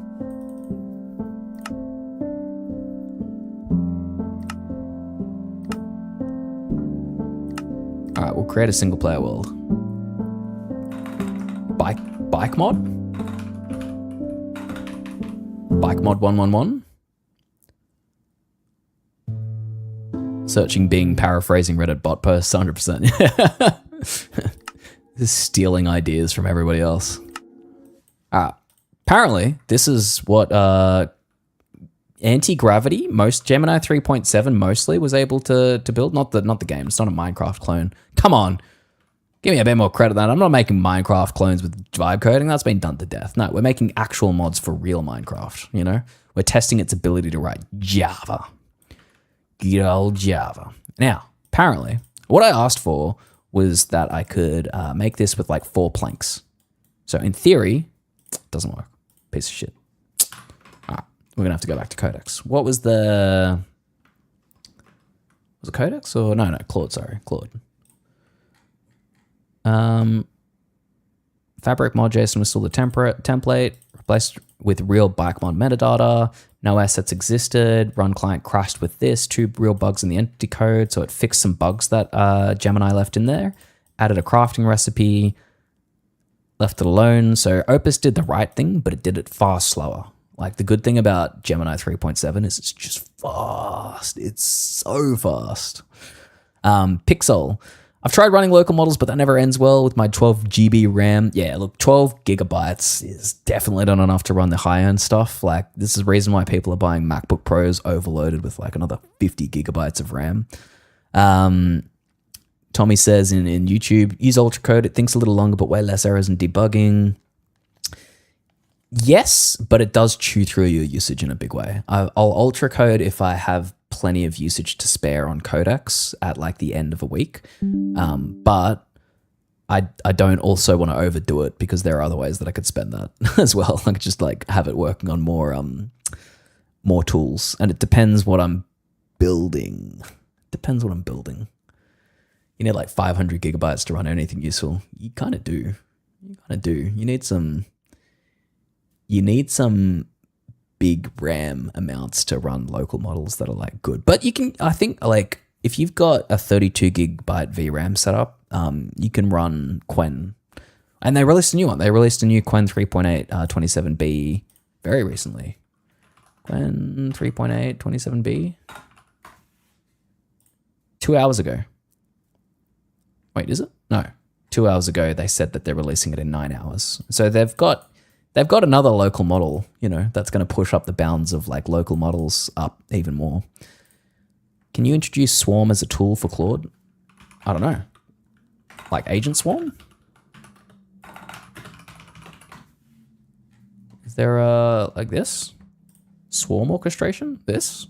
Multi-agent swarms using Agentic Flow's advanced coordination system. Oh, I mean, you can just spawn sub-agents. That's what Ultracode does. Yeah, like most Claude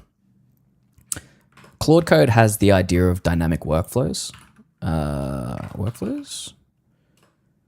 So you can just ask it to, you can either like do /workflows, or I think you can just say, hey, can you spawn a whole bunch of agents to go and work on this thing? And kind of Claude can take care of it for you. I think that these tools are more so just being built into other things. Codex has the idea of Ultracode, so you can turn on Effort Ultra on any of the models. Let me move this over a bit more. There you go. Yeah, if you highlight over the effort, you've got an Ultra mode, and then you can turn that on for like any of the models. Then that basically will spawn a bunch of sub-agents and work on stuff in parallel. So you've got ways of like spawning agents in parallel to do work, but like it'll chew up limits. So like if you made a money, go for it. If you made a money, you can like just get Fable to do it.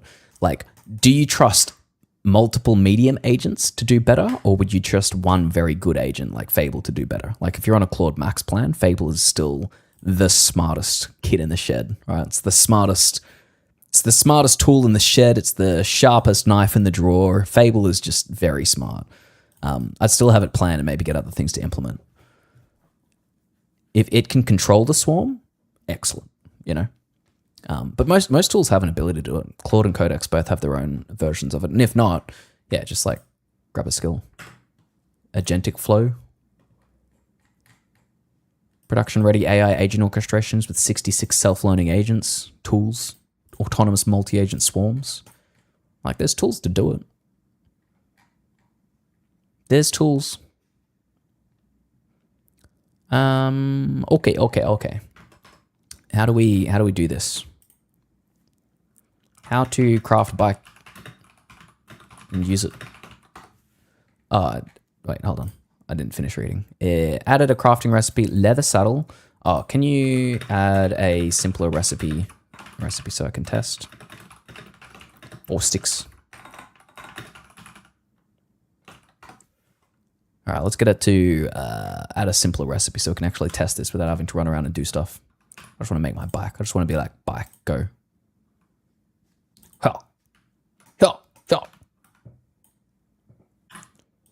All right, we'll kill this for now. Let that finish. Check ChatGPT. Check if it's made the game any more playable. Yo! Now the gems are picked up properly. Look at that. Look at that. Look at that. We've got a whole thing going on. It picks them up in its little bucket. And then lags out whenever we crush it. All right, let's get it to fix that next. Man, that lags something terribly. Something terrible when we put gems in the hole. That's not good at all. Is it possible to make AI play Minecraft with you? Good question, Tommy. That's exactly what I'm actually doing over here. This is an MCP Minecraft bot.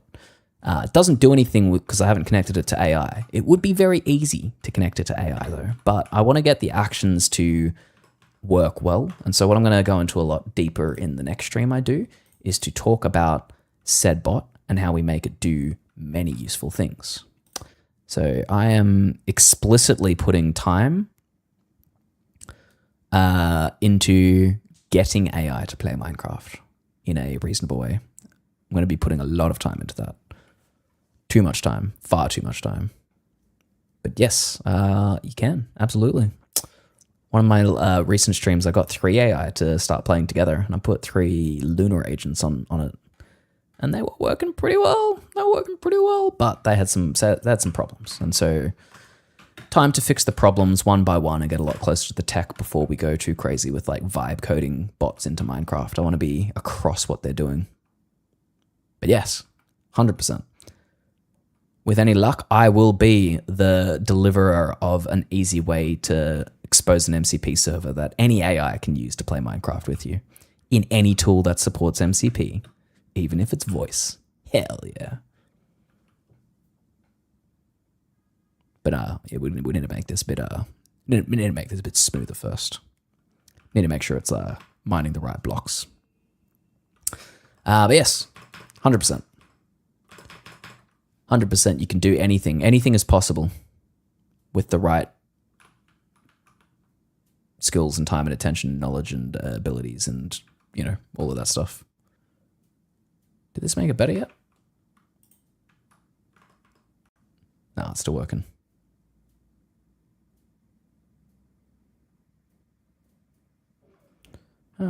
Let's now look at Claude. Did it finish doing this? Yes. Recipes now 4 sticks. Relaunch. Relaunching dev client with the new recipe. Yep, we got it here. All right, cool. All right, let's try our bike. Let's try our bike.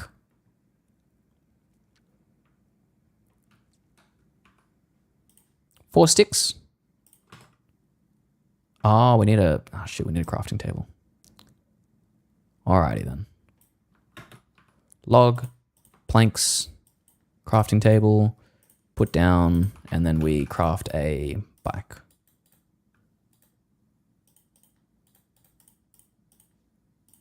Ah, like this. Hey, we got a bike. Yo, we got a bike. Look at this. We got a bike in our hand. Hold on. Let me move my camera out of the way. There we go.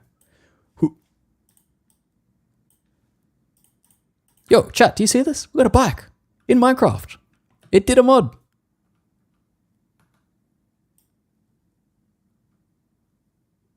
Tommy, that's exactly what our MCP server is going to be. It's essentially going to be the brain that AI can tap into, but AI needs like a middle layer as a brain and a set of dependable actions that it can run to actually like drive Minecraft in a reasonable way. Designing that is surprisingly not simple. You need to actually think about like what's happening.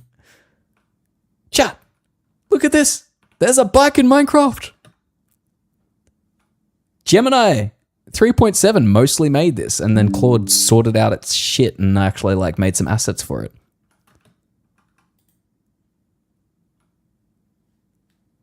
I can't see much because the seat's in the way, but that's a bike, man. I can ride over hills with it. I don't have to jump. Yo! That's hilarious. Look at that.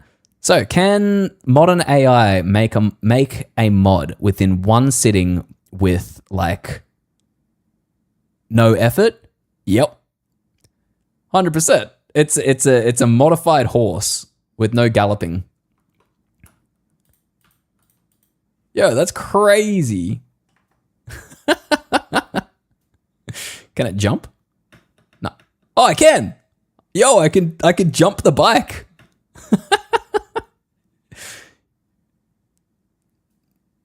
That's crazy.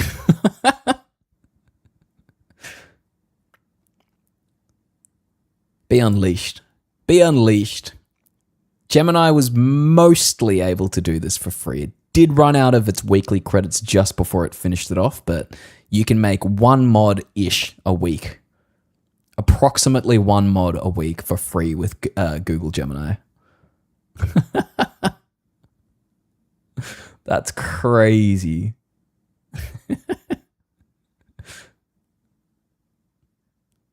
I mean, it doesn't really look like a bike when you're sitting on it. I kind of only see the seat, which is, you know, I think I'm sitting on it backwards.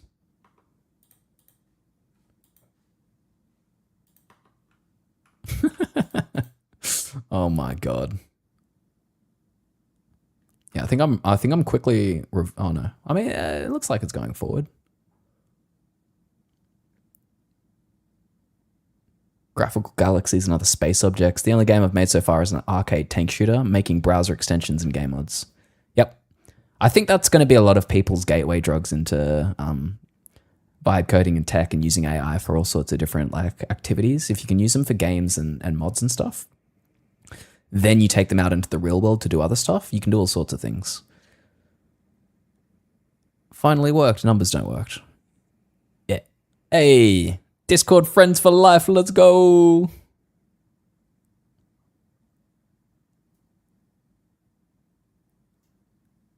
Love to see the chat making friends. Good chat. Good chat. All right, cool. We've got a mod.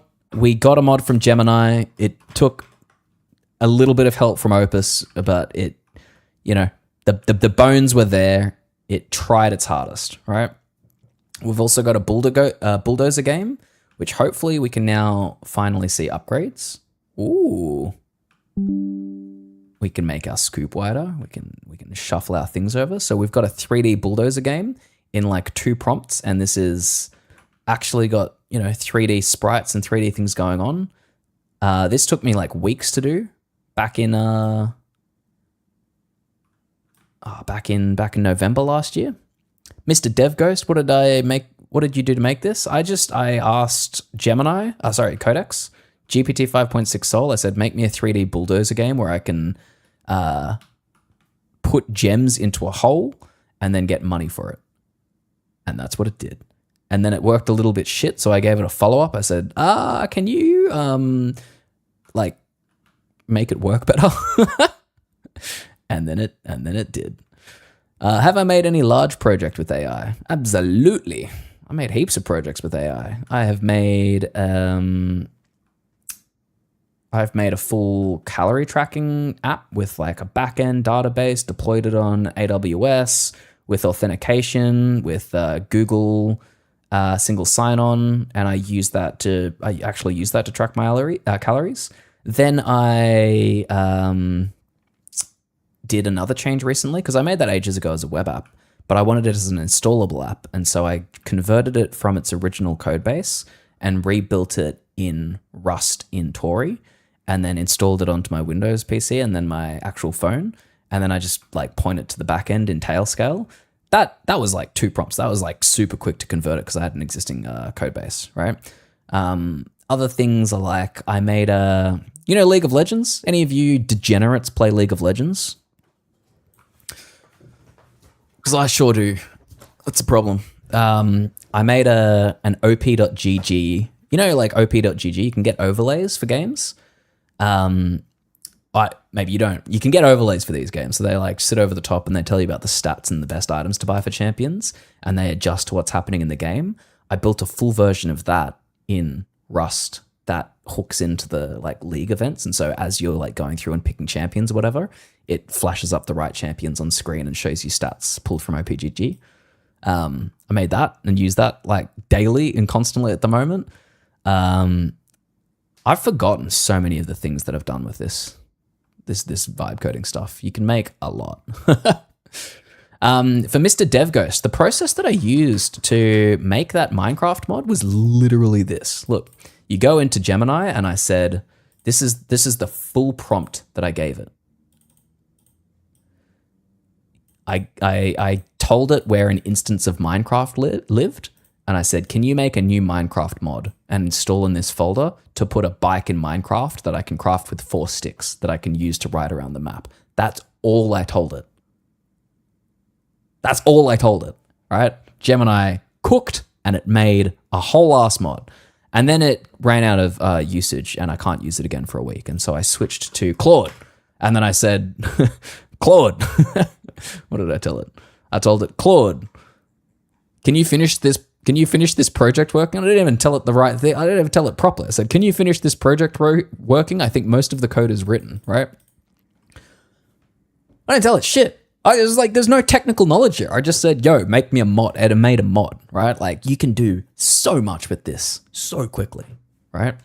There are things that are hard for AI. There are things where it will struggle and it won't give you what you want. And then you need to spend more time and then you need to get deeper with it. And you do need the technical knowledge for it. But to like do some of the basic things like mod games or like start making your own games, you don't need any technical knowledge, right?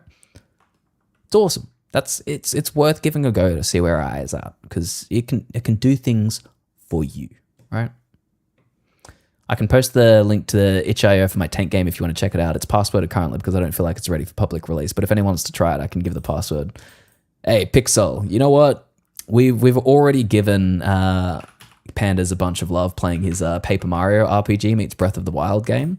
Again, Codex without technical knowledge, fully able to make a Paper Mario Zelda Breath of the Wild crossover game on itch.io. Awesome.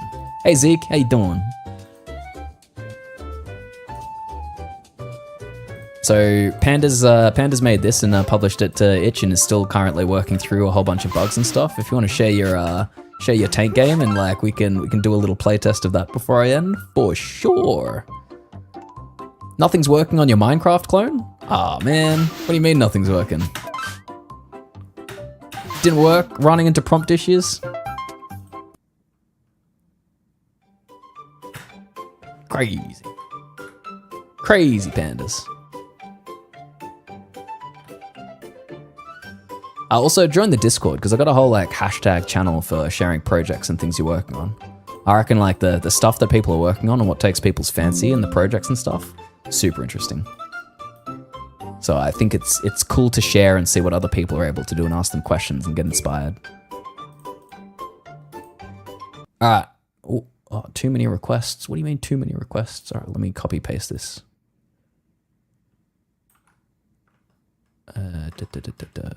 Let's do it here. Got it.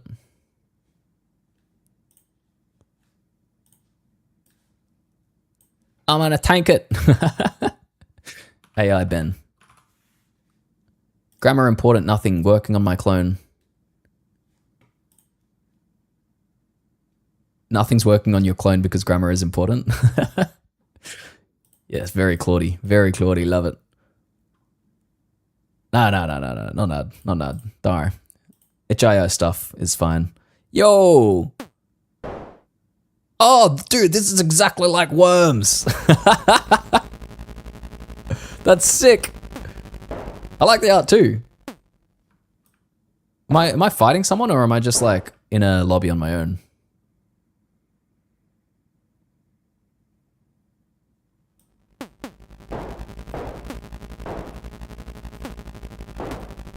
Oh shit, it hit me. Ouch. Why can this hit me and I can't hit it? I need to blow up the environment around it. I like the destructible environments. That's nice. It feels very war-y. I feel like you've done a good job with the environment.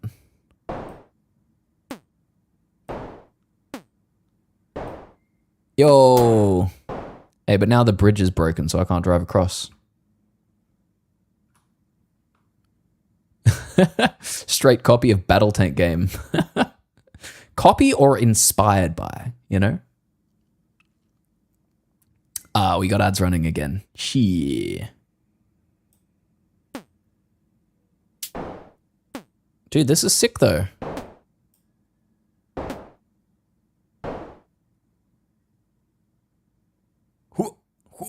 Oh, and I can fly too. What?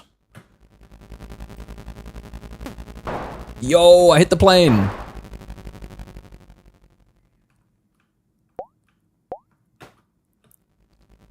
Does the online system work? I am doing this code not working. Refresh the page and add a bot or two. Yeah, okay. Let me free for all code join. How do I add bots? AI Ben. Tank builder? Teams?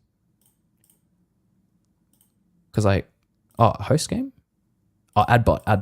Ah, I see. Well, that's 6. Let's go. Holy. Oh my god. This is much more chaos.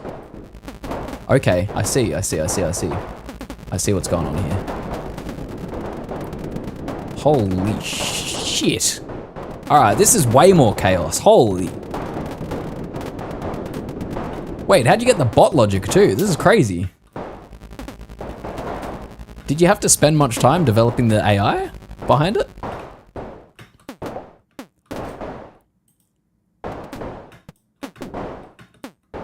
This just makes me want to play Worms again, to be fair. Hey chat, should we do a Worms lobby next time? Does they have Worms? So is there like a Worms clone that you can play for free online on like any site or like itch.io? Should make a Discord for vibecoding where everyone gets together and works on one big project so we never run out of usage. Communist tokens. Well, we have a Discord. I don't know about sharing tokens. I got messed up. Wait, can we play this multiplayer? Is this like live online?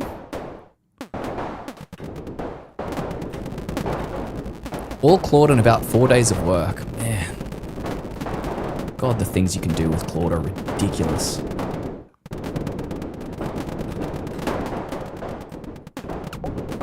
It's sick though.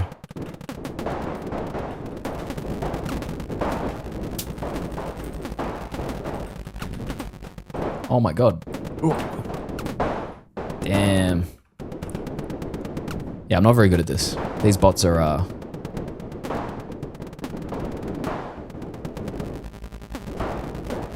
these bots are a bit too good. I feel like building a game is easy. Balancing it, designing it, and doing all of the things around like making it accessible and like good is a lot harder. I don't mind if a game is made using AI to assist it, but like you can feel like if the thought has been put into the design behind it and like the soul of it, right? Like AI makes it easy to create stuff, but it doesn't replace the thinking behind things and the design. And that's why I think it's important to experiment with these things and see what they're capable of, and then learn what role you play and where you show your talent, right?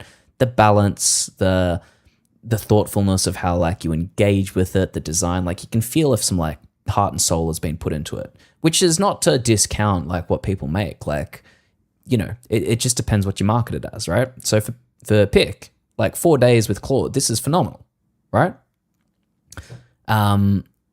But like, if you were going to be marketing this as a product or like selling it or like, you know, charging for it, like you'd want to be doing a lot more on, you know, beyond what AI is doing. So like designing, balancing, having a story around it, owning the actual code and the product and being familiar with what's happening under the scenes, right?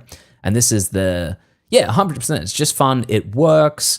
It's no harm, no foul. As long as it's not damaging anyone, it's fine. Like it's a tool and it can do things like this. That's phenomenal, right? It's like none of us have an issue with AI, but we do have an issue with people that will use AI and pass it off as their own work and be like deceitful about it, or like kind of use it to replace other work that's like high quality, right? That's where people have an issue with it. But that's like, you could say the same about the games industry in general. Like people that have been making like lower quality games or haven't been doing AAA productions, like even before AI, people had issues with this approach to work in general and creative works, right? Replacing like content creators that would put a lot of like heart and soul into making like YouTube videos being replaced by like TikTok, you know, dances, and then, you know, people don't like watch things that people have put like time and energy into it. Like that, you know, that feeling, that sentiment has been around for a while. It's just easy for like AI to accelerate that and be the scapegoat for a lot of that like work. So I don't think there's anything wrong with AI as a tool. You know, it's the people that we have problems with, right? And this is not an instance of that. This is phenomenal for like 4 days of messing around, and it's fun, you know? Like, I can 100% see chat play this and then like having some laughs with it. And is that not what a game is all about, right? But, you know, if there's other things in the genre that like, you know, have earned their legacy, like, is there Worms Online? Play classic games. Apparently Worms is a classic game. God damn. Worms WMD on Steam. I don't think there is a Worms Online. There's Worms on Steam. Like, man, this is the OG, you know? Going back to Worms. Ugh.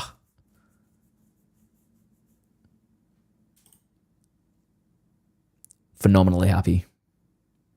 Be interesting to see how AI affects GTA 6 when it launches on PC. 500 mods on day one. Yes. Yeah, mod development goes hard these days with AI. But you know, I think AI makes technology more accessible. It's still not making good decisions around it, right? There are still, I can't get it to fully automate the ability to like actually make an MCP layer. It will do things, but then it does the wrong things and stacks too much content on top of other content, and then you lose track of it, and then it basically slows down to molasses. One-shotting things, getting the first version of something is still very quick with AI. Maturing it is still a slow process. And there is a point at which your whole project doesn't fit in a context window. And then if you don't know where things are, AI is not at the point where it can work it out flawlessly yet. So there is still very much a human element alive and well and required for AI to actually produce brilliance. So it still pays to be close to how things work. We haven't escaped our shackles of needing to know technology yet, and I think it's important to know how things work. So, this is all just to say, next time you're vibing with AI, pause, spend a couple of prompts asking it how it works under the hood, how it designed it, get it to teach you a concept, get it to give you a bit more knowledge, because that's how you learn, right? You spend a little bit of time with a small problem and you understand it in detail, and then you're a bit smarter every day. Don't just rely on AI to do the thinking for you, right? Because you'll think your way out of existence, or you'll not think your way out of existence, right? Do some thinking, okay? Yes, exactly. When AI grows out of the prototype phase and when it can't figure out its own code, and then you just have a bunch of junk code that you don't know how it works, right? And so if you haven't done any of the design for it and you haven't put any of your creative thinking behind it, it's just arbitrary code that you have no ownership of, right? You got to own your code. If you can't explain what your code is doing, you're not close enough to it, right? Claude likes to ask if you're done for the night. Funny enough, that apparently that behavior just emerged, right? Like the Claude saying, "Hey, you should go to sleep." That's not something that they like put into Claude as a prompt or whatever. Like RL'd it on. It just started doing it. Like, wonder why. I think there's an article on it. Oh, I love it. Love it. All right, chat. It's been a blast. I've been streaming for 4 hours and 45 minutes. We had a lot of fun. I got a whole bunch of viewers, man. 16 people. You guys are sick. You guys have been having a ball in chat, sending lots of messages. Good vibes. Thanks for joining me today. I'm gonna join the Discord. If you want to catch up with news or share projects or get like opinions on things, a lot of you are making games. Could be a good place to share and get feedback on it. I'll drop the link again. And then I will raid I still need to set up my bot. Sorry, prop. Sorry, pandas. I should get onto that. I'm being kind of slack with that. We're going to raid somebody small, I reckon. Absolutely. Oh, dude, love the work. Even for 4 days, like it's cool to see what you can make, right? Because it's cool to see what takes your fancy and like, the things and the design elements that you've been like focusing on, the stuff that you add. It'll be interesting to see then what you add going forward. But also it's cool to see like what AI is capable of in the right hands, right? Like, I don't know. Lots of feelings about AI, I get that, but it brings me joy to see what people are capable of making with it. So appreciate you for sharing. Share it as it gets more updates. We will have tankworms yet. I'm going to raid somebody on Twitch. Give a bit of love to the software and game development community. Software and game development. What's been going on here? Bunch of people vibecoding LLMs playing Survivor in Minecraft. What? He's doing the same thing I am. Oh, damn. But yeah, another basic OpenTUI app. This one. Oh, we got to go and check out what he's doing then. Absolutely rating this guy. The app to control my lights over Bluetooth was like. Absolutely got to figure out what this guy's doing because we've got exactly the same idea. All right, chat. Love you lots. We're going to raid BeginBot and keep an eye on what he's up to.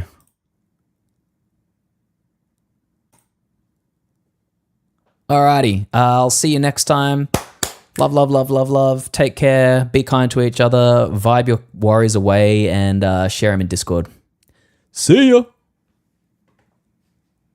Boop. And bye, YouTube.